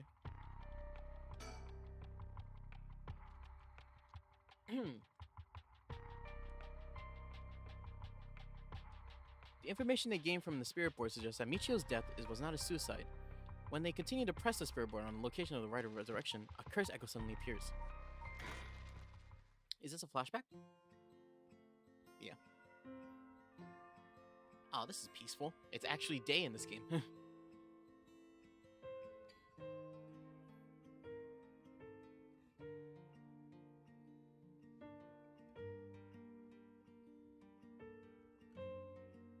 Uh-huh. Oh shit, I'm in control. Hey, did you hear? Someone from our school committed suicide. What? Really? Who? I heard that. It was Michio from Class C, right? No way. Michio?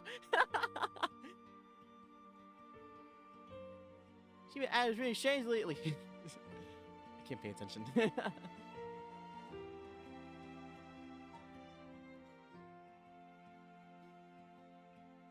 Oh, did you hear about Michio in Class C? Yeah. She seemed like the stereotypical horror student that she stopped showing up to class and her grades suddenly dropping after the third semester. She off to herself because her grades were bad? No fair. Just thinking about the practice test makes me want to die too. Anyone cares about the... All anyone cares about is grades.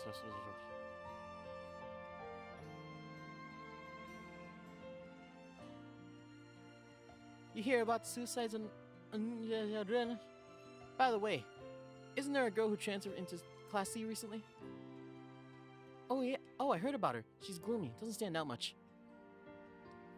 Did you know that the school she transferred from before also had a suicide? What? For real? That seems like kind of fishy. Did you hear? I heard Michio's mom remarried last year.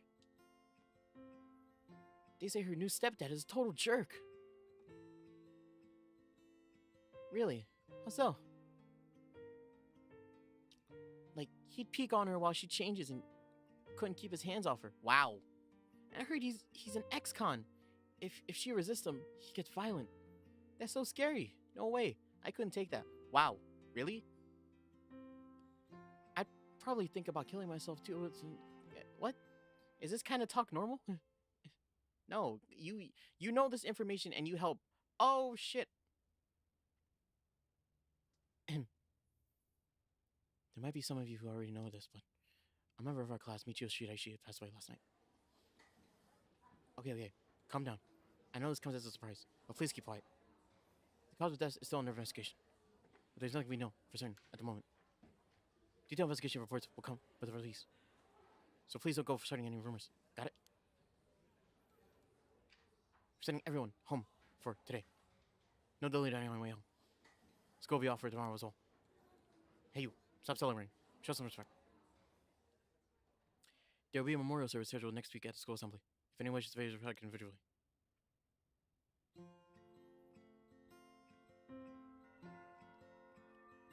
Several days later.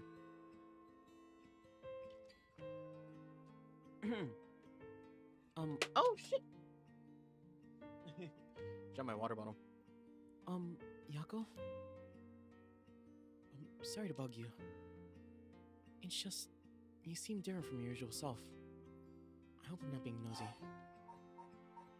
Thanks, Mio. But, thanks, Mio. Oh, was I acting that strangely? Yeah. Enough to make me worry. If you want, I'm happy to listen. Yeah. This is perfect timing. There's something I want to ask you.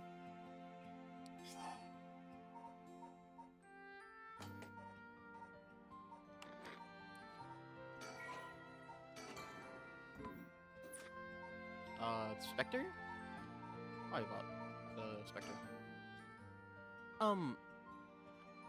You know how the spirit board thing that's everyone's been doing? Where you summon a spirit and you ask whatever you want? Yeah, I know it. I want to try it out. There's something I want to know. Why are you telling me this? I mean, you seem like the type to know this stuff. Oh, do I? Yeah. You look like you're really into the occult stuff. You know, you got that kind of gloomy look. Huh. I don't know how I should feel about that. But you know how to do it, right? Well, yes. I think I probably know a little more than most. Okay. Please help me. You're my only hope. Hey. Please help me. You're my only hope. Okay. Hey, Mio? Fucking... My bad. Dogs. You know about the rite of resurrection, right?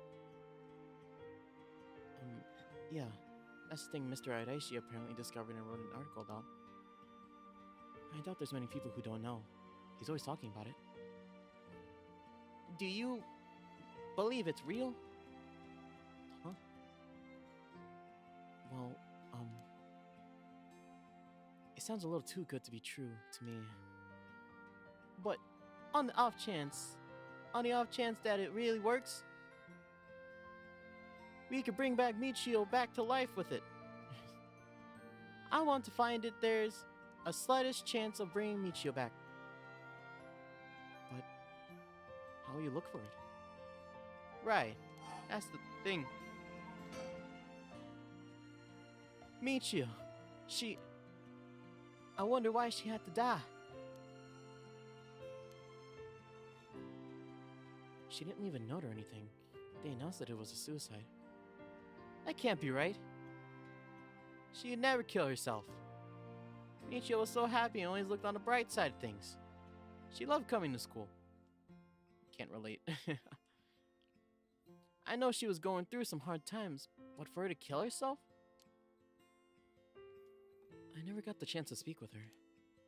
She was often absent from school, and when she did come in, she looked depressed. You're right. That's why everyone was so willing to accept that she committed suicide. They acted like they cared, but all they did was gossip about it. They put together little pieces of information and spread rumors like it's the truth. Ain't that right?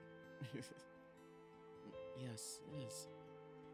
I've heard some things that are really awful. In the end, the only reason they're able to say stuff like that is because they ain't personally involved. It's true that she wasn't getting along with her new stepdad and her grades went down. But to say things like that, how sad. No wonder she committed suicide. How dare they? She had always told me she was okay whenever I talked with her because I was worried. Yeah. She would have told me if there was something bothering her. Why? What am I doing? My voice is like slowly changing. I don't know, because if I did that, if I had to do both her and Richter in the same scene, I'm fucked, right? Oh god, okay. Okay, I have an idea. She would have, like, told me if there was someone bothering her so badly, she'd kill herself over it.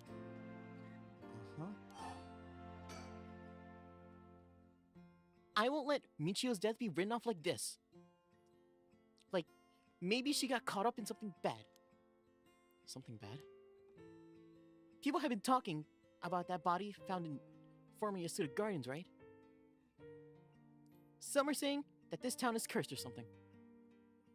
Yes. There's been a strange feeling around things recently. The thing you want to ask is it... Yes, I want to know about the truth behind Michio's death. And where the rite of resurrection is hidden. I see. I don't know if getting the answer to those questions will be as easy as you hoped. Please! Please! The teachers and the police aren't gonna be any help. And there's only so much I can do alone. If there's even a slight chance, then... Well... Okay. If that'll make you feel better, then I'll help. Yes! Thank you, Mio! Okay, then tomorrow after dark.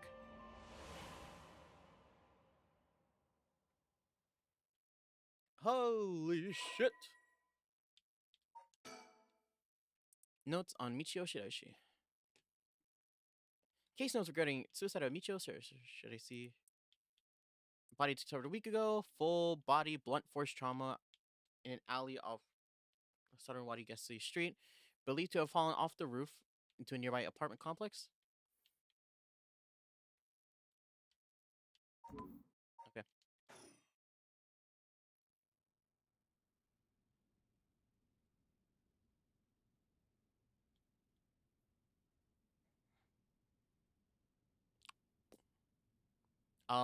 Are we okay? Is everything good? Like, Yako, Mio? Ah, are you awake, Yako? Yeah, what happened? You can't remember? Let's see. We used a spirit board and... I suddenly heard, like, something. Like, this weird noise. And then I passed out? Yes, as far as I can tell, you aren't experiencing any negative effects. It was just a mild shock from how sudden it was. Huh. Ah! Was everything okay with the spirit? Yep. It was almost bad. But I got it to leave. More importantly, what is that thing you have in your hand? In my hand? Well, what the heck is this? It looks so freaky. When did I get this?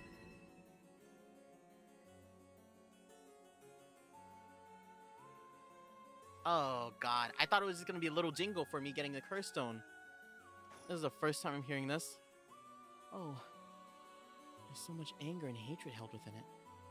It looks a little like tools that were used for ancient curses. What is this track?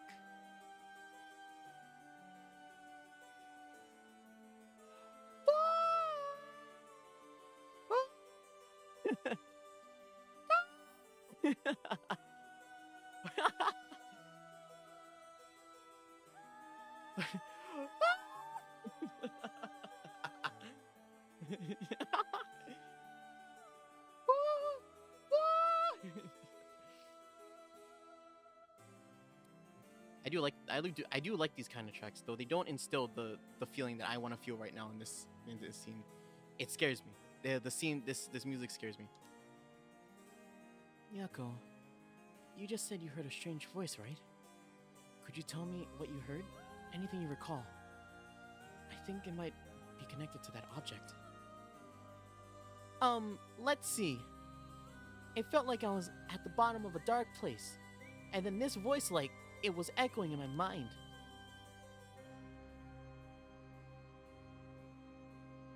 After that, it just kept shouting, "Kill them!" I see. Thank you. Yako, I think you may have exactly what you need in order to use the Rite of Resurrection. A curse with the power to take people's lives and turn them into soul dregs. What? You mean this is a real curse? I know I said I wanted to use the Rite of Resurrection to bring back Michio, but... why me? Why... it makes no sense. Yako, please calm down and listen. I can't stay calm! How can I? I mean... you might be used to these kind of things, Neil, but I'm not. It's just slowly zooming in on her. It's just like... this bitch. I didn't even really believe in the occult, much less think that the spirit board would actually work. But now, after something like that, what choice do I have but to believe? And not only that, but a curse that can kill people? Like, what am I supposed to do about that? I know. It's only natural to feel that way. Anyone would feel confused. But first, you need to calm down and take a big, deep breath. Right.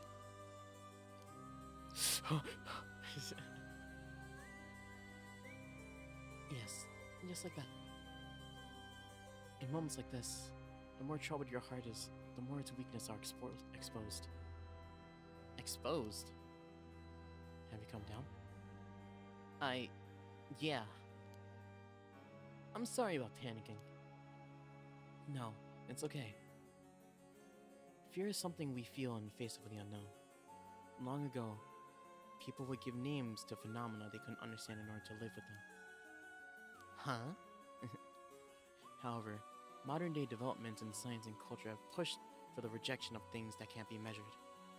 And so, the paranormal has been treated like it doesn't exist. But they've been around long, long ago.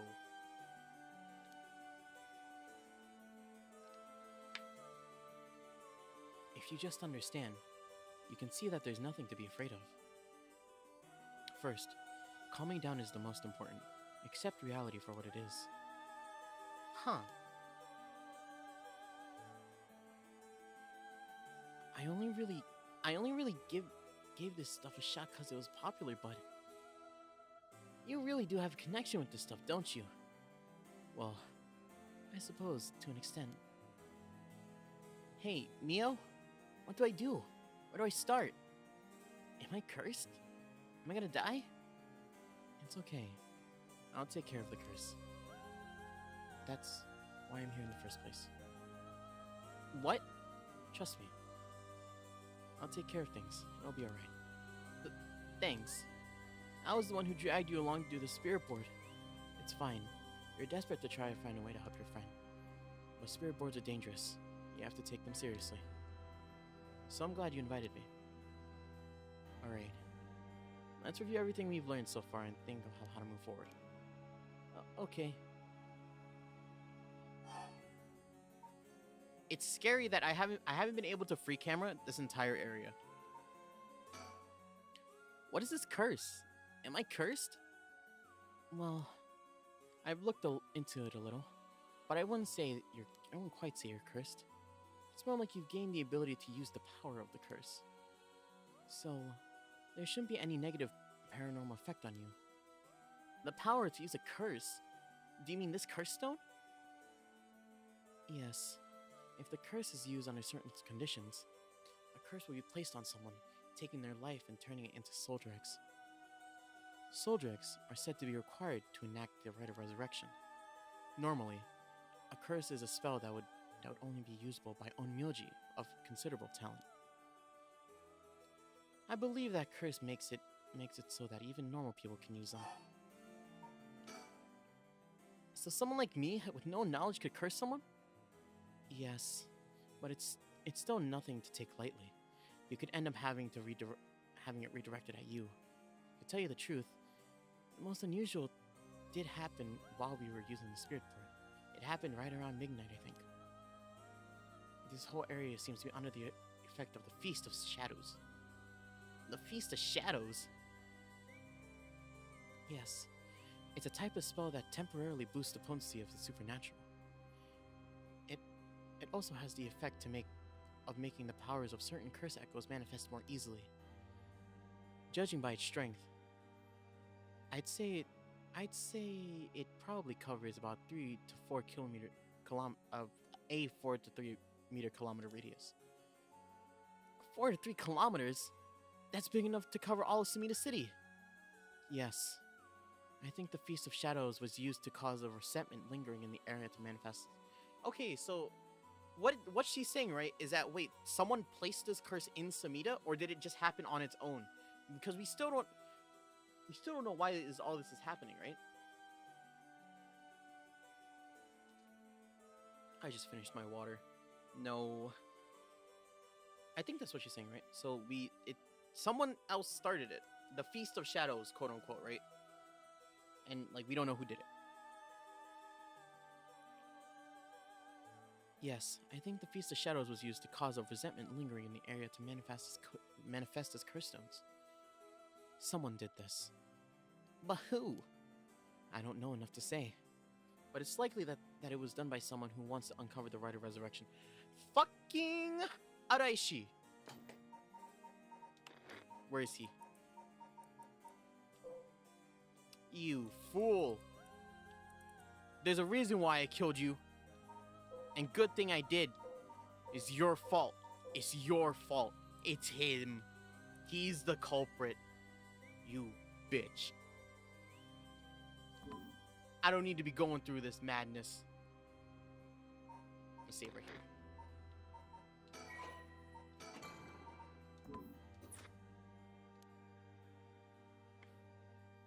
This isn't something that to happen naturally.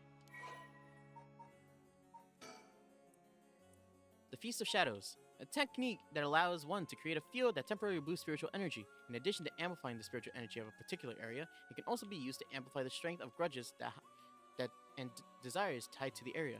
The effectiveness of the Feast of Shadows is dependent on the abilities of the user, but it's possible to limit the scope and range of the spell to a degree that one could use to amplify the power of even those not naturally gifted with spirit sense. I see. A curse stone's power can only be used in this area under the influence of the Feast of Shadows. The effects also only appear after the sun is set. By setting a limit on when they can be used, the curses are strengthened. So, the curses can't be like outside this area or during the day? Correct. But speaking of limits, to actually use a curse to kill someone, it seems like there are conditions that need to be met. Conditions? You mean like how my curse echo needs someone to listen to the sound it makes for 30 seconds? To be honest, I don't really understand it. Like, how did I even summon the curse echo or make the sound? Do I just like will it? Do you mind if I try it? Stop. You shouldn't be using curses so willy-nilly. Even if there are conditions that have to be met, the power to kill someone without leaving behind evidence is dangerous enough. In that sense, maybe you really have been cursed. I'm sorry that I got you wrapped up in the situation, even though I'm here with you. That curse stone. I think whoever holds it becomes a curse bearer. It would probably be best for me to take hold onto it, but I'd feel really bad to forcing it on you. No, I sense a powerful force rejecting me. I don't think I'm able to take it. Really? Why? If we tried separating it from you, the curse may trigger. That's how bad I sense it wants to stay with you. No way. That curse stone might look nothing more than an old Netscape carving. But I sense a powerful, resentful energy from it. I don't think it's a good idea for me to even touch it. I may seem like I know what I'm doing, but I don't know how to handle something this powerful. Really? Like this little thing? If you throw it away at someone with bad ideas picked it up, it could be bad. I think it would be safer to avoid the risk of getting anyone else involved and have you hold on to it for now. Well now, I'm kind of freaked out. Anyways, we need to make it to daybreak. I think the curse should weaken once it's morning. I'll help you find a way to deal with it then. Okay. There are 2 things you should remember. 1. Do not feel the conditions while it's night. 2. Should you happen to fulfill the conditions, don't use the curse. Right. So I'm another don't kill anybody person. Okay. The mysterious voice said the curse stone is called Fool's Possession, right? Yeah. That's from the Seven Mysteries of Honjo, right? Our school is said to be connected with the story with the same name. One of the mysteries. Oh, one of the mysteries. Fuck. Right. I don't think it's a coincidence.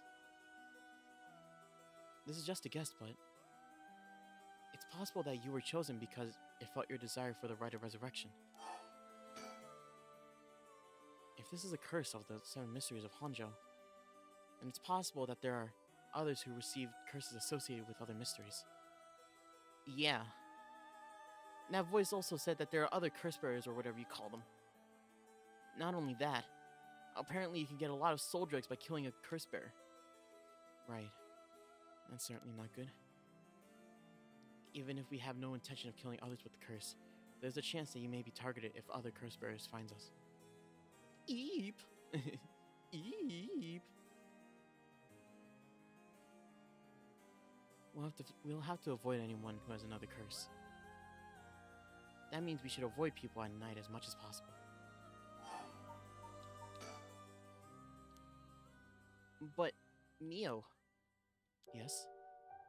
If this curse is real, that means I could bring back Michio if I used it, right? The right of resurrection would be real too. Yes, that's true. But you can't do that, Yako. But it feels like it's not the right time to worry about that kind of stuff. If Michio died in an accident, I'm sure she didn't want to die. What's the issue in putting a little curse on a complete stranger? I feel like it wouldn't be much of a big deal. What's going on with you? You're not acting like yourself, Yako. You would never even consider taking the life of another person. Is this the curse's influence on you? Maybe the curse echoes grudge is rubbing off on you. Will you show it to me for a second? Chotomate! A minute. Hold right there. Is there something inside it? No. No! Stop it!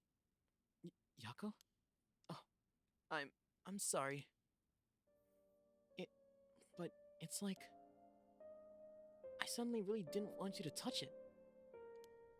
I understand. I'm sorry. I guess you need to give up on the right of resurrection. What? Because that's a real curse. Using resurrection as a lure, it tempts curse bearers into using their curses. You have to resist it.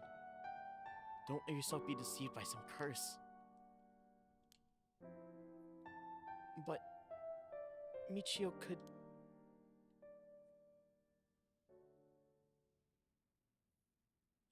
I think for tonight we should go get you home to rest. I'll walk you. The curse's influence should subside in the morning. Okay. Let me save here. Oops. Save here and then keep going. I think this might be the end of it. I'm sorry, but I'm telling you that you need to give up on the right. It's beyond us. Even a single curse stone alone is too much to handle. Bringing back the dead isn't something so simple. I know how much it hurts. But focus on just worrying about surviving tonight. Even now, we are in great danger. Okay, let's get going then, shall we? We'll take the same route we took to get here. Alright. We'll be fine, right? There's no one else at the school, is there? I think so. The night shift janitor shouldn't be patrolling this late at night either. Ah! Oh, shit. Huh? What?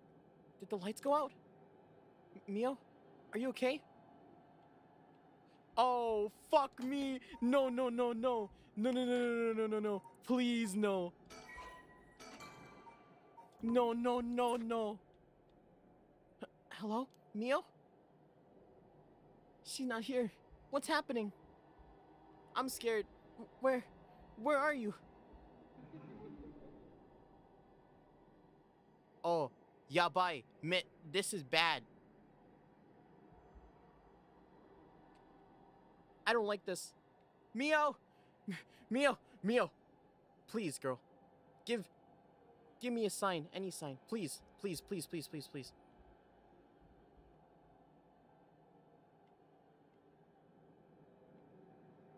Mio? Mio. Girl! Ah! Huh? Oh, no. What is that? Get me out of here. Mio!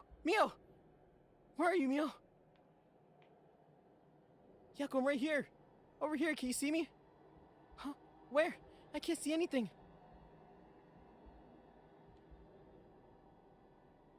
Am I still controlling it?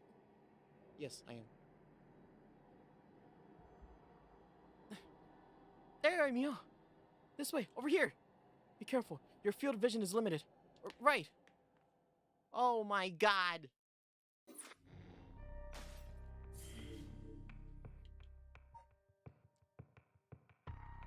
No. You know what, guys? I think this is a pretty good place to... Should I stop it here?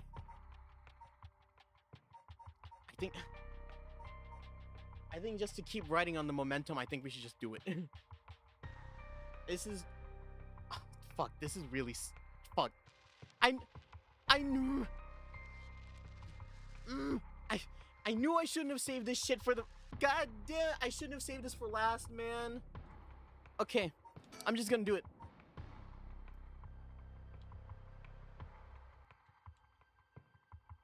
So that means someone else is here, right? Another curse bearer is in the school somewhere.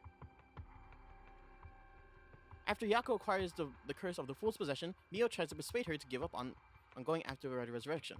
The effects of the other curse echoes are already appearing at the school, so two need to hurry and get out of the classroom.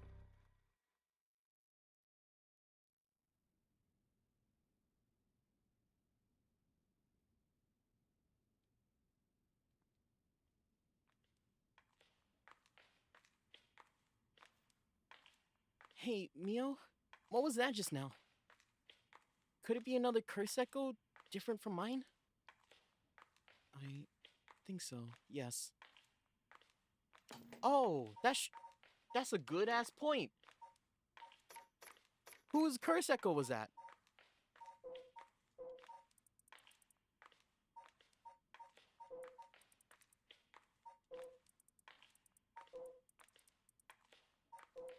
Oh, there's only so many people it could be.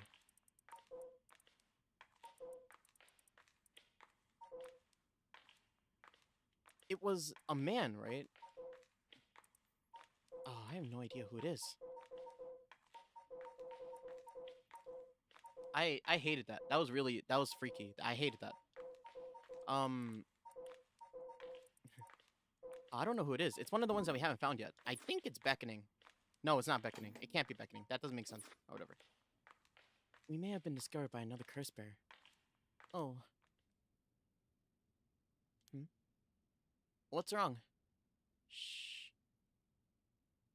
Something's there. In a classroom.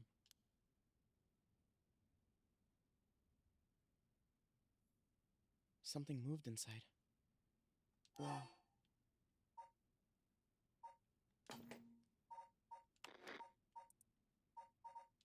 Fuck me. Fuck me. Fuck me.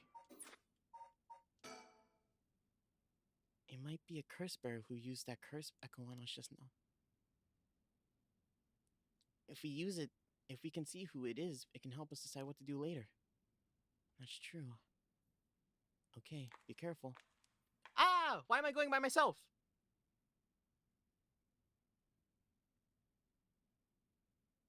Well, can you see anything? Try to get a look around. Oh, shit. Ah.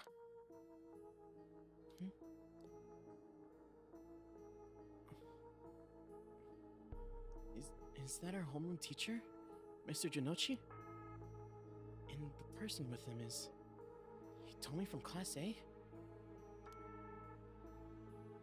What? Oh my... What's going on here? Ah. That bastard. He's at it again. I don't know if this is the right choice.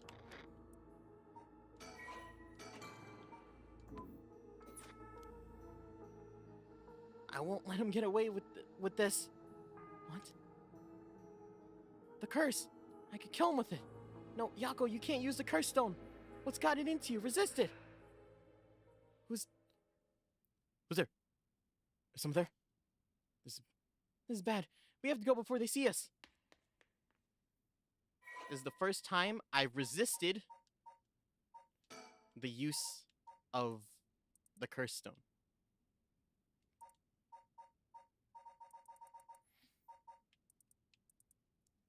I feel I should have done it. Kohei is an English teacher and the homeroom teacher for Class 2C in Komagata High School. He was seen alone with Hitomi Okuda in a classroom late at night by Yako and Mio. Kohei was an honor student and top of his class back in his high school days. The apple of his parents' eyes, he was placed under immense pressure to attend first year at university. The family's plan came to naught, however, when the pressure caused Kohei to sink deep into a depression and fail his entrance exam. Even at the university, he was able to enter. He struggled to keep up with his classes, leaving him in vain and a wounded young man.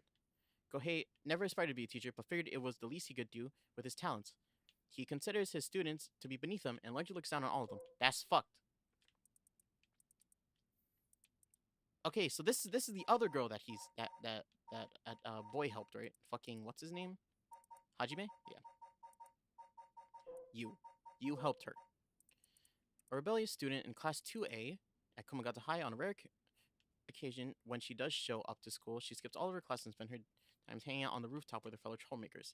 Hitomi is regarded by the teachers as one of the worst offenders among the delinquent students attending Komagata High. Hitomi is a fairly ordinary student. When she started high school, however, trouble at home in her first year had her take a turn for the worst. She began associating with a group of delinquents from other schools, with whom she'd wander around town at night to avoid returning home.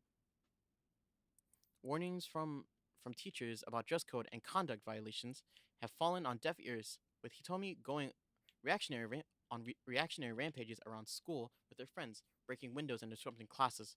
Recently, some teachers have taken to using harsher measures, to even corporeal punishment to correct Hitomi's behavior, but this has only served to exuberate the animosity between Hitomi and the school. Hitomi is widely regarded as the leader of the troublemakers at Komagata High School, but the title does not mean much to her. Okay.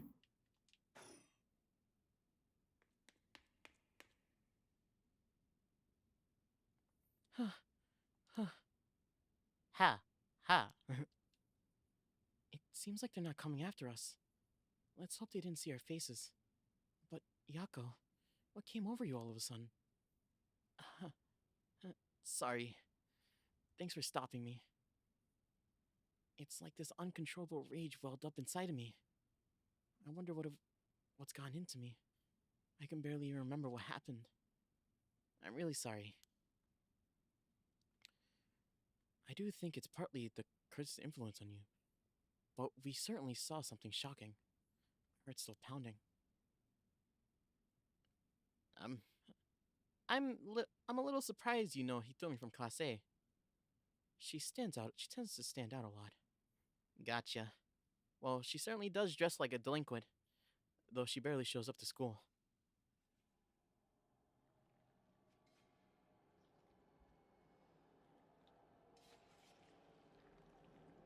Be a curse bearer. I don't know. Well, we should be careful just in case. No! Bad! Holy shit! It started appearing and I took like a double take and I was like, you bitch! Stop! It's getting louder! Yako? When I give the signal, run. Go straight towards the entrance. Don't look back, no matter what. Huh? Why? Did something happen? Something happened, didn't it? What about you, Mio? I'll be fine. Let's meet her outside the school gates. If I'm not there in 10 minutes, go straight home, okay? Okay, go! Right! Don't look back. Don't look back! Oh, fuck. Is she dead?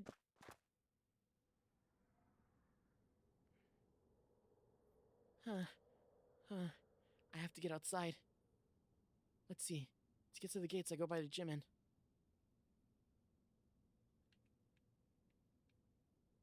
Oh, hmm? What are you doing here, miss? Eek! Oh, shit. Janitor.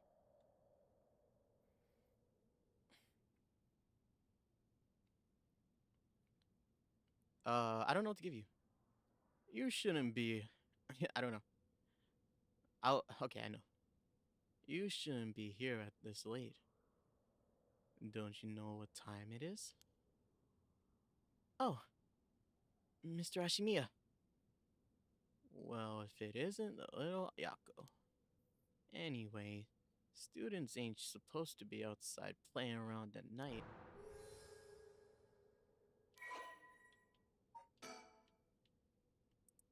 Damn, yo, there's so many characters, so many more characters in this game than I thought there were. Makoto is a janitor at Komagata High School. His predecessor was nearing retirement, so he began working as his replacement around 6 months ago. Makoto is popular among the students for his friendly and caring nature, going as far to remember the names and faces of all of those attending the school. He's affectionately known as Old Man Ashimiya, although he appears to be a simple, amiable man. Makoto's occasional shrewd remarks have led to speculation among students that he may have led a far more interesting life than it seems. Whatever the truth may be, he will be remembered as one of the 7 mysteries of Komagata's high school for some time to come. I know it's rough around the edges, but I know you're rough around the edges, but I didn't take you for one to act out like this. I don't want him to be suspicious of me. I hope Mio's okay.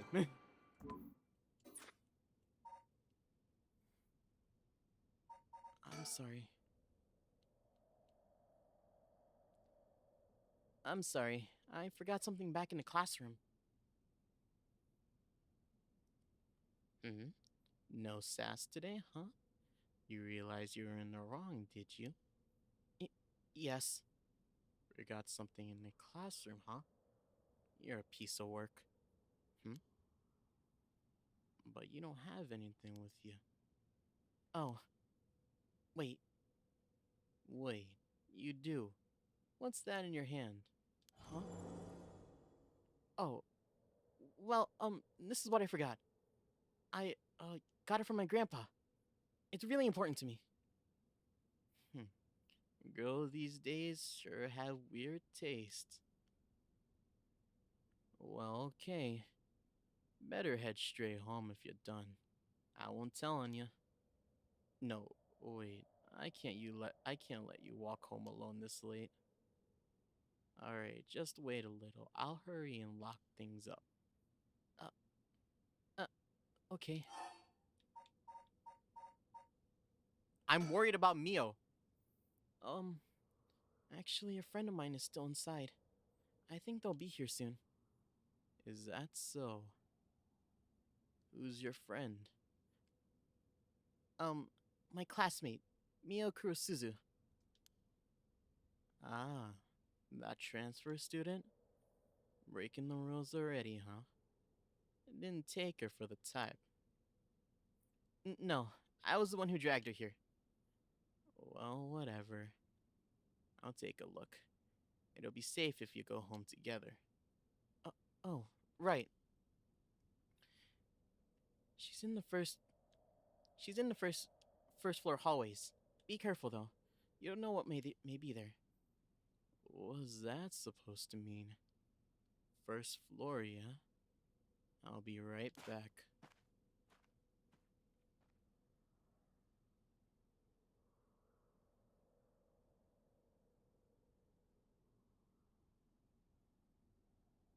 I'm scared. Like, actually.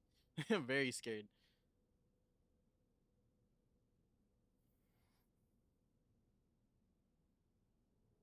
She's... she's late. I've been waiting 20 or 30 minutes, but there's no sign of her. I'm starting to get worried.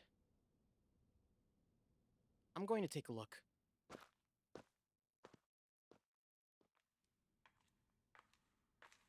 Mio? Are you there?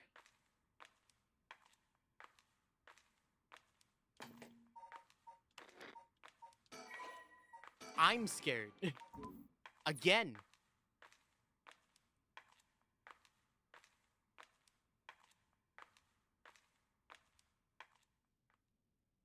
Huh?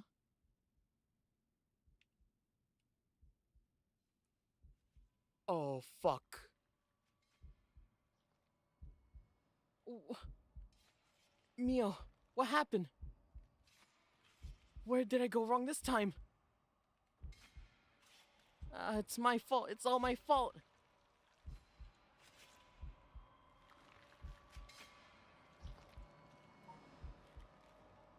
Mio.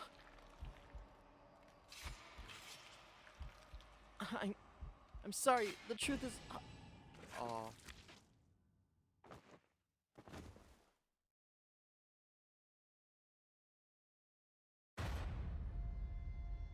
Oh my god. It's one-sided read.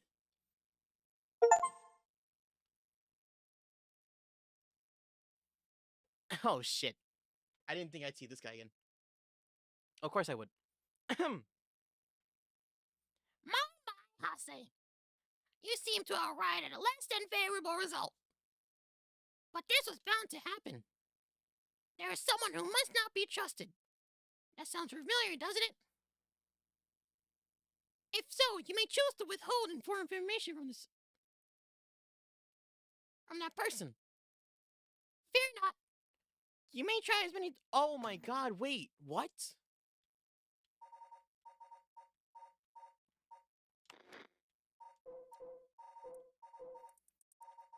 Wait, I can't... Oh no, I can't trust Makoto?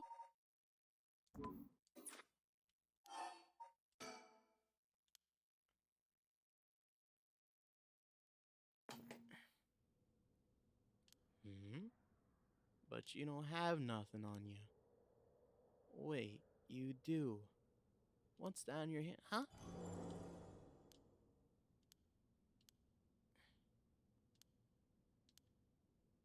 Lock things up.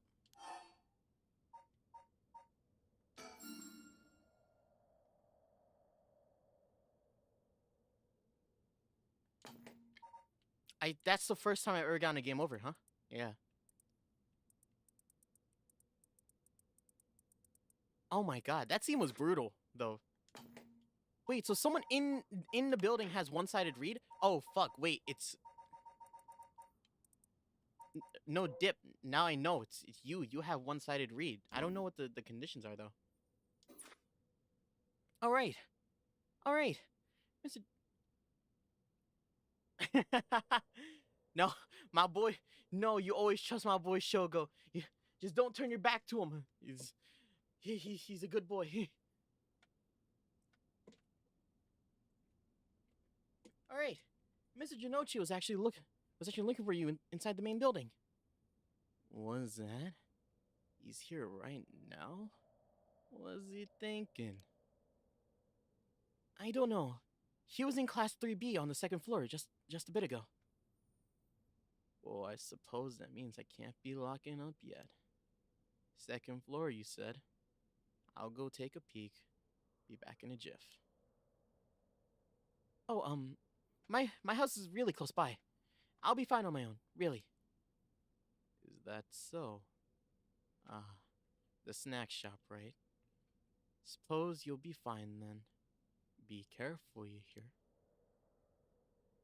Stay on that big, well-lit streets. If something happens, shout fire.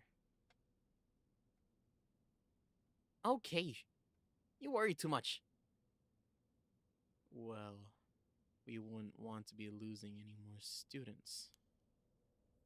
I imagine you'd know that better than anyone. Yes, you're right.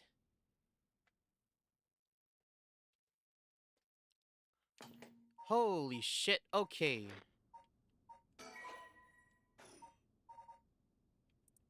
Oh.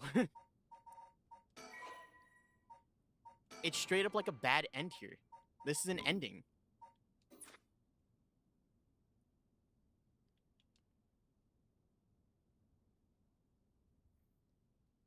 Komagata High! School. Front gate.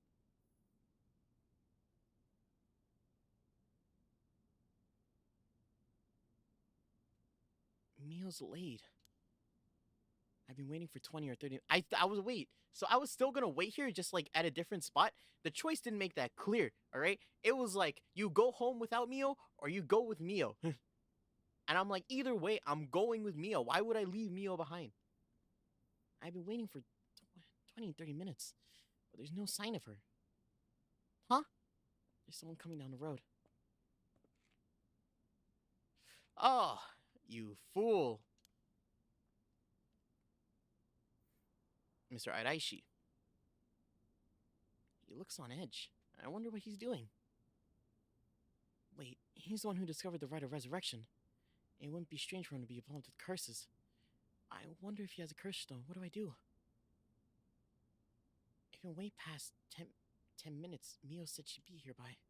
I managed to escape. I can't let that go to waste. I gotta get out of here before anyone sees me.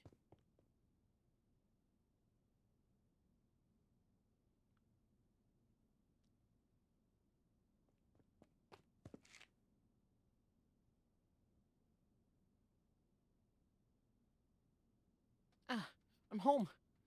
Thank goodness. I don't think the walk has ever felt so long. Nobody will be able to use their curse once it's light outside. I need to go look for Mio as soon as it's morning. But for now, I need some rest.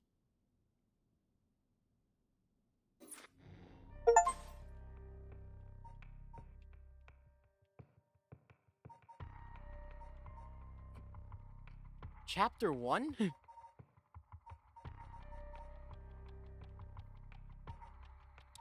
Well, that's the first bad end we've ever gotten. And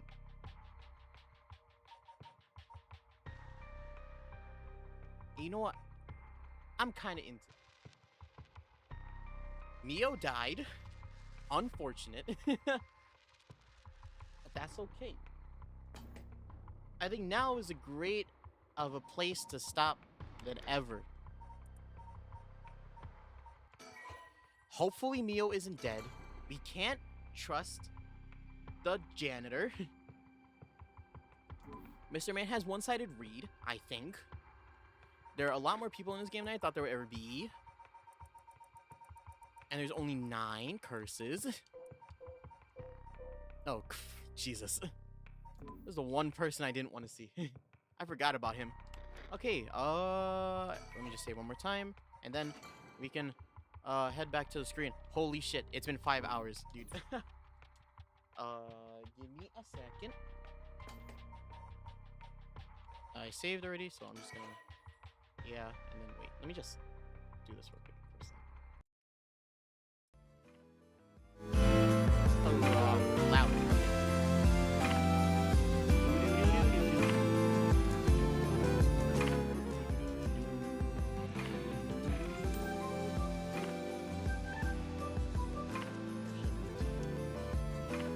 Wow, okay, fuck.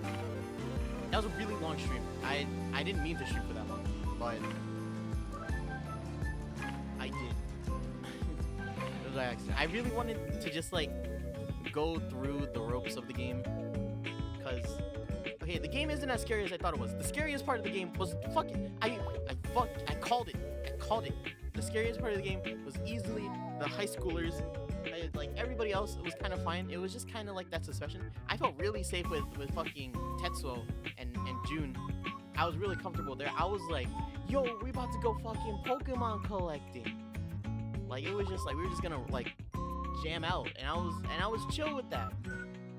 But no, we weren't chill with that. They didn't even let us continue. We only got 2 of them, and we know who the 2. And we already knew one of them, but we know someone else now. Fucking the historian, which I also kind of suspect put the shadow of what is it called? The shadow of shadows, shadow of curses, curse of shadows, something like that, on the area. He's the only person that has a reason to. But I'm pretty sure there's also some other characters that we haven't met yet. There's one character on the splash art that we haven't met yet. So we're waiting for them to pop up. Is there anything we want to talk about? I wanted to talk about the vacation, but oh my god. That's there anything that's really like notable on the vacation? I didn't really.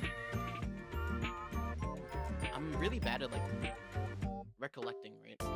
I think I'll like hear something, and then I'll be like, right, that happened, and I'll have a story about it. But like right now, I'm just like really, I'm like in a space of like I can't remember shit. Probably exhausted. Also, my throat is dying. My throat has never felt worse. It sounds like I'll be on vocals for a bit, but that's okay. I had fun. This game is fun. I am enjoying it. Oh, yo, fucking. I don't know. The me getting the bad ending, it felt fitting, right? I also kind of wanted to see how everybody else would die. Like if I did get a bad ending. Like I'm trying to think of. There were a bunch of opportunities during Tsumi's play, right? I wonder if I probably missed some. I don't know if they're explicitly put out for me though. I think I gotta find them myself, which is rough. But yeah.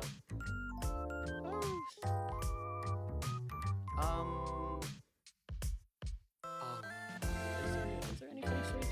Yo, so okay, I'll say this story and I'll probably tip because your boy's fucking parched.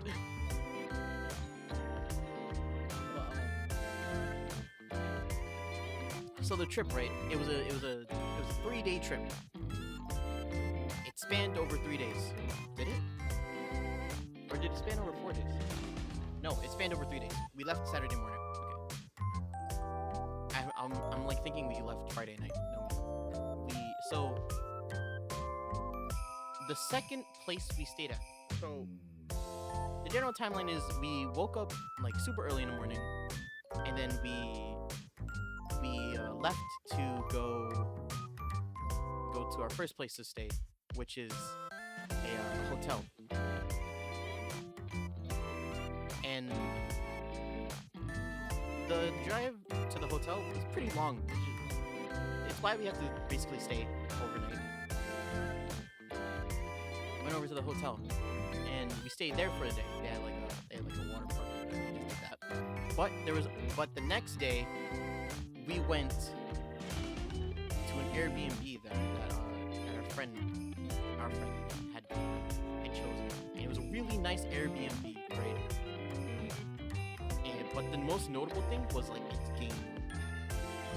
Like the boys, our whole group were kind of just like games that enjoy games. So like a lot of our time was just spent in that room. But in that same room, right? There was a very distinct piece of equipment there that I spent a lot of my time on. It was the arcade machine. It was like it was a machine that ran what are arcade ROMs called? Because that's what it basically did, right? It like simulated arcade games, and you could play them. And I played that like a lot. I really liked it. I really like the feeling of like an arcade machine, or just like how not antique, but like antique is too harsh of a word. Right? It's not that old. I don't think it's that old. But they're niche. I like how I just like playing on an arcade box. I don't know. It's novel. I think that's the right word. It's kind of novel to me. So I have fun with that. And I a lot of that time, you don't even have to spend credits on it. It was like a free credit arcade machine. So I just like fucked around a lot and played on it. And the game I probably most of the game. I love Mega Man. It's like if you don't know what the Mega Man like arcade game is, it's basically you play as Mega Man, Proto Man, or Bass, or another guy. I think there's another guy from like Mega Man 8. I don't remember his name. Whoa. What was that? But yeah, there was like a. Don't get me distracted. I won't finish the story. But yeah, like I just played that all day, man. And I was just like, fuck, I'll play this. And like, I played it like we were in the game room, like just in general, for so long. Me, and my brother, and a friend. We were in there for so long. We didn't even like sleep. We barely slept. So like we were like, I want to make the most out of the space we have for it, because we only had it for a day, right? So we had to leave. We had to leave pretty early, by like 10 in the morning. So we were like, oh, make the most of this. So we just like fucked around in the game room for like until it was like 3, and then we took like a power nap until like 4, and then we woke up. Or my brother woke up. He was determined. He was like, I'm gonna do this. And I'm like, okay. And just like, and then we went down. Our friend was gonna do it too, but he ended up not liking it. So we was like, okay. But the thing is, that power nap did not feel, and I didn't feel any power from it. I was just like, tired. So then what ended up happening was I ended up like, there was also a couch in the game room. I ended up sleeping on that for a bit. I slept for like an hour, I think. I woke up and then I was like, okay, back to work. And that's when my body started feeling all sorts of sore, man. I think after like actually sleeping on it, I was just like, fuck, I'm dead. And I was just like, it was suffering because we had a lot of stuff that we had to pack too. But it's okay.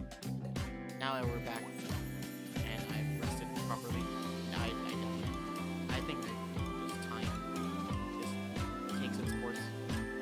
We are now okay. We're okay. Yeah. But anything else about the trip?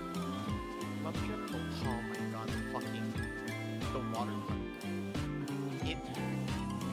We went to a water park, right? And oh my god, it was the first time.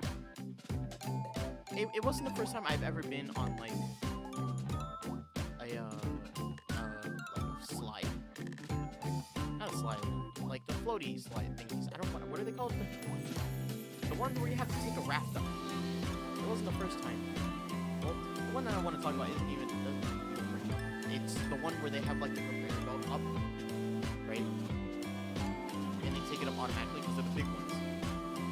But to take that, but the first ride we went on, right? The first like float ride, I went on with my brother. Holy shit! I should have read the sign. Oh, well, we didn't even read it. It was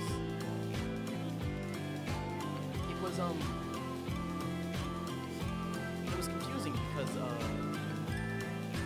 we took the stairs up and it was like 2 different stairs, and they were for 2 different rides, right?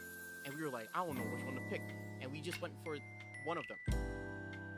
But the one that we went up on, I think it had like the like extreme like tag on it. It said like extreme ride, and I'm like, and we didn't see it, and I was like, oh shit. So we went up there, right? Me and my brother, we were the last people to go out of our friend group, and yo, just going down the first like slide down was scary, and then it was like a bunch of like drops because it was scary because I kept going back first. I was always the one back first. I wasn't the one facing the drop. I was always facing against it. So I was like, I don't know where we're going. And then fucking, there was a really big drop, right? And then it took us into this giant funnel that we just swayed back and forth from, which I also always faced back the direction that we were coming from. And I was just like, I was scared for my life, man. I was screeching the entire time, right? And after we got off, my brother was like, yo, the first drop, he started screeching. Hase started screeching, and I'm like, hell yeah. That was scary. But yeah, it was fun. It was just, would I do it again? not back to back. I feel like because by the end of it, I felt like really not sick, but just like my head was really dizzy by the end of it. Also, another friend got their got their slides marked.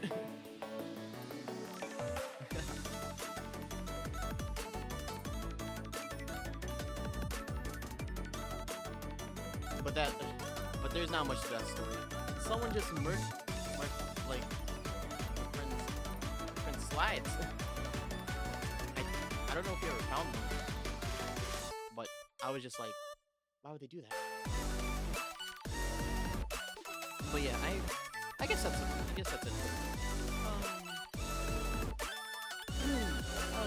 My throat is fucking dying. Oh, but that being said, I am going to dip quickly. I'm going to eat, sleep. Probably. I don't know. I might do some work before. This stream was a lot chiller than the other stream, the last stream from 2 weeks ago. I had fun with it. I hope y'all had fun with it. And come back next week. I don't think there's anything next week. Come next Saturday, 12 p.m. EST. And I'll be back with this game again because I'm having too much fun with it.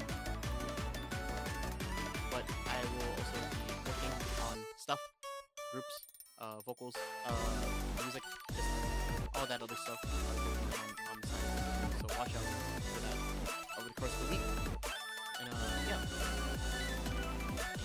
for coming by. I'll see y'all next week or whenever you watch the video. Bye bye.